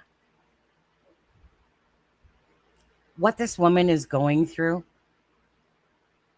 to watch this play out the way it is, to try to talk to Daniel, or Malaya blocks her. How disgusting. How honestly disgusting.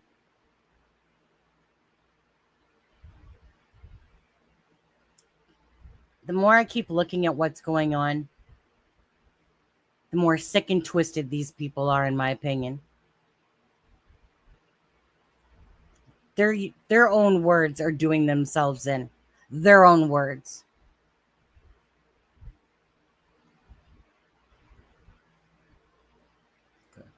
Well, okay then, kitty cat. It is.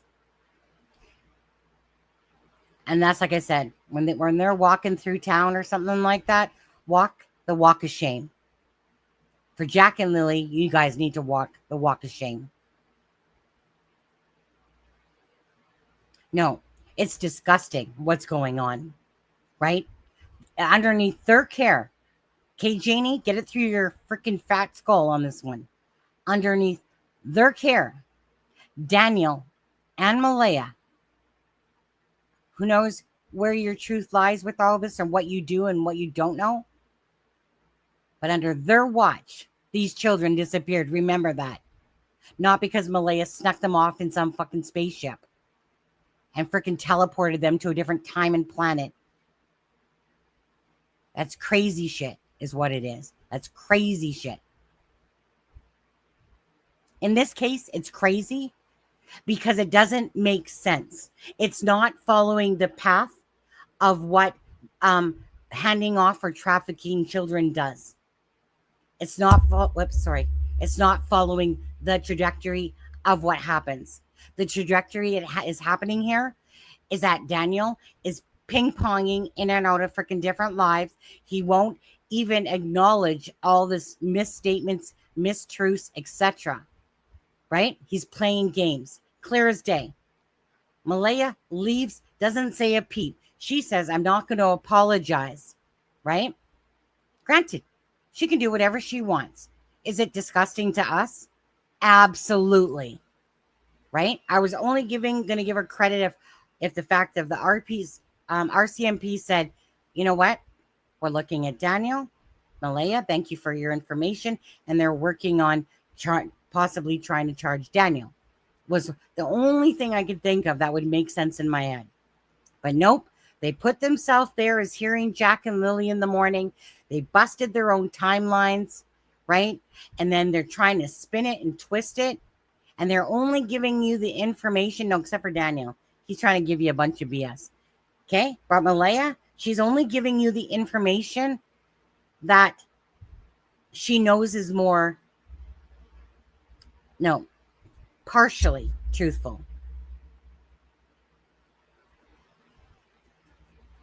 Okay? Again, you know what? You have to wake up really early in the morning to sit there and get all that shit by me or a lot of other these people. But now, to me, it's annoying. It's annoying. It's a joke. It's disgusting.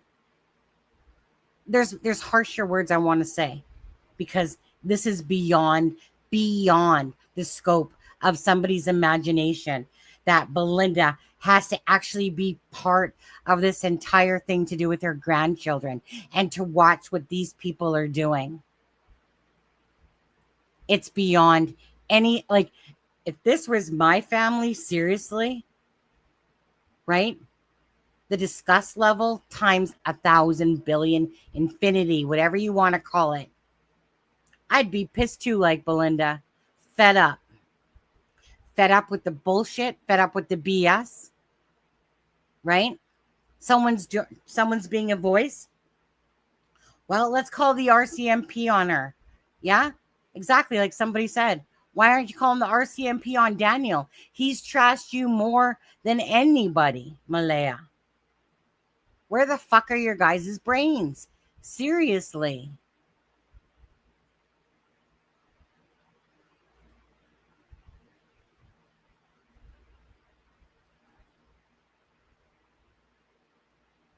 Yeah, Christopher Proudfoot.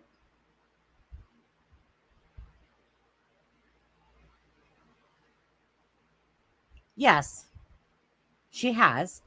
Exactly, Mike. Hello, Mike. Right? It's like I said, I would never blame anyone for me staying in my abusive relationship. Whatever happens during the time that I allowed things to happen, right? And then the consequences come my way because of my actions, then that obviously, so be it. So be it. If I was too much of a, well, I'm so sorry, and and she falls for it every single time, it doesn't matter.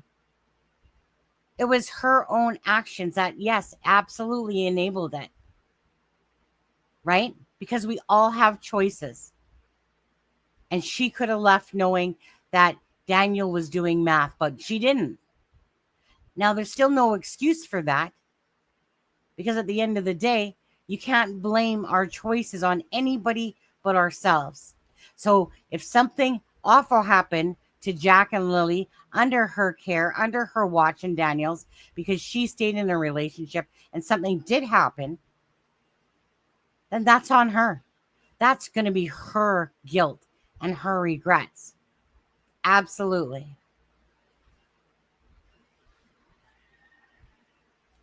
That's what a lot of people say, and it kind of looks like that a little bit too.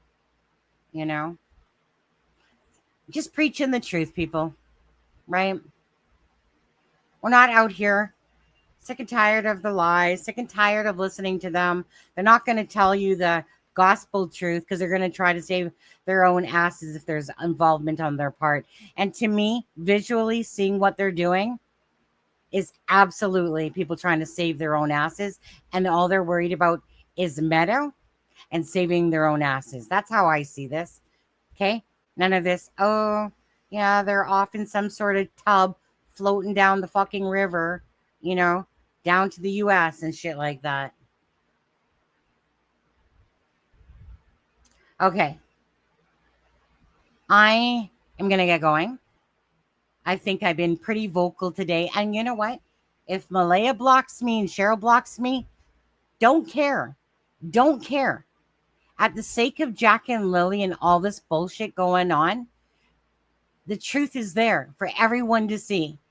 The people of Nova Scotia and Pictou County, that you guys do not care about Jack and Lily by your actions. That you are not out there speaking to the media, begging for any help. All you're doing is sitting there making phone calls to the RCMP now, bitching and griping and stuff like that. Again, you had every opportunity, Malaya. I literally said, let's make this about Jack and Lily then. If I can ask you some more questions, sure, no problem. That lasted as long as I could throw it. Why? Why? Because, let me guess, because you don't like the fact that I say how wonderful Belinda is? Is that what's pissing you off? Right? So it doesn't become about Jack and Lily. It becomes about what? The fact that I'm talking to Belinda and you guys, are sitting there. You guys don't even have your story straight in the first place. It's just a bunch of drama. And you're taking away from Jack and Lily's time. You're wasting our time. Daniel, you are wasting our time. You're wasting your own time. If you think that anyone is going to believe you anymore with what you have to say. Okay? You guys have ripped apart your own timeline by your own voices. You couldn't stay consistent with the story if your life depended on it. Again, be embarrassed. Be an embarrassment to yourself. You guys, Jack and Lily, amen. Let's be their voices. Screw them. They can do whatever they want. And again, we'll just be voices for Jack and Lily. They're getting old and they're getting really boring. They're not going to give us the truth. So why even bother to waste our time anymore? We got so much stuff as it is to look at. Right? All right. Love you guys. I'm fine, by the way. Probably do need something.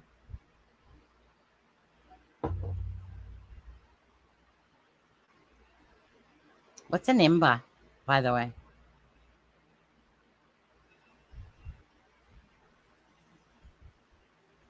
Well, how much did he offer her, though? Was it out of her scope? Daniel would have took it, I'm sure.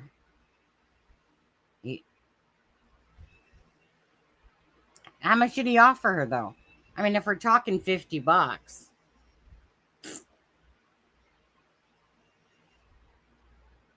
The thing is, if somebody had something to do with a crime, right? You can easily sell as much bullshit as you want behind an internet.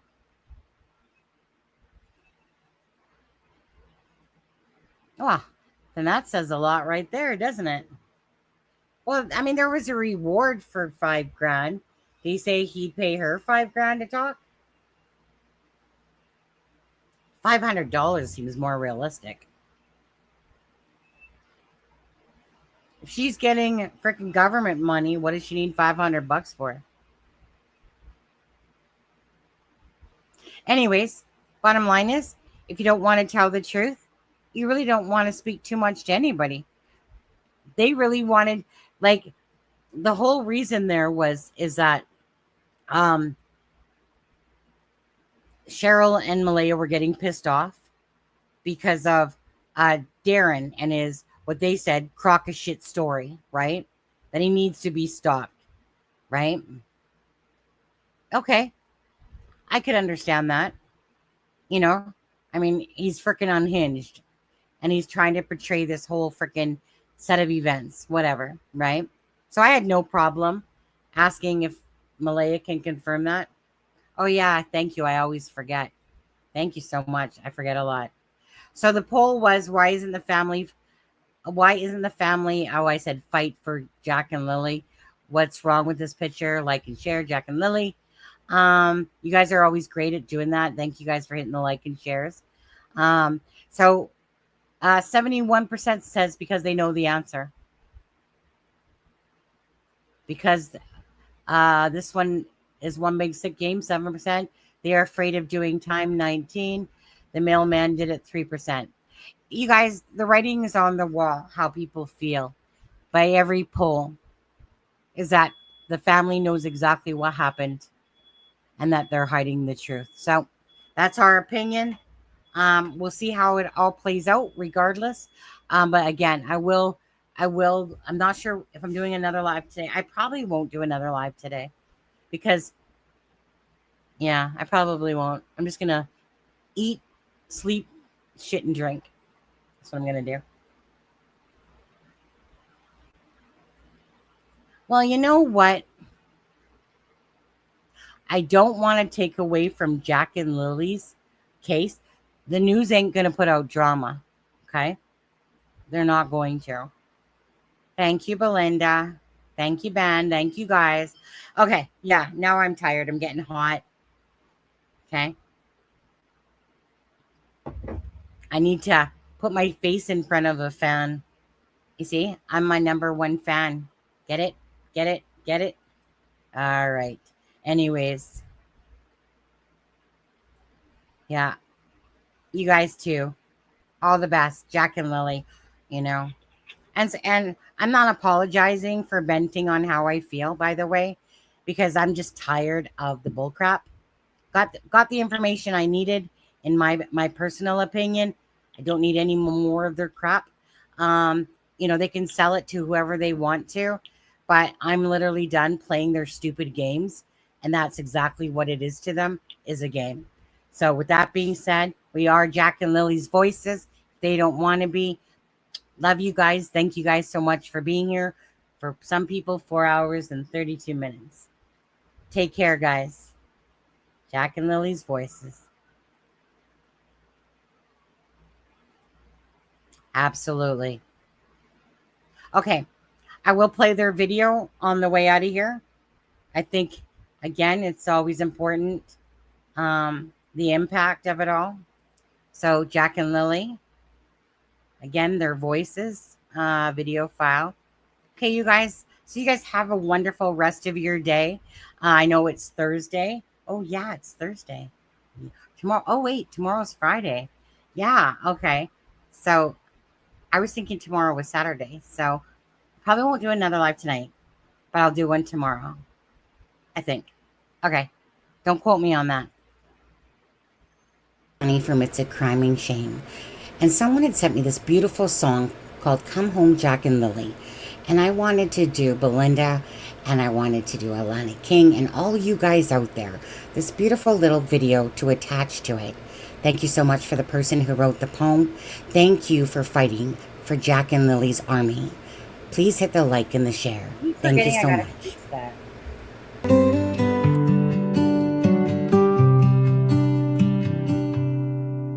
In the quiet dawn of a May morning, two little hearts went out to play. Lily's laughter, Jack's small footsteps vanished with the breaking day. Come home, Jack and Lily. We're praying for your steer. The woods are deep and silent, but our love will draw you near.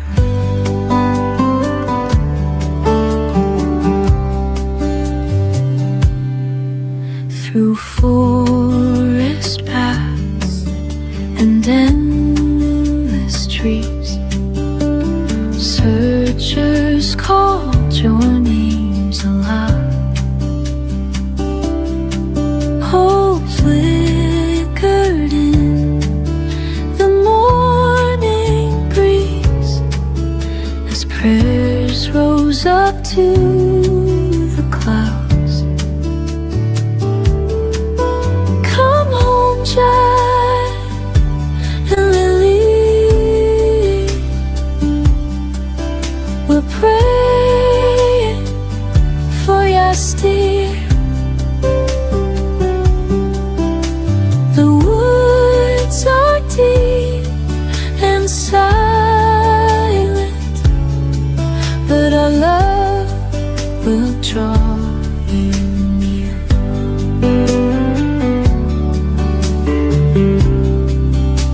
Sunsets over Pictou County, stars shine with gentle grace. The community holds a vigil, longing for your embrace. Come home, Jack and Lily. We're praying for your steer. The woods are deep and silent, but our love will draw you